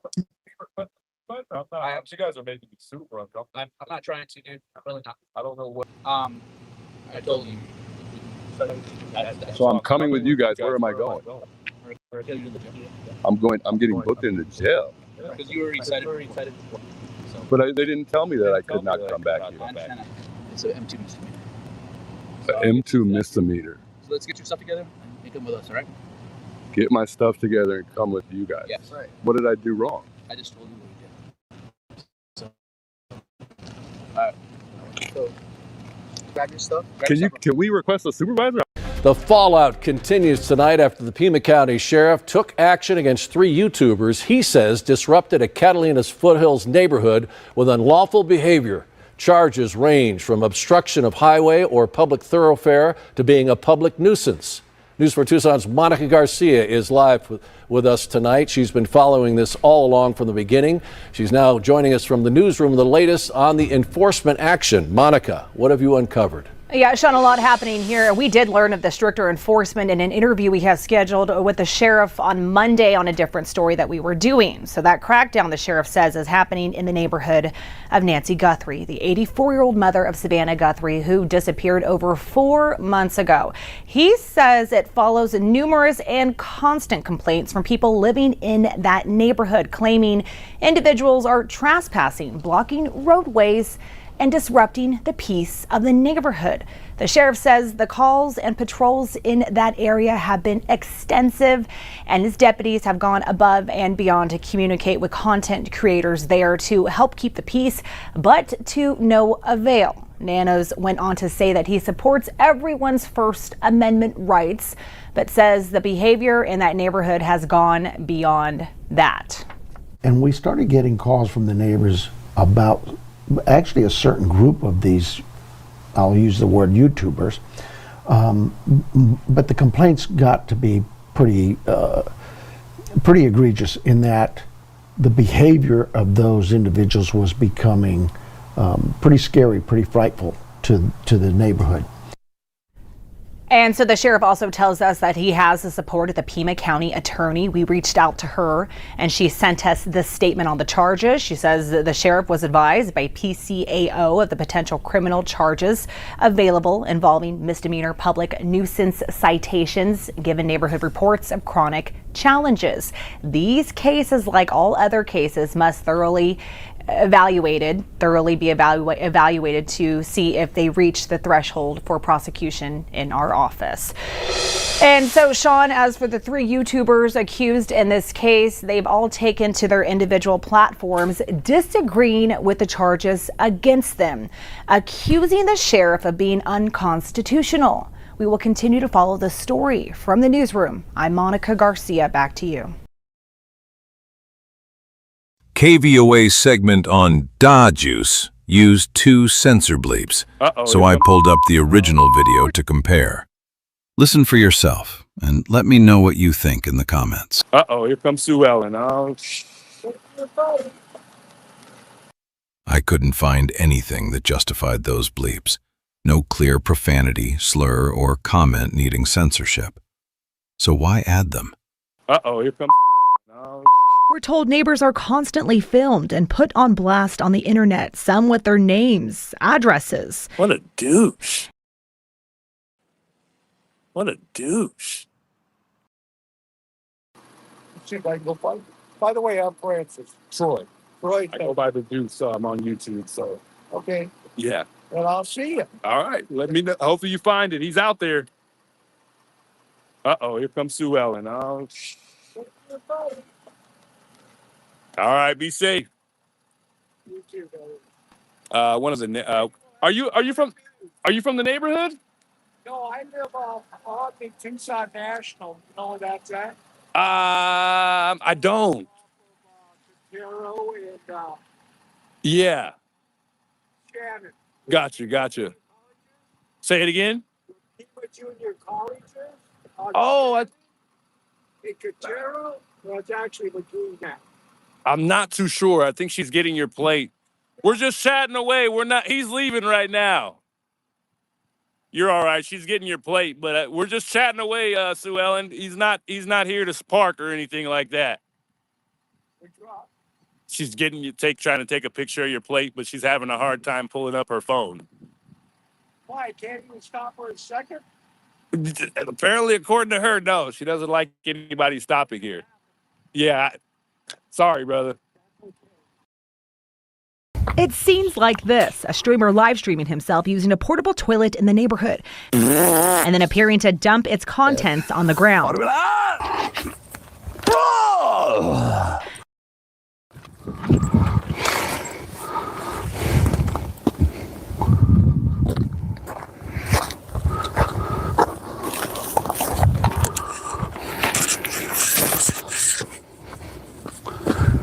Watch my back, Holmes.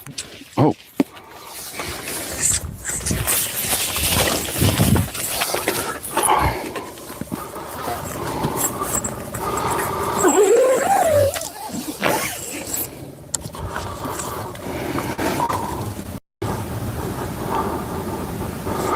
Be cool.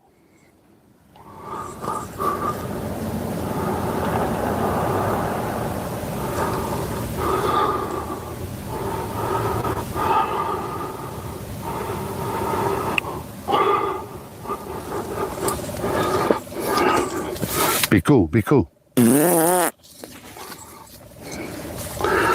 know why I didn't go? Because I forgot I got the microphones in there. Dude, where the fuck's the zipper? Oh.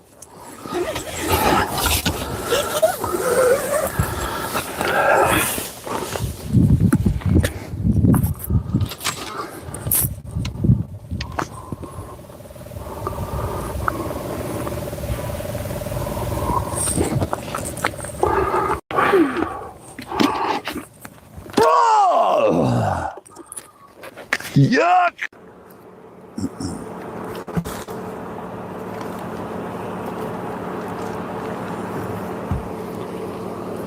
Hello, sir. How you doing? Put the cigarette out for us. Sure. Stand up. For what, sir? Because it's a direct order. On direct order, okay, but before that, can I have your name and your badge number first? We'll give it to you. Then stand up. Hey. No, stand up. What did I do? Stand up. You're under arrest. For what? You're under arrest. What am I under arrest for? Hey. Stand up. Hey. Stand up. Okay, but listen, you guys. What am I under arrest for? Drop the cigarette. Hey, what am I under arrest for? Dude. Stop it. Don't do it. Hey, I'm not even fighting you. I'm not even fighting you. I want to know what I'm arrested for. Get on the ground. What am I under arrest for? Get on the ground. What am I under arrest for? Get on the freaking ground. Look. I didn't shove him down. Comply. What am I under arrest for? Comply. I will, but what am I under arrest for? Fucking ass. Don't twist me. He's putting a cuff on me. Knock it off. He's putting a cuff on me. Relax. Tell him you're putting a cuff on me. Relax. Don't twist my fucking hand. You guys. Get someone out here to get my stuff. I don't want them taking my shit.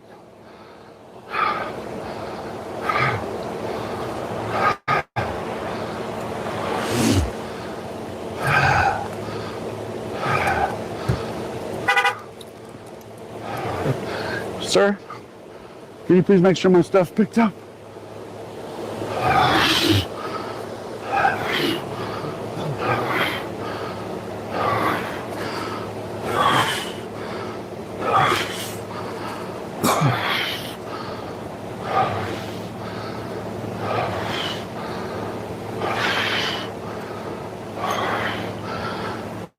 Someone get out here to get my stuff, please. Hey, sir. Stop pulling away, bro. Dude, my cuffs are on, bro. Relax. Relax. You relax. I'm not doing anything. Then don't tell me to relax. I can speak however I want to, bro. You're no bigger of a human being than I am, bro. Remember that. Stop putting your face in my face. I can put my face anywhere I want. Spit on me or catch a charge. No one spit on you. Fucking spit on me, dude. No one spit on you. Just shut your mouth, bro. If you don't want to talk. Can I get my stuff? No. I can't get my stuff? No. Hey, you guys are getting... Get the fuck off my arms! Stop! Stop that! Put me in the car and leave me the fuck alone! Then why are you twisting my arms? You faggot, that dude's doing it. You gonna let him do that? Fucking pieces of shit. Every single one of you. You have anything in your pockets? I don't know. If any of my shit's missing, you're gonna pay for it, bro. That's all my money. I paid for that. Jewelry.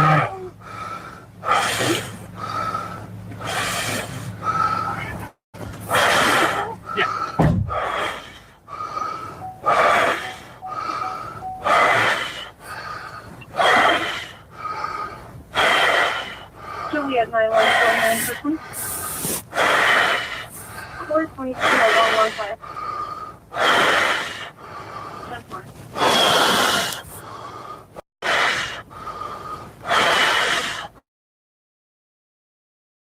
Right now, with a late-breaking alert.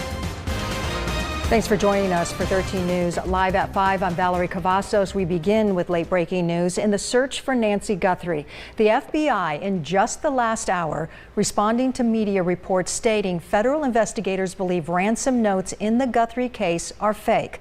To that, they say, quote, the FBI and its task force partners have received several ransom notes over the course of this investigation. Some have been deemed to be extortion attempts without legitimacy. Other ransom demands may potentially be legitimate and are still being investigated as such. This case continues to be investigated as a kidnapping for ransom case. The FBI has and will continue to offer all assistance possible in the investigation. However, local authorities remain the lead. Those local authorities, including the Pima County Sheriff's Department. 13 News anchor Brooke Wagner spoke exclusively with Sheriff Nanos today. She joins us live from the PCSD headquarters. Brooke, what did the sheriff tell you? Yes, Valerie, the sheriff reacting in very much the same way to those reports as what you just heard from the statement from the FBI, saying that every communication, every missive, every tip is taken very seriously. But I guess there's something out now that says, the FBI or the sheriff have dismissed notes. That is not the truth. What we know is we have a number of notes that we are actively looking at and will continue to actively investigate. And the sheriff says, make no mistake, this is still a very active investigation, with his team talking daily with the FBI and going over still incoming tips. He talked about DNA evidence and how branching out into genealogies can and has taken months. As for letters received, Nanos says they're all handled seriously and with care, because this is not just a story or a case. This is a family in our community at the center. And for the Guthrie family, every communication brings the possibility of hope. When reached for comment, Savannah Guthrie told 13 News, "It is 5 months of agony and unending trauma for our family. There is not a moment that goes by that we aren't actively trying to find our mom. We thank the people of Tucson for holding her in their hearts, as well as both the FBI and the Pima County Sheriff's Department for their tireless work on behalf of our family. Bring her home." For the Guthrie family, every communication brings the possibility for hope. Hope that keeps the law enforcement team going every day. Oh my goodness, their energy level is still up here. They're still charged up. Nobody's like, oh my goodness, we're not. And that's positive feed for me to say my team is still in this. They don't need any more motivation. They're gonna find this person. And at 13 News, we have chosen not to broadcast other outlets reporting on this topic because we cannot independently verify it. And that's why our goal here at 13 News is to make sure that we are bringing you thoughtful, ethical, accurate coverage on this story from start to finish. We'll continue to work day and night with our sources to do just that. For 13 News, I'm Brooke Wagner at the Pima County Sheriff's Department. Valerie? Thank you. The biggest lead in the case remains video of a suspect from Guthrie's doorbell camera. Investigators say he's a man around 5'9" or 5'10" with an average build. The video shows him tampering with the camera, wearing what appears to be dark clothing, gloves, and an Ozark Trail hiker backpack that's sold at Walmart. Now, if you have any information on Nancy Guthrie's disappearance, Pima County Sheriff's detectives want to hear from you, and you can contact them at 520-351-4900, and you can also dial 1-800-CALL-FBI or use the QR code that you see on your screen, and we also have this. Well, folks, we just dropped in on the Nancy Guthrie case. It's about damn time. Fellas, you dropped your flag about a mile down on Campbell Avenue. Thanks, man. We appreciate it.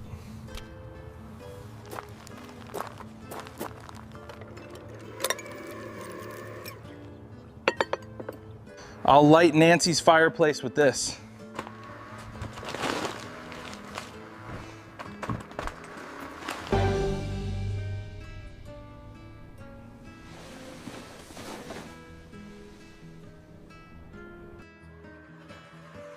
You startled me, Jacob. Yeah. Didn't mean to, Jonathan. Need a fire in here. Well, all right then. This ain't chilly, but this is a Tucson weather warning. How about some Tucson chili, my friend? Wow. That's exactly what I was hoping for. Looks amazing. Dig in. Something smells really good. Yeah, what is that? I wonder what's cooking. Hey, guys like to try some Tucson chili? Oh, hell yes. I didn't come to fucking dance. I came to party.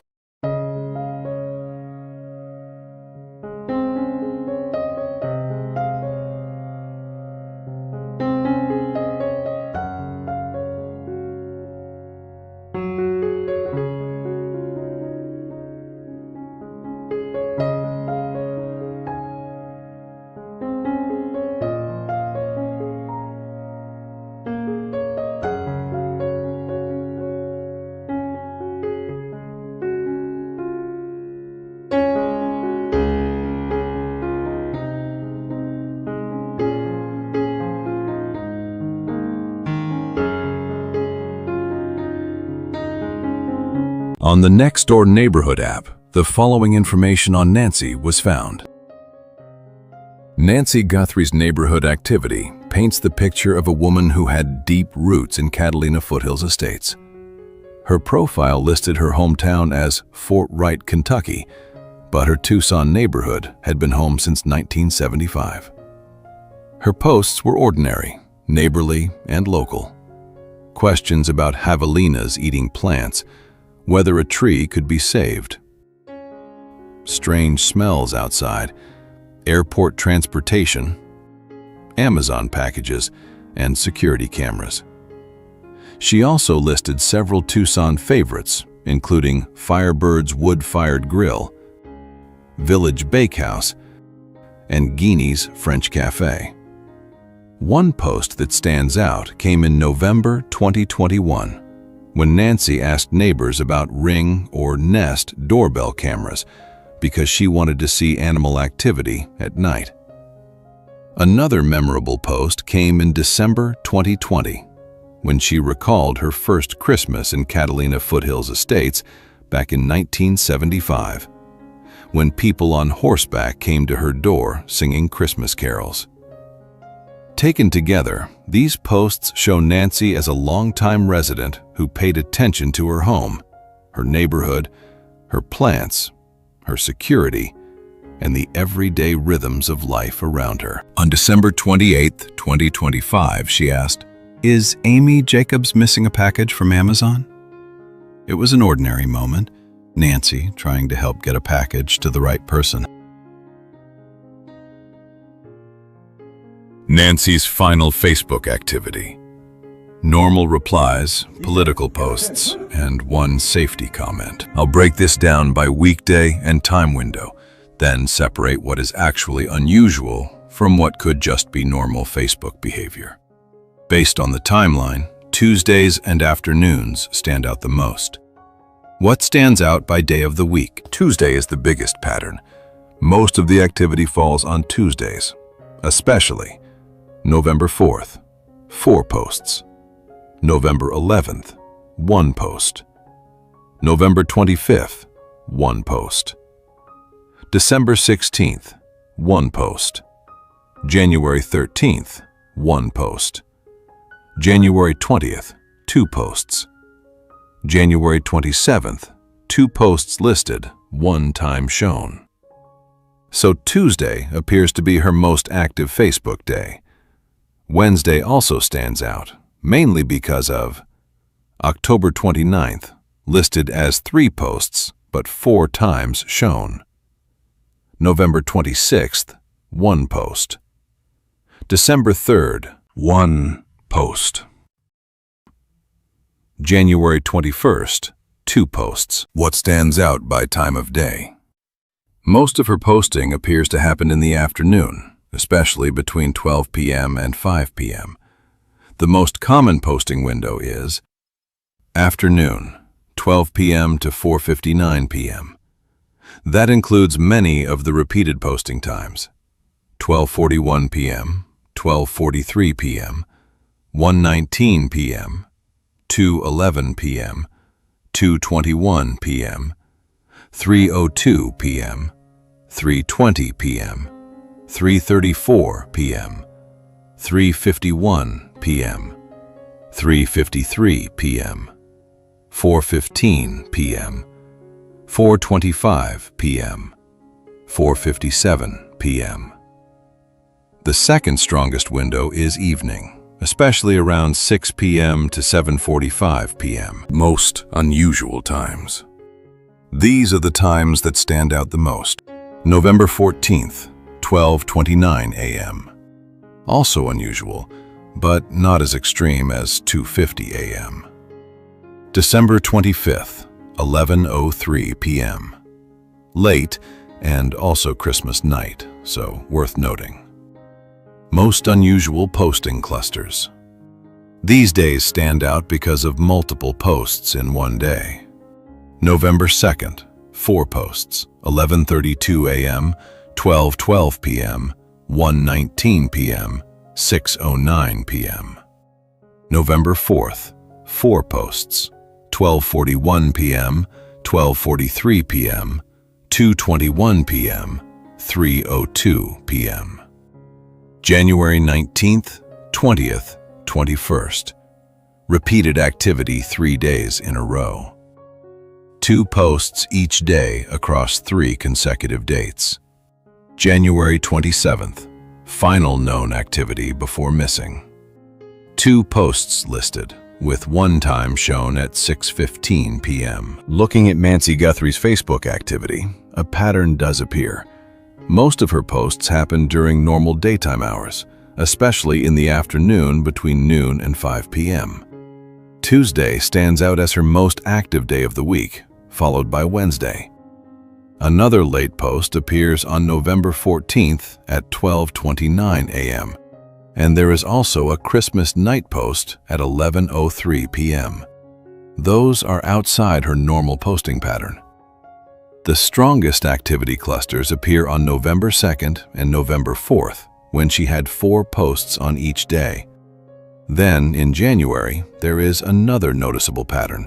Nancy had activity on January 19th, January 20th, January 21st, and January 27th. After January 27th, there is no listed Facebook activity before she was reported missing on February 1st. So the unusual part is not just 1 post. It is the combination of Tuesday heavy activity, mostly afternoon posting, a few very late night posts, and then the gap after January 27th. If Nancy's mobility was truly that limited, how was she able to wait outside for an Uber driver?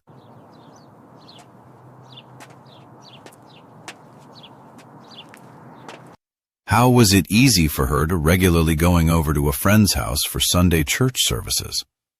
Was Nancy having a good day that day? But if Nancy had severe back pain, limited mobility, and could not simply wander off, it raises a fair question. Was living alone still safe for her? Should there have been overnight care, live-in help, or a different living arrangement with family? This is not about pointing fingers. It is about understanding Nancy's vulnerability and whether she had the protection her condition may have required. This photo was taken about 2 years before Nancy disappeared, and even then her wrist and lower forearm appear swollen or thickened. Her hand looks thin, fragile, and veiny, suggesting this may have been a long-term health issue rather than something recent.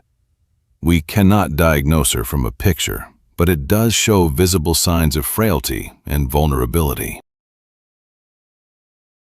This next-door post also shows Anne Sion taking notice of an animal in distress. She posted about a cat stuck in a tree and followed up after contacting PACC. While neighbors reacted with concern and urgency, Anne later updated everyone that the owner was rescuing the cat. It shows a local resident paying attention, speaking up, and caring enough to alert the neighborhood when an animal appeared to need help.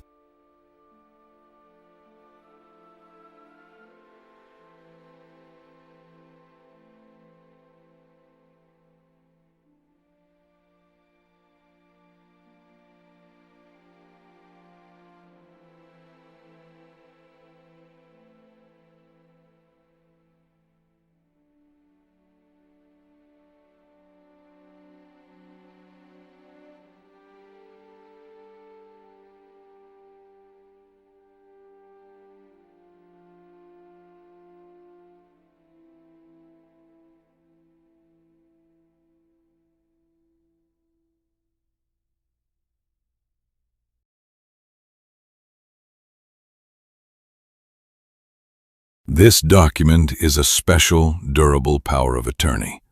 And here's what that means in plain English. Tommaso Cioni legally gave Anne Guthrie full authority to act on his behalf, specifically over real estate.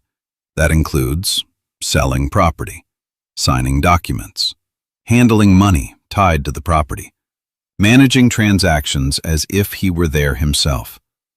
And the key part, durable, means this power stays in effect even if Tommaso becomes incapacitated. Jennifer Wexler, the witness and probably good friend. Maybe they are staying at her house until things settle?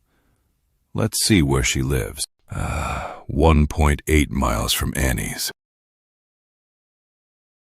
When searching for Jennifer, I found a short video with Tommaso in it, one I have never seen before. I'm Carol. I'm Gerald. I am old and bald.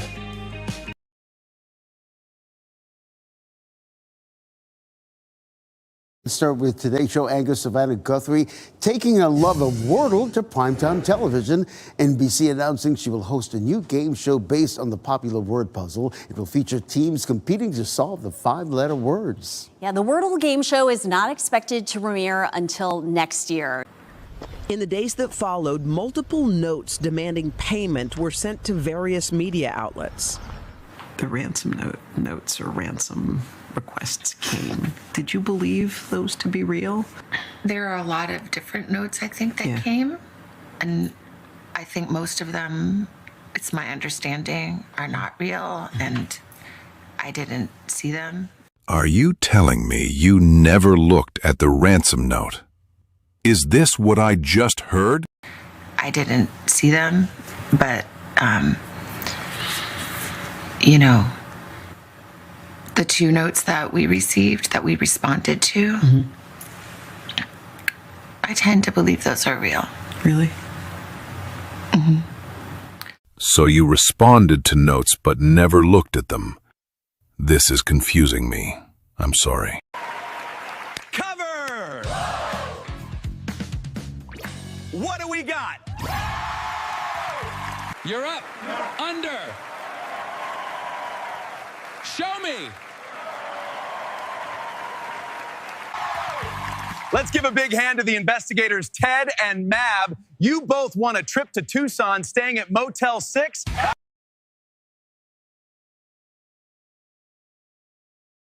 Here's the skinny on Sheriff Chris Nanos.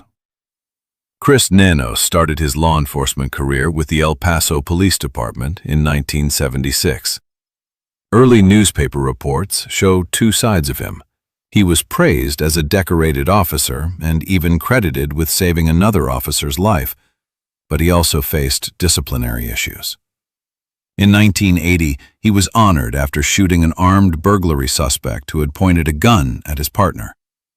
But around the same time, he was also reprimanded or suspended in separate incidents, including one involving a drunken prisoner. By 1982, things got more serious. Nanos was suspended after a robbery suspect was injured during an arrest. A grand jury later declined to indict him. That same year, he resigned from the El Paso Police Department after a disciplinary hearing. Records show Christopher G. Nanos was previously married to Dawn L. Stonerock.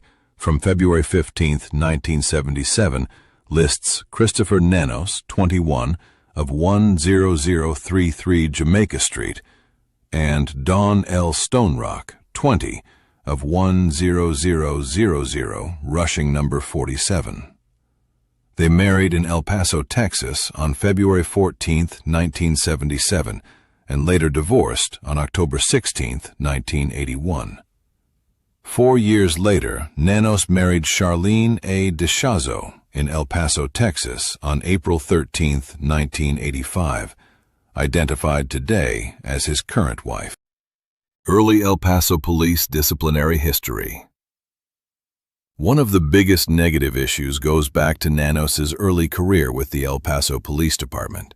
According to reports, records from his El Paso years showed multiple disciplinary problems, including habitual tardiness, gambling, failure to report for duty, several suspensions, a suspension connected to an excessive force complaint. Nanos residency in 1984. Nanos residency in 2002.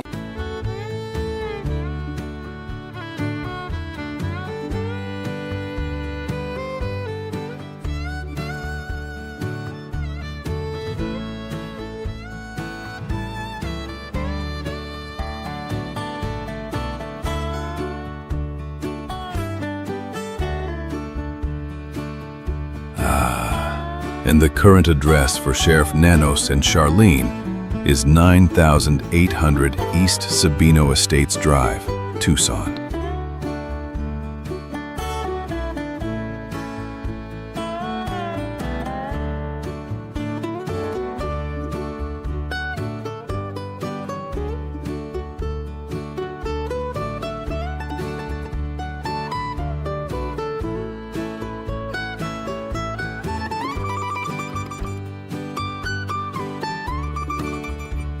Based on the Arizona Business Center record, Charlene Nanos is listed as the statutory agent for Lucky Logic LLC. I searched extensively, but so far, nothing. But it's still active. Finally, I found a picture of Charlene on Alex's criminal network page.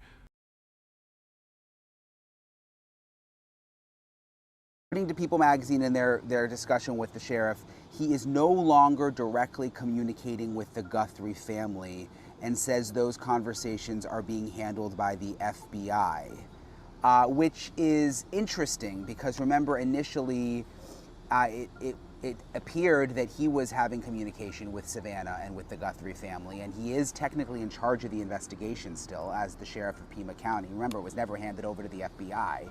So the fact that he is acknowledging that he is no longer directly communicating with the Guthrie family and says those conversations are being handled by the FBI, you know, there's been a lot of curiosity. Is Savannah Guthrie, are the Guthries getting frustrated with the sheriff? We now turn to some breaking news. The Pima County Sheriff's Department has confirmed a Tucson YouTuber and volunteer search organizer has been arrested in a crackdown on unlawful behavior in Nancy Guthrie's Catalina Foothills neighborhood. PCSD says Alexander Zabel, who runs the true crime page Criminal Network, was taken into custody at his home before 6 p.m. Zabel faces 2 counts of obstruction of a highway or public thoroughfare. We're told he had been active in Guthrie's neighborhood since her disappearance, despite being cited before by police. And for continuing coverage, be sure and stay with us on News 4 Tucson, on air, online, and on our social media platforms. The 2 counts being discussed are not for Alex. That information belongs to Dodjuice, a.k.a. Troy Bradshaw. So let's be clear. Alex should not be tied to those 2 counts unless verified information proves otherwise. I'll use the word YouTubers, but the complaints got to be pretty egregious in that the behavior of those individuals was becoming pretty scary, pretty frightful. After months of neighbors complaining about unlawful behavior in Nancy Guthrie's neighborhood, the Pima County Sheriff says enough is enough. Tonight, Sheriff Chris Nanos announcing a crackdown on the problem, and News 4 Tucson's Monica Garcia joins us live from the foothills to explain. And Monica, I know this has been a big issue. What do they plan to do about it? That's right. We just spoke with Sheriff Chris Nanos, who says he tried to respect the public interest surrounding this case. A lot of people want to know what's happening, right, especially in the months after. And he's also trying to respect at the same time the rights of the people who live in this neighborhood. And let me just step aside, showing you what's still out here, Sean, these no parking signs. But now, as we talk about going into the 5th month of this investigation, he says complaints about a small group of individuals has grown so significant that calls to 911 from this neighborhood have tripled. And now he says the warning period is over. So Sheriff Chris Nanos says his office first responded to complaints with education, warnings, and requests for people to respect those that live in this neighborhood. That didn't work. So deputies began issuing citations that carry fines. Well, now going into the 5th month of this investigation, Nanos says some individuals that continue the same behavior despite those citations, well, now they're going to be subject to arrest and possible jail time if their unlawful behavior continues. Take a listen. If somebody's just out there from one of our local media outlets or even a YouTuber and they've not been cited, then fine, we'll give you a citation and expect you to be reasonable with us and not come back. But if we happen to look at you and say, no, you've received a ticket, you've been cited for this same behavior, that didn't do you any good, you've upped the ante for me, so we're going to now take you to jail. Okay, so the sheriff says the new policy is aimed at what he calls habitual offenders. And he goes on to say that he has the support from the Pima County Attorney's Office in this latest move. We will have much more on this story. So coming up tomorrow, we speak directly for the first time from neighbors who live in this area. And they're going to talk to us about specifically what the sheriff was referring to, this unlawful behavior that they've had to endure for months. Live in the foothills, I'm Monica Garcia. Sean, back to you.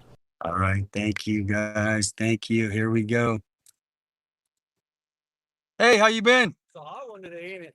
You know, actually, it's not. I was thinking that it's not that bad with the umbrella and the. Shade, you're so cool. Yeah. You do the YouTube stuff too? Yeah, 857 Tucson. Okay. Yeah. Good stuff. Oh, thank you. Yeah, thanks for what you guys are doing. You know the YouTuber that goes running around anger? I don't know his last name. I mean, yeah, I've heard of them. Yeah. Seen him around here today or? Not today, no. Man, well, you're not doing nothing wrong. Just sit over there. I just wanted to focus. Oh, I appreciate you. Thank you for what you're doing out there. We stand with you guys. Cool. Oh, I got water and yeah.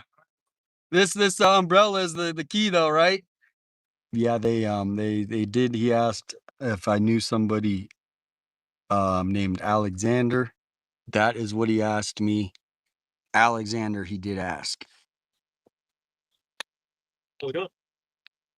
Not bad. How you doing? Big welcome to you guys tuning in. Good to see you guys in the chat. Big welcome, guys. Welcome, Mark. So we were told to come out and talk to y'all. And then see what you're all up to, get your IDs, all that stuff. What crime are you accusing me of doing? Allegedly public nuisance. Yeah. No, So. have you talked to the other? They already came by here. Hey, wait a minute. We already had sheriffs come by and I talked to him. He said we're cool. When was that? About 2 hours ago. I mean, I have it on video and everything. Yeah, well, you're not doing nothing wrong. Just sit over there.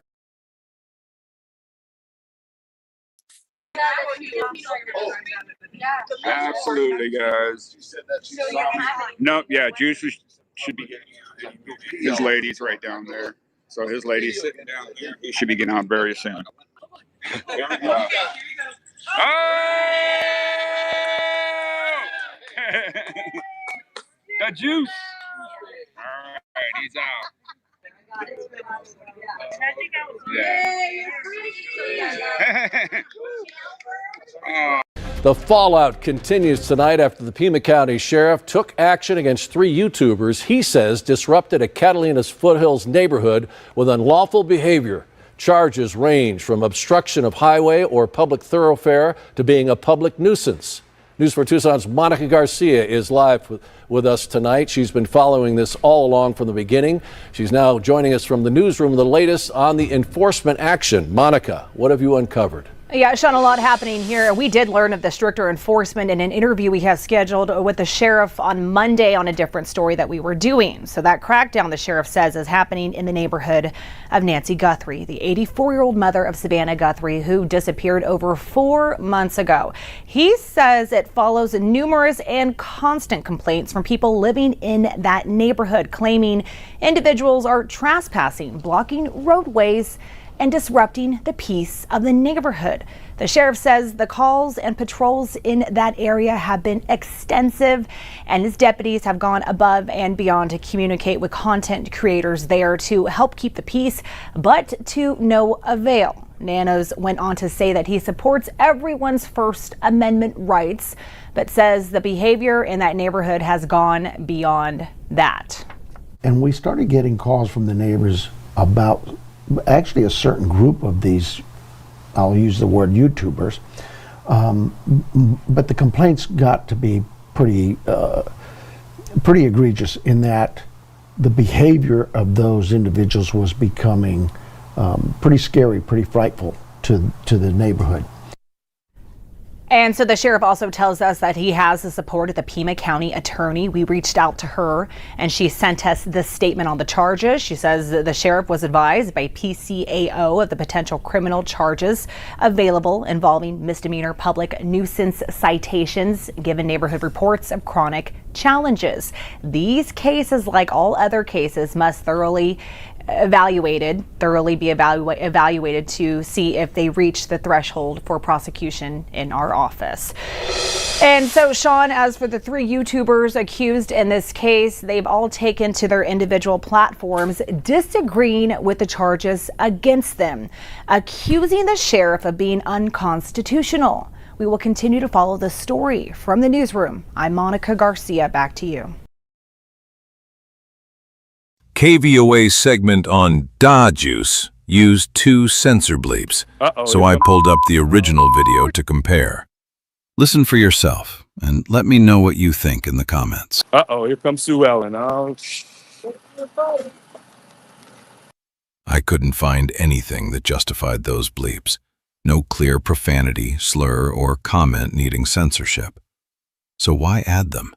Here comes Sue Ellen. We're told neighbors are constantly filmed and put on blast on the internet, some with their names, addresses. What a douche. What a douche. By the way, I'm Francis. Troy. I go by the Deuce, so I'm on YouTube, so. Okay. Yeah. Well, I'll see you. All right. Let me know. Hopefully you find it. He's out there. Here comes Sue Ellen.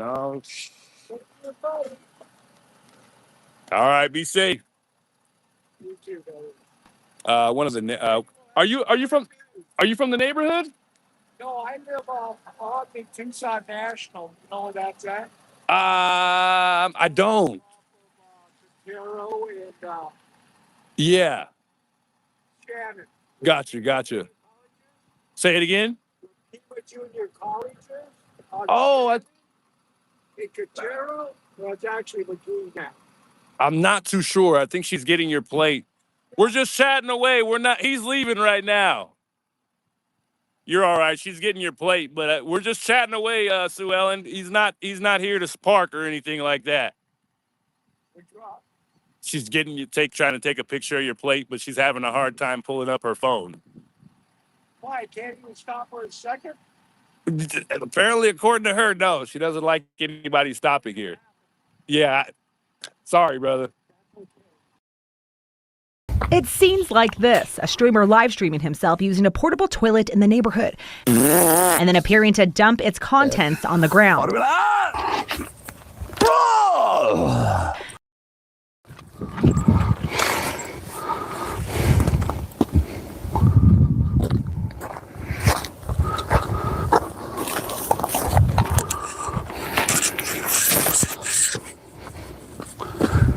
Watch my back, Holmes. Oh.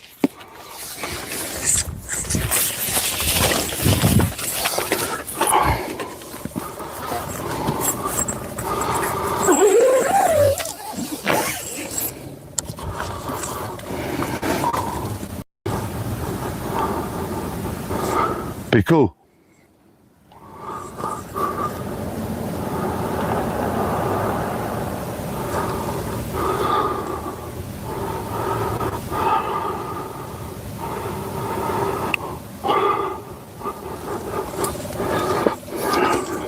Be cool, be cool. You know why I didn't go? Because I forgot I got the microphones in there. Dude, where the fuck's the zipper? Oh.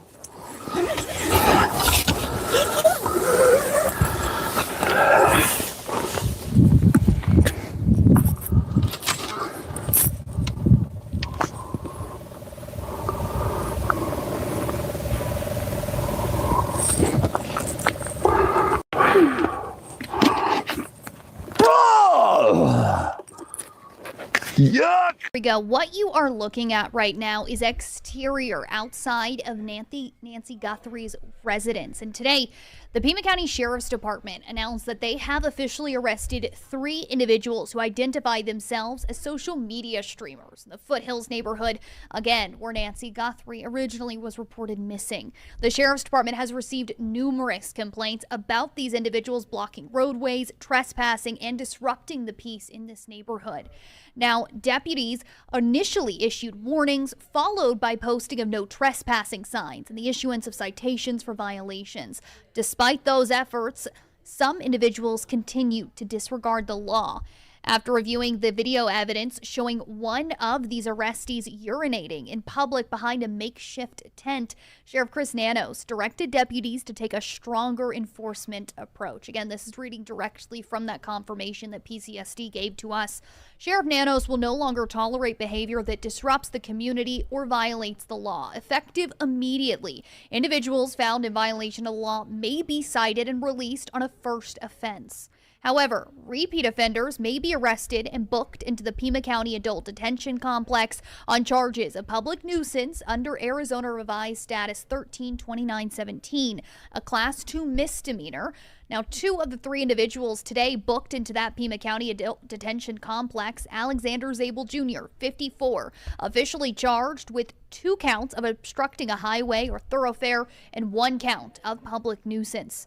Now, Troy Lewis Bradshaw, 34, was charged today with 1 count of public nuisance, and a 3rd individual, Damian Todd Inderl, 46, was charged with 1 count of a public nuisance. He was cited and released. As of this moment, that is all the information that we have for you. But once again, this is ongoing coverage of Nancy Guthrie's disappearance. We'll continue to keep you updated right here on Tucson Now, as well as KOLD.com and KOLD itself until the very end of the investigation.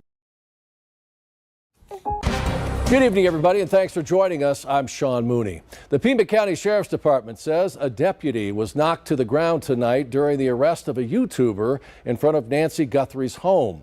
Now, that YouTuber, Alexander Zabel Jr., had already been arrested this week. That was following a crackdown by the Pima County Sheriff's Department in Guthrie's neighborhood after receiving complaints from residents there for weeks. News 4 Tucson's Jacob Owens joins us live with more on today's arrest. Jacob, what have you learned tonight? Sean, 54-year-old Alexander Zabel Jr. is now facing a charge of resisting arrest as well as a public nuisance charge. That's following this most recent arrest. We don't have specific information from the Pima County Sheriff's Department about why deputies were called out to the scene or why Zabel was live streaming in front of Guthrie's home. All the Pima County Sheriff's Department is saying tonight is that they had received multiple complaints about Zabel's behavior. So now we're going to show you the video of this incident from earlier. What I'm arrested for? Get on the ground. What am I under arrest for? You can hear Zabel asking why he's being arrested. Eventually, this is going to move out of the camera shot. I didn't shove him down. Comply. What am I under arrest for? Comply. I will, but what am I under arrest for? Eventually, the deputy ends up on the ground. He's putting a cuff on me. Knock it off. He's putting a cuff on me. Relax. I'm not even fighting you. I want to know what I'm arrested for. So now we're going to go to the statement from the Pima County Sheriff's Department they put out about this incident. What they're saying in part is at the time of the incident, Mr. Zabel was live streaming from outside the residence. Deputies made contact with him, and during the arrest process, a PCSD sergeant was knocked to the ground. Mr. Zabel was subsequently taken into custody without further incident and booked into the Pima County Adult Detention Complex. He is facing charges of resisting arrest, that's a felony, and public nuisance, that's a misdemeanor. Sean, Zabel, as we said, he was arrested earlier this week at his home, so he's facing other charges related to that other arrests that did not happen today. Those charges are 2 counts of obstruction of a public highway or thoroughfare and 1 count of public nuisance. We'll keep bringing you the latest in this case. Reporting live from the Pima County Sheriff's Department, Jacob Owens, News 4 Tucson. And at the same time, something else was going on, just not there. Please. Oh, is that him? Hey! I gotta go. Bye. It's Bye. him. Hey! Alex is out. Alex is out, everybody. He Alex is out. here. Look at this. Oh, a cigarette. So, yeah. Yeehaw. All right. Well, that's good. It's sooner rather than later. So he is out, guys. Here he is now. Look at Dad's going live there. Alex giving hugs. Juanita. All right. Call the phone. AJ, look at that. AJ and Alex. All right, so And they're with each other. AJ and Alex just hugged each other. That is great to see. this is great. So after that. And new to tonight, the YouTuber who was arrested twice this week, this time outside of Nancy Guthrie's home, is now responding to the charges against him on his Facebook page. 54-year-old Alexander Zabel Jr. is now facing charges of resisting arrest and public nuisance after his arrest yesterday. Zabel disputes claims about his behavior in the neighborhood and says he was exercising his First Amendment rights, saying in part, quote, "I was not there to threaten anyone. I was not there to cause trouble. I was there to exercise my First Amendment rights and keep public attention on a case that remains unsolved." He goes on to say, "If law enforcement believed I was resisting arrest, the reality is that I was demanding to know why I was being arrested for something I did not believe I had done. I never swung at anyone. I never injured anyone." Meanwhile, the Sheriff's Department says it received multiple complaints about Zabel's behavior before his arrest. Zabel has also been charged in a separate case earlier this week with 2 counts of obstruction of a public thoroughfare and 1 count of public nuisance.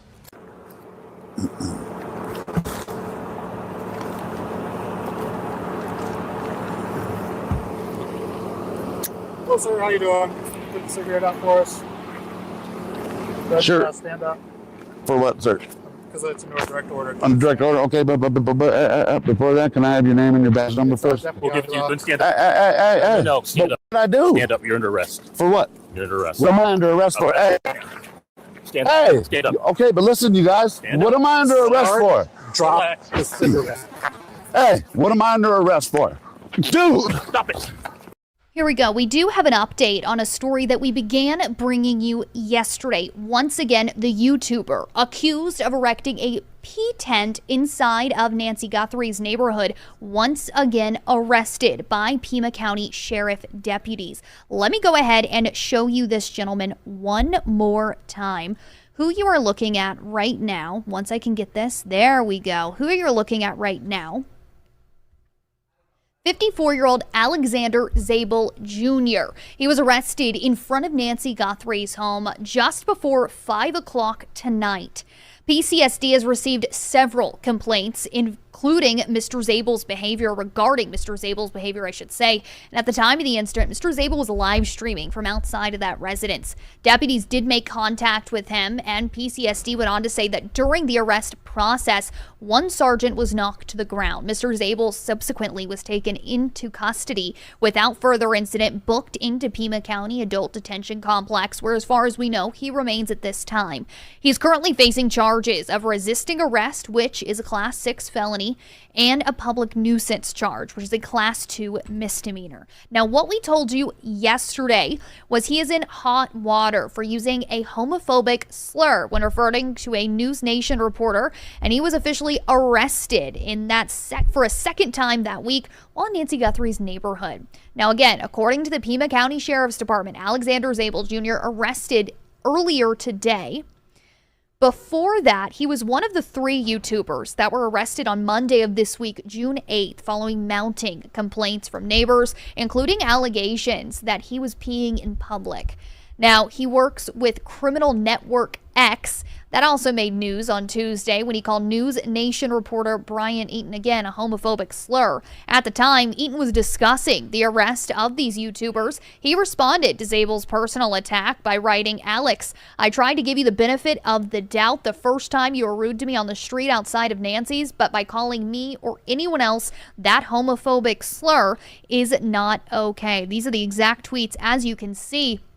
This is Brian Eaton's Twitter X account responding to this exact comment that was calling him that homophobic slur. In the Foothills neighborhood where Nancy Guthrie was reported missing, the Sheriff's Department has received numerous complaints. Let's not forget, though, Brian Eaton ain't all that, man. He's the one who labeled us early on, the ones without credentials who label stuff like we're playing a video game.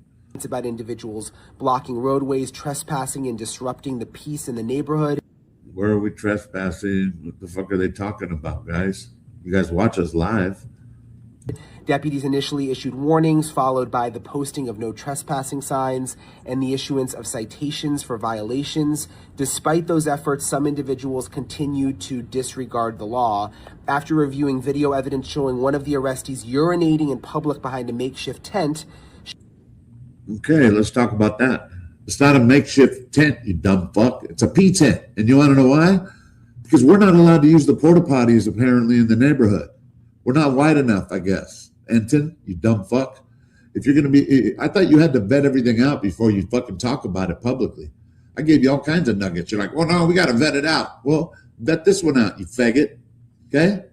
Vet this one out. Now, all of this information, as you can see right here on 13 News, KOLD.com. Make sure that you read that entire article because let me tell you, our amazing web team here at KOLD Tucson Now and KOLD.com really went the extra mile of compiling the entirety of this sequence of events that has led up to the arrest of this 54-year-old YouTuber once again, second time in the same week. Earlier this week, again, arrested for a series of charges, but including that charge that involved him peeing, allegedly, in a tent, behind a tent, in that residential neighborhood where Nancy Guthrie was originally reported missing. Overall, a story that we're continuing to track right here on Tucson Now, and overall, a story we'll continue to track on KOLD Channel 13 and KOLD.com.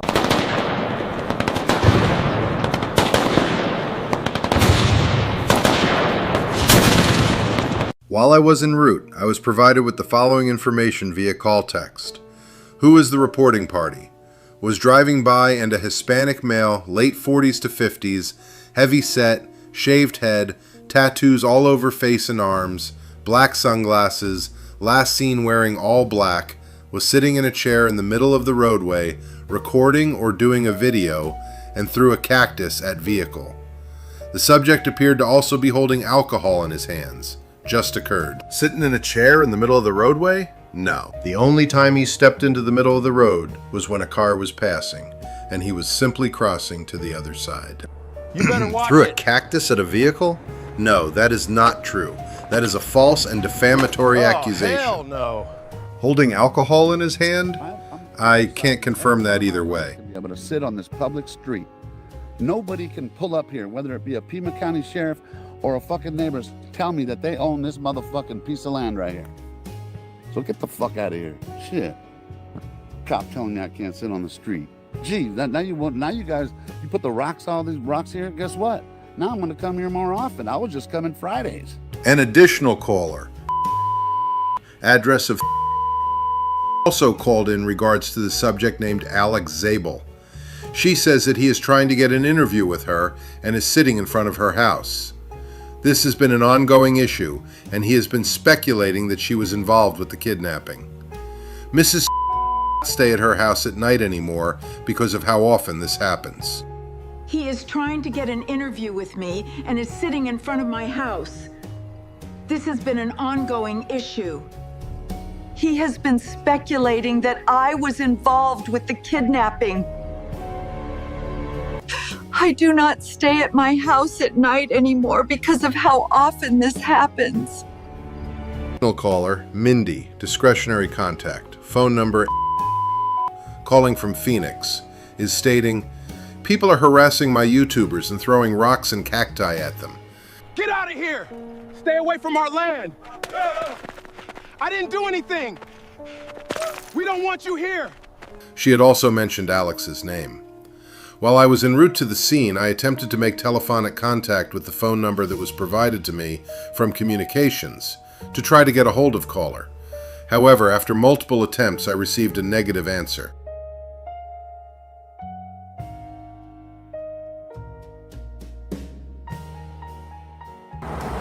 Okay, be cool, guys. When Deputy Duarte arrived, he found Alex sitting in a chair on the west side of the public road, matching the description from the call.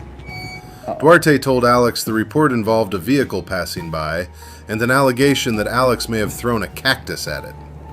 Alex denied throwing anything and said he had been live streaming from that location for about 43 minutes. Duarte also addressed the report that Alex may have had alcohol. Alex denied having alcohol and gave permission for his bag to be checked. No alcoholic beverage was found. Like I said, that's the only reason why I was No, I'm asking you to please look. No, and I don't see any alcohol beverages there. The deputy asked if she had ring camera footage. She said yes, but also said she was shaken up and that it would take her some time to send the footage. The deputy told her not to worry and said he understood her frustration and concerns. The deputy explained that an Axon link would be sent to her by text message so she could provide the footage. He asked if there was anything else he could assist with, and she said no. The deputy then cleared the scene and returned to service.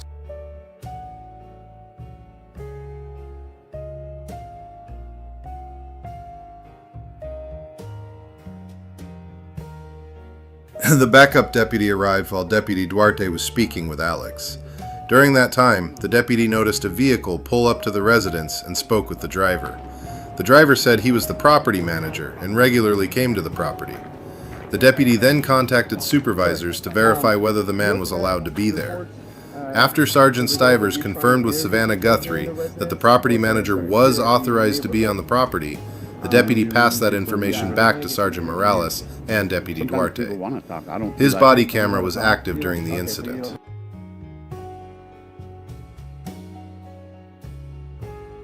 Sergeant Maines stated that on June 8th he was assigned to assist Detective Perez Daniels after a contact alert was issued for Alexander Zabel. The report says there was probable cause to arrest Alex for 2 counts of obstructing a public thoroughfare related to the May 26 traffic hazard incident, plus a nuisance charge from June 6th. Maines brought 2 directed patrol units to assist, but says he was not directly involved in the arrest and arrived shortly after Alex was already handcuffed. Alex was then transported to the Pima County Jail. On June 8th, Sergeant Maines was told to assist. Cool. Detectives first checked the area near the Nancy Guthrie residence to see if Alex was there. One person was observed live streaming in the area, but it was not Alex. Detectives then went to Alex's apartment. I then approached Alexander's apartment, which was on the 2nd floor.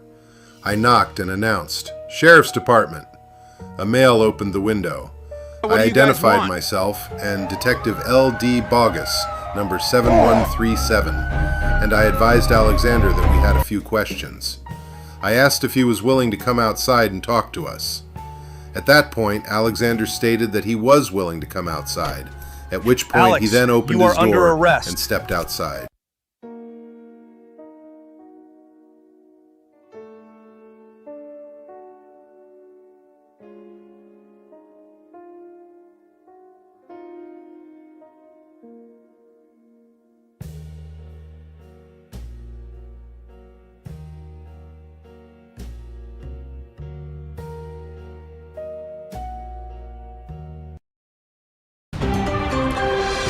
Going in depth tonight, for over 4 months now, a Catalina Foothills neighborhood says they've endured threats, intimidation, and overall bad behavior from content creators following the mysterious kidnapping of their 84-year-old neighbor, Nancy Guthrie.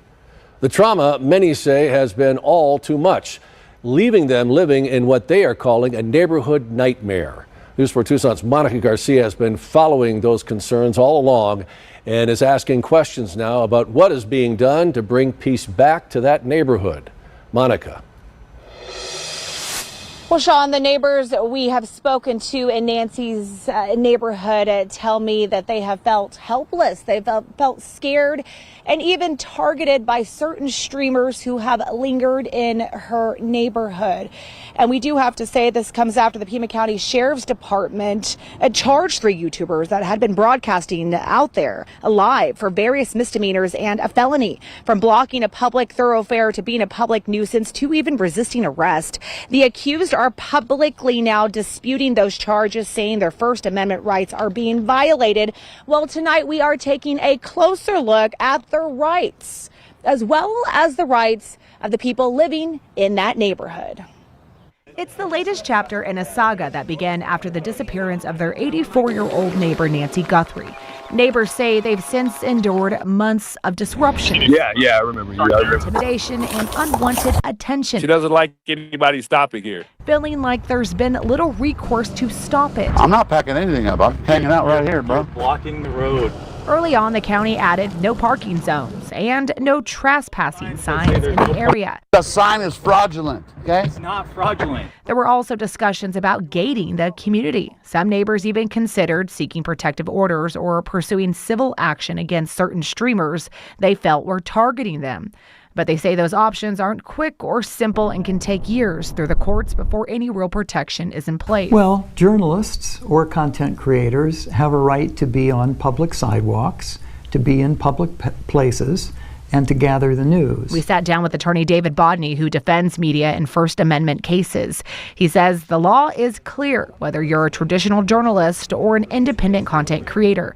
The Constitution protects the rights to report and record in public places. It's federal minimum regulations. But laws of general applicability are applicable to content creators and journalists too, which means that they don't have a right to engage in criminal conduct or in conduct that might give rise to civil liability. It's kind of overwhelming now with them, continuing to come out on these false reports. I mean, these people are just calling the police for no reason. In other words, the First Amendment protects the right to record, report, and gather information in public, but it does not override laws that apply to everyone else. That means free speech protections don't shield someone if their conduct violates criminal or civil law, even if it happens while they are filming or reporting. Is there like a story or just a deadline to how, like, when you're going to complete it, or are you just going to keep going? I mean, we're here for public awareness. The Pima County Sheriff says deputies did not start with arrests. He say they first tried to address concerns directly with content creators who remained in the neighborhood after larger media groups left, explaining where they could legally conduct their live streams. The road, so you need to leave. I'm otherwise sitting. You're going to get cited. In this encounter, a deputy speaks with a YouTuber without issuing a citation. The sheriff says the tougher response came only after months of complaints, warnings, and escalating behavior. We've given you tickets. We've asked you not to do this. You've pushed the envelope. Well, as far as I'm concerned, we're going to now take it to court. And we're going to take it to court by booking you in jail. Hey, you'd want to with them, but you want to with me. Then why don't you let me sit here? You care about Nancy, bro? And according to the sheriff, the issue wasn't always about whether they were on public or private property. He says it also involved the nature of the live streaming and whether conduct crossed into actions not protected under the Constitution. The First Amendment attorney we spoke with says those rights remain fundamental. There are criminal laws that prohibit harassment and stalking and trespass. There are civil claims for pretty much the same: harassment and trespass, intentional infliction of emotional distress. Where free speech ends is where the law takes over. And that means a person can be exercising free speech rights and still face consequences if their actions constitute harassment, trespassing, stalking, assault, threats, or other criminal conduct. Yuck! For months, neighbors have described threats, intimidation, and disruptive behavior in their community, including from streamers online. Bodney says when conduct impacts an entire neighborhood, there may be additional legal options.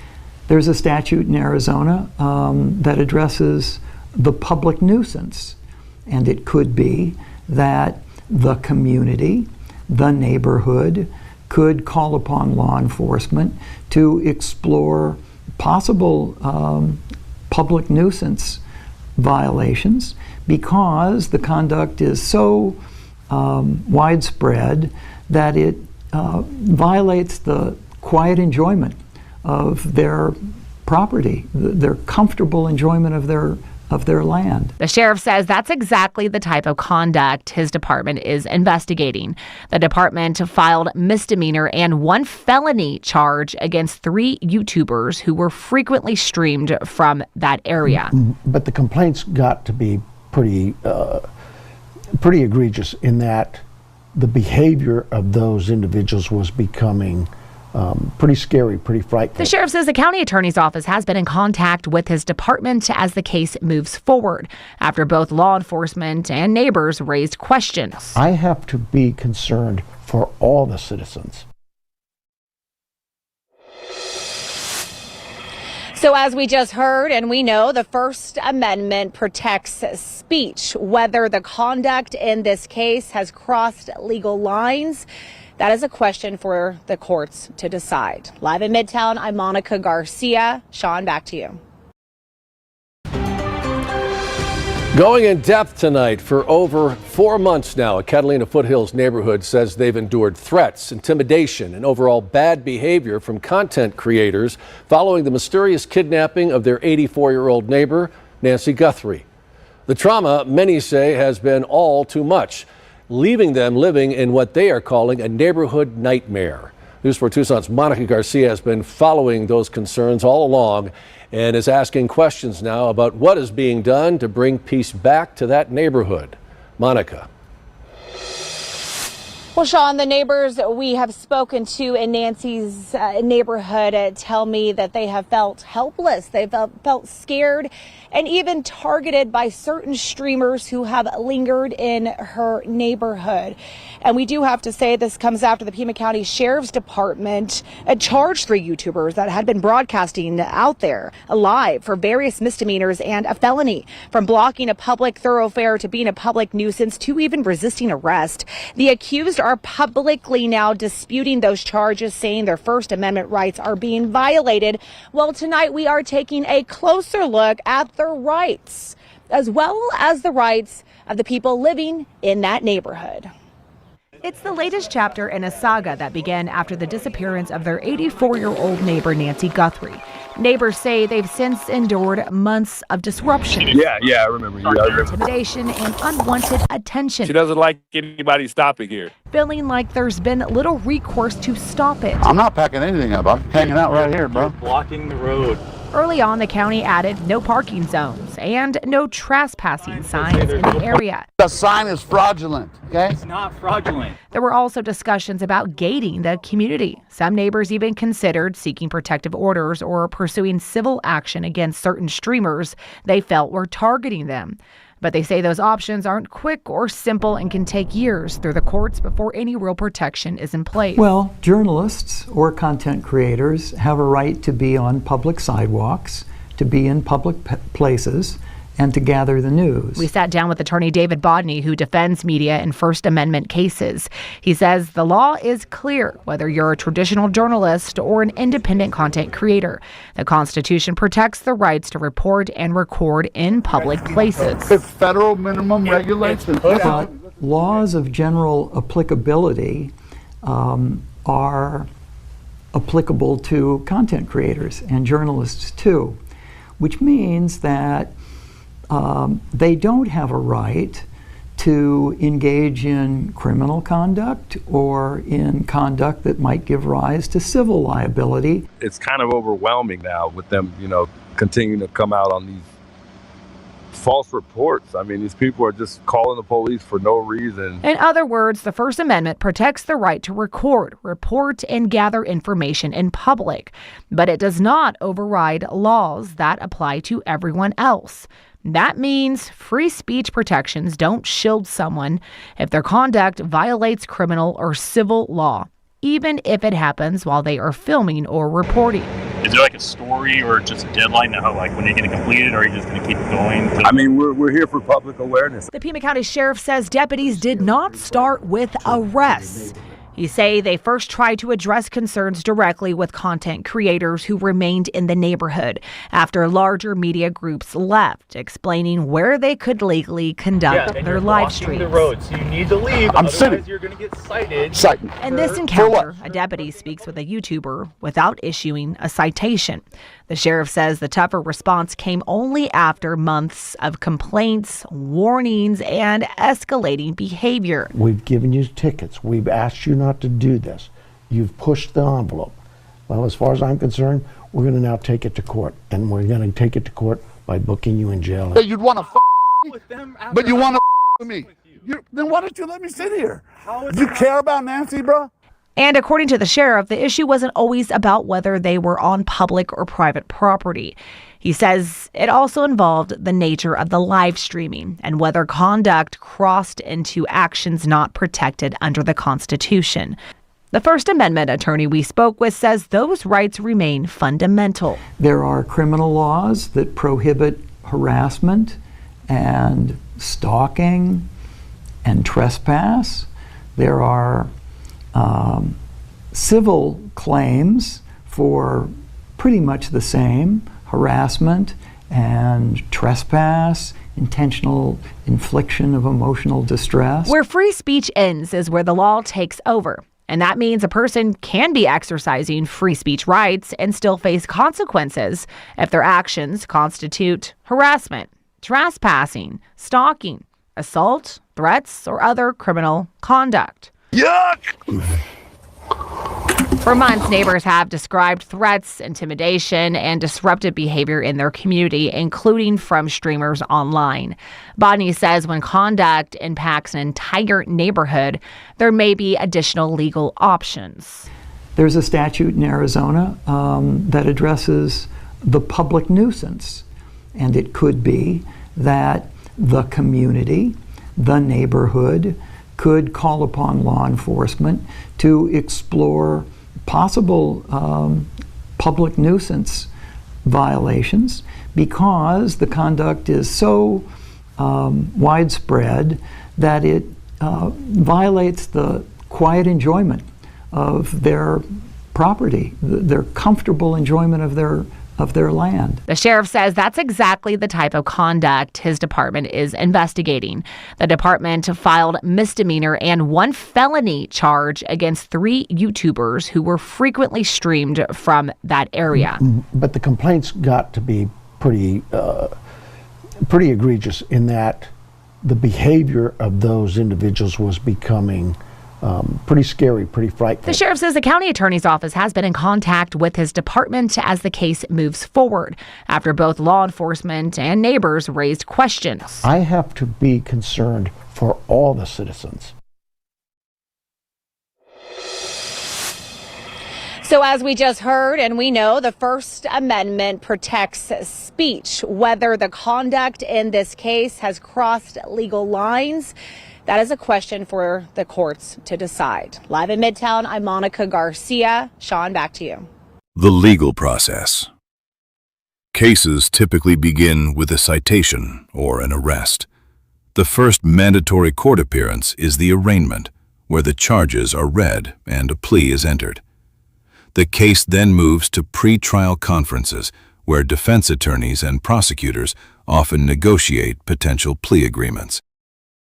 Understanding Arizona misdemeanor classifications. Arizona divides misdemeanors into 3 classes under ARS Section 13-707, depending on the seriousness of the offense. Class 1 misdemeanor, punishable by up to 6 months in jail and a $2,500 fine. Class 2 misdemeanor, carries up to 4 months in jail and a $750 fine. Examples include criminal trespass and giving false information to police. Class 3 misdemeanor, the least severe classification, with up to 30 days in jail and a $500 fine, covering offenses such as highway littering. The danger of prior convictions. Arizona's criminal laws impose enhanced penalties for repeat offenders. If you are convicted of the same misdemeanor within 2 years of a previous conviction, the new charge can be sentenced as the next higher class of crime. This means a repeat Class 2 misdemeanor can be sentenced as a Class 1, and a repeat Class 1 can sometimes be sentenced as a Class 6 felony, suddenly exposing you to state prison time. What started as misdemeanor charges may have just become much more serious. Alex now has 2 Class 2 misdemeanors and 1 Class 6 felony.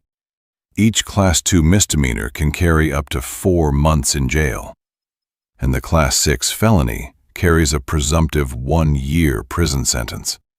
Added together, that is a potential exposure of 20 months behind bars. Best case scenario, Alex does not go to prison. The Class 6 felony could potentially be reduced or dismissed, and the 2 Class 2 misdemeanors could be handled through a plea deal, probation, fines, or time served. That would turn the case from a serious prison risk situation into a much lighter outcome. I feel the noise fading. The cameras are weakening. The signal is breaking. This road has been restless for far too long. Too many tripods, too many live streamings. The spirits of the neighborhood have spoken. By the power of peace, quiet, and common sense, I declare this roadway free and clear of future streamers. No more standing in the street.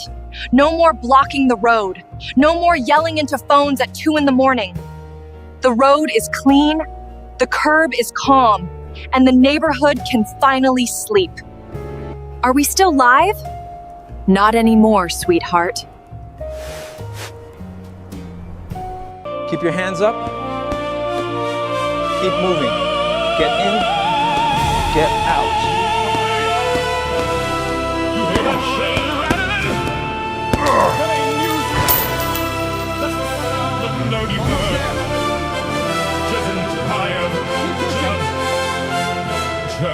Jab, cross. Neighbor, flap them little wings. Talk real loud, but you don't do a thing. Addict on the back, Nedry on the side, Ted's in the gym and I'm taking back pride. Come on, Nedry! Come on, addict! You wanted the smoke, now you're hanging from my ceiling. White boy radio, turn that volume high. Tell him Ted's still standing, looking danger in the eye. Back keep swinging, gloves go crack. Nutty burn addict, better not talk back.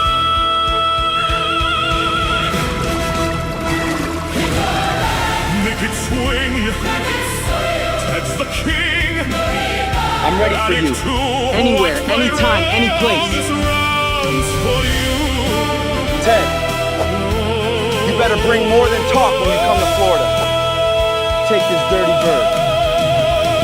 You see, I don't chase birds. I don't argue with birds. I train, You want a I piece of sweat, me, white boy? I punch. Come and get it.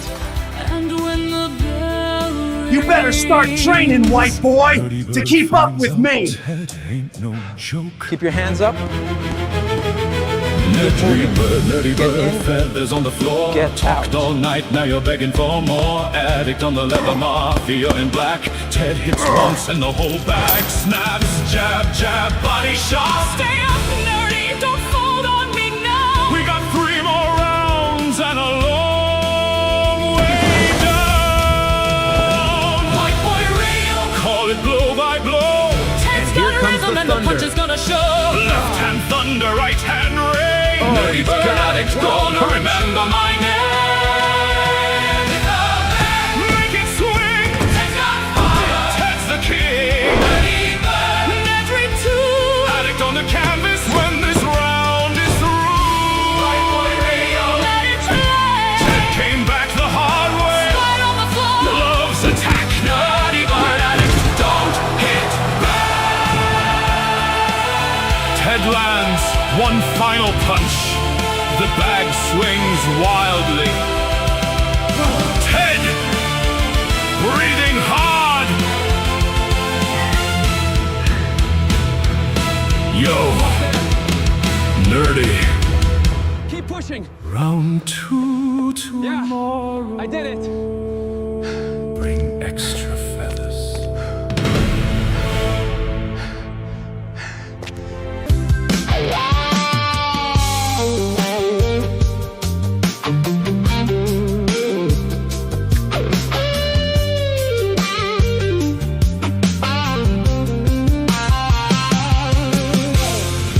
They wrote us up that night under street lights. Court date said July 2. Everybody's watching what they're gonna do. I miss the truth so much. I miss the line between a public road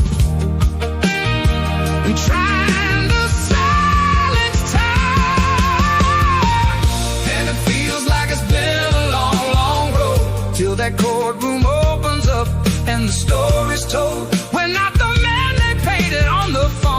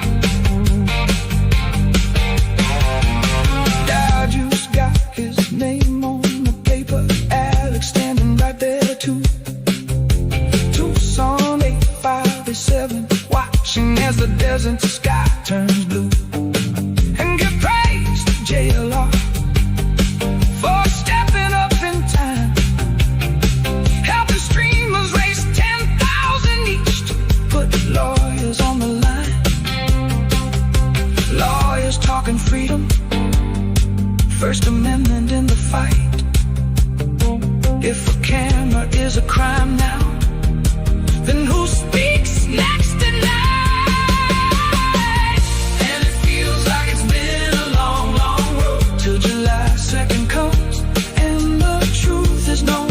We're not the men they tried to make it home. Oh, no, no, no. We're the live stream men, fighting for the right to stand alone. And it feels like it's been a long, long road. Feels like it's been a long, long road. Feels like it's been a long, long road. Feels like it's been a long, long road. Feels like it's been a long, long road. Come on in, everybody. Welcome to the greatest investigators on Earth. We have Ted Investigates, Dad's Gone Live, Alex 857, and many more. Let's go inside. Dun dun dun! Welcome everyone to the greatest show under the sun. And now, the climactic swing. Wait, what's that? It's the clue. He caught it. He caught it. Unbelievable. We have the proof. This is my side job from investigating. This is fun, people. Woohoo! Let's ride!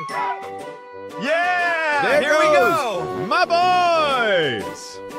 Now, for our next act, dun dun dun! Start talking, or I'm aiming for the evidence board next. Behave yourself.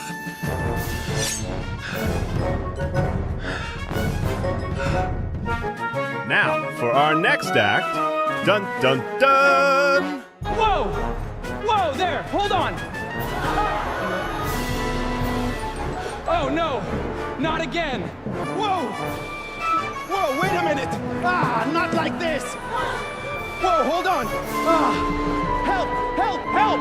Oh, goodness! Not according to the script. Help! Help!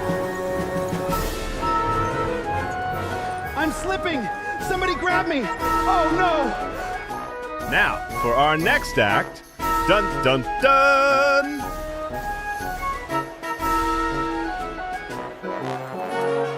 I like to get higher up to spot for clues.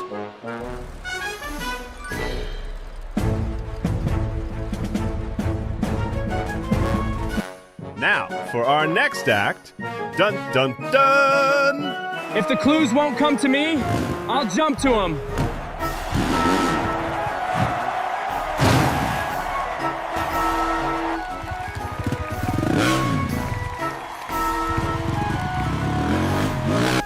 Now, for our next act, dun dun dun! All right, everyone, please. Wait, what are you doing? Oh, for the love of... Can someone please explain this? This is absolute madness. I've lost control. Now, for our next act, I don't usually question lions, but tonight, somebody's talking. talk to me at Mab Investigates. Now, for our next act, I think I found something.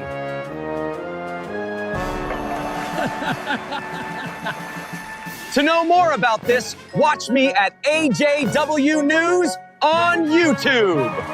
There goes my boys. Now, for our next act, dun dun dun. Under this big top, the greatest act of all is honoring those who served. Come see us at patriotprideusa.org. God bless. Now for the last act. Dun dun dun. Justin, I brought you a few helpers.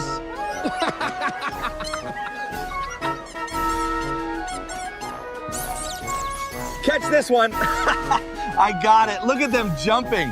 This is amazing. I'd like to thank all the help and support on my channel. They are amazing.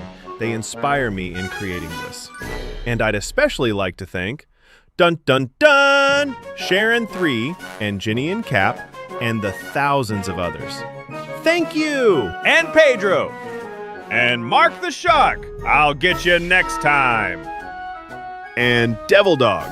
I'll get you next time too. Sorry.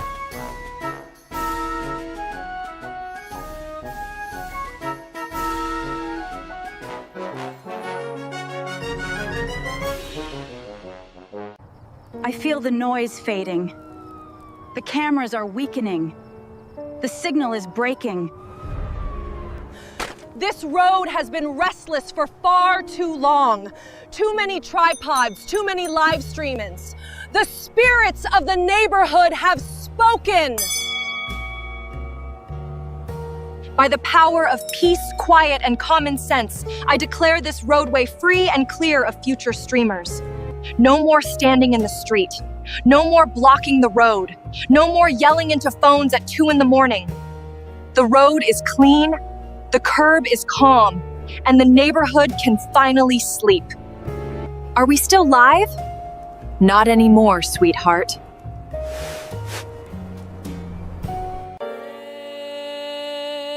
It's a waste of trouble through. Placed our mark book in a guide. Feel like sorry and I'd. Then sorry's true. The highs are gone, but love are here can roll apart. Is this a whisper or a start of the spring? Stood in the stillness, chasing a dream. The sky pulled me upward, the ground disappeared. It's hardly to question each breath full of fear. I reached for the silence, tried to hold on, but truth is a thread that unravels when gone. Is this a warning or just fate's disguise? No place to hide, no map in my hand, just the weight of the stars and the sky full of sand. The echoes grew louder, the night held its breath. I walked through the border of wonder and death. And though I was falling, I flew like a flame.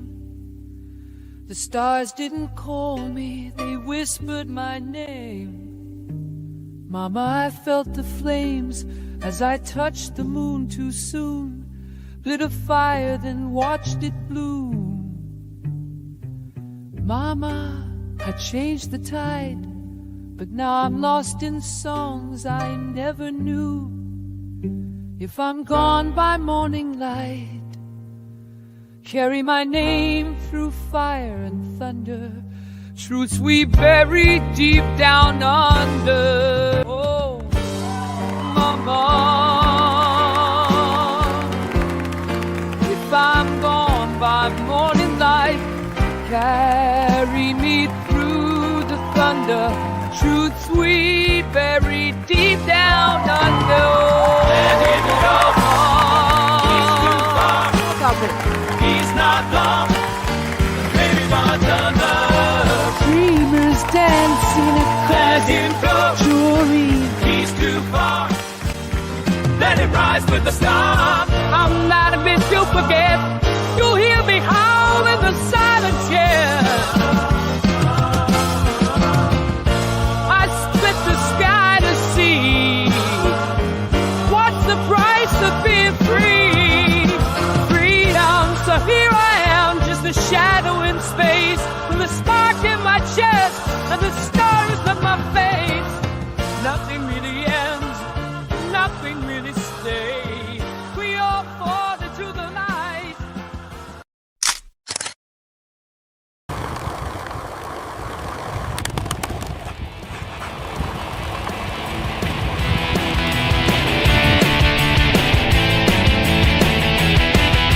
He don't fetch sticks, he don't hurt sheep.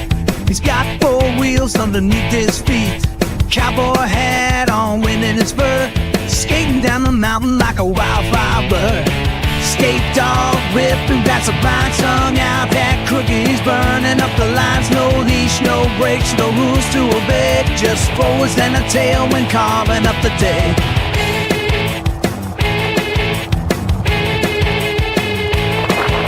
He passed the car, gave a sideways glance. Driver dropped his drink and nearly peed his pants.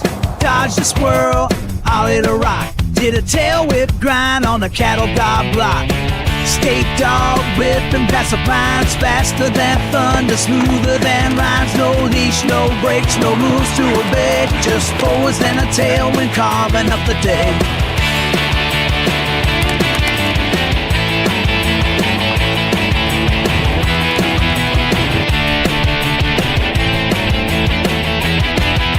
Well, collar can hold him, no fence gonna stop. He's a firm missile dropping in from the top. If freedom had paws and a hell of a grin, it'd ride downhill with the wind on its chin. Skate dog, king of the descent, with roller skate paws and 0% regret. No leash, no brakes, no slowing the bed. Just forwards and a tailwind shredding the day.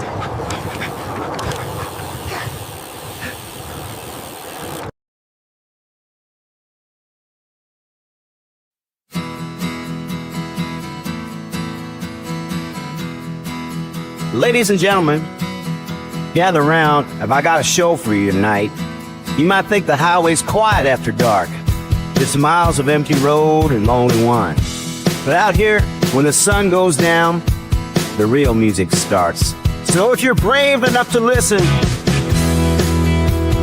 if you've got the stomach for it, let me introduce you to the one, the only Roadkill Band. Rolling down the highway past mile 9, shadows rise as the moon starts to shine. Fur and feathers scattered wide, the window and howls the band comes alive. Oh, the Roadkill Band playing all night long. Awesome drummer, I can sing it strong. Coyote wails, snake battles in time. Buzzards watch as the deer chimes. Armadillo strums its banjo. Shell crack, still in tune. The deer sways with a tambourine, blowing softly in the gloom. Oh, the Roadkill Band playing all night long. Awesome drummer, I can sing it strong. Squirrel shakes bones, rattlesnakes tight, keeping rhythm as the night takes flight. Engines hum, headlights flash bright. The band plays on into the night. No tickets, no stage, just the road and sound. Pull over, listen, music all around. Oh, the Roadkill Band, they play till dawn, rising from shadows as the night is gone. You can pass by or join the song. The Roadkill Band plays all night long.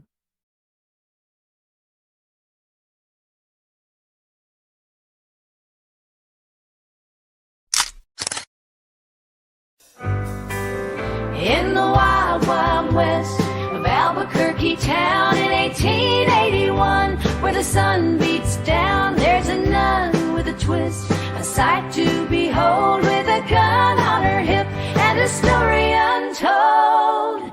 Oh, Sister Maria, with a gun at her side and a hat worn just so her legs steal the show wherever she goes. She tends to the church, but she's not your average nun, with a pistol at her side and a spirit on the run. From the convent to the saloon, she roams the dusty street with a fire in her eyes and a heart that can't be beat. Oh, Sister Maria, with a gun at her side and a hat worn just so her legs steal the show wherever she goes. She's a woman of God, but she's also her own, in a world where the lawless They freely roam with a quick draw and a prayer. She rides into the fray, a nun with a gun in the old West Way. Underneath her habit, there's a rebel soul. In the heart of Sister Maria, tales untold. Oh, Sister Maria, with a gun at her side and a hat worn just so her legs steal the show wherever she goes. She's a woman of God, the nun with her geek twist in Albuquerque's, with a gun on her hip and a spirit so free. She's a legend in the making for all to see. Come aboard, we're going live tonight. Welcome aboard, everyone.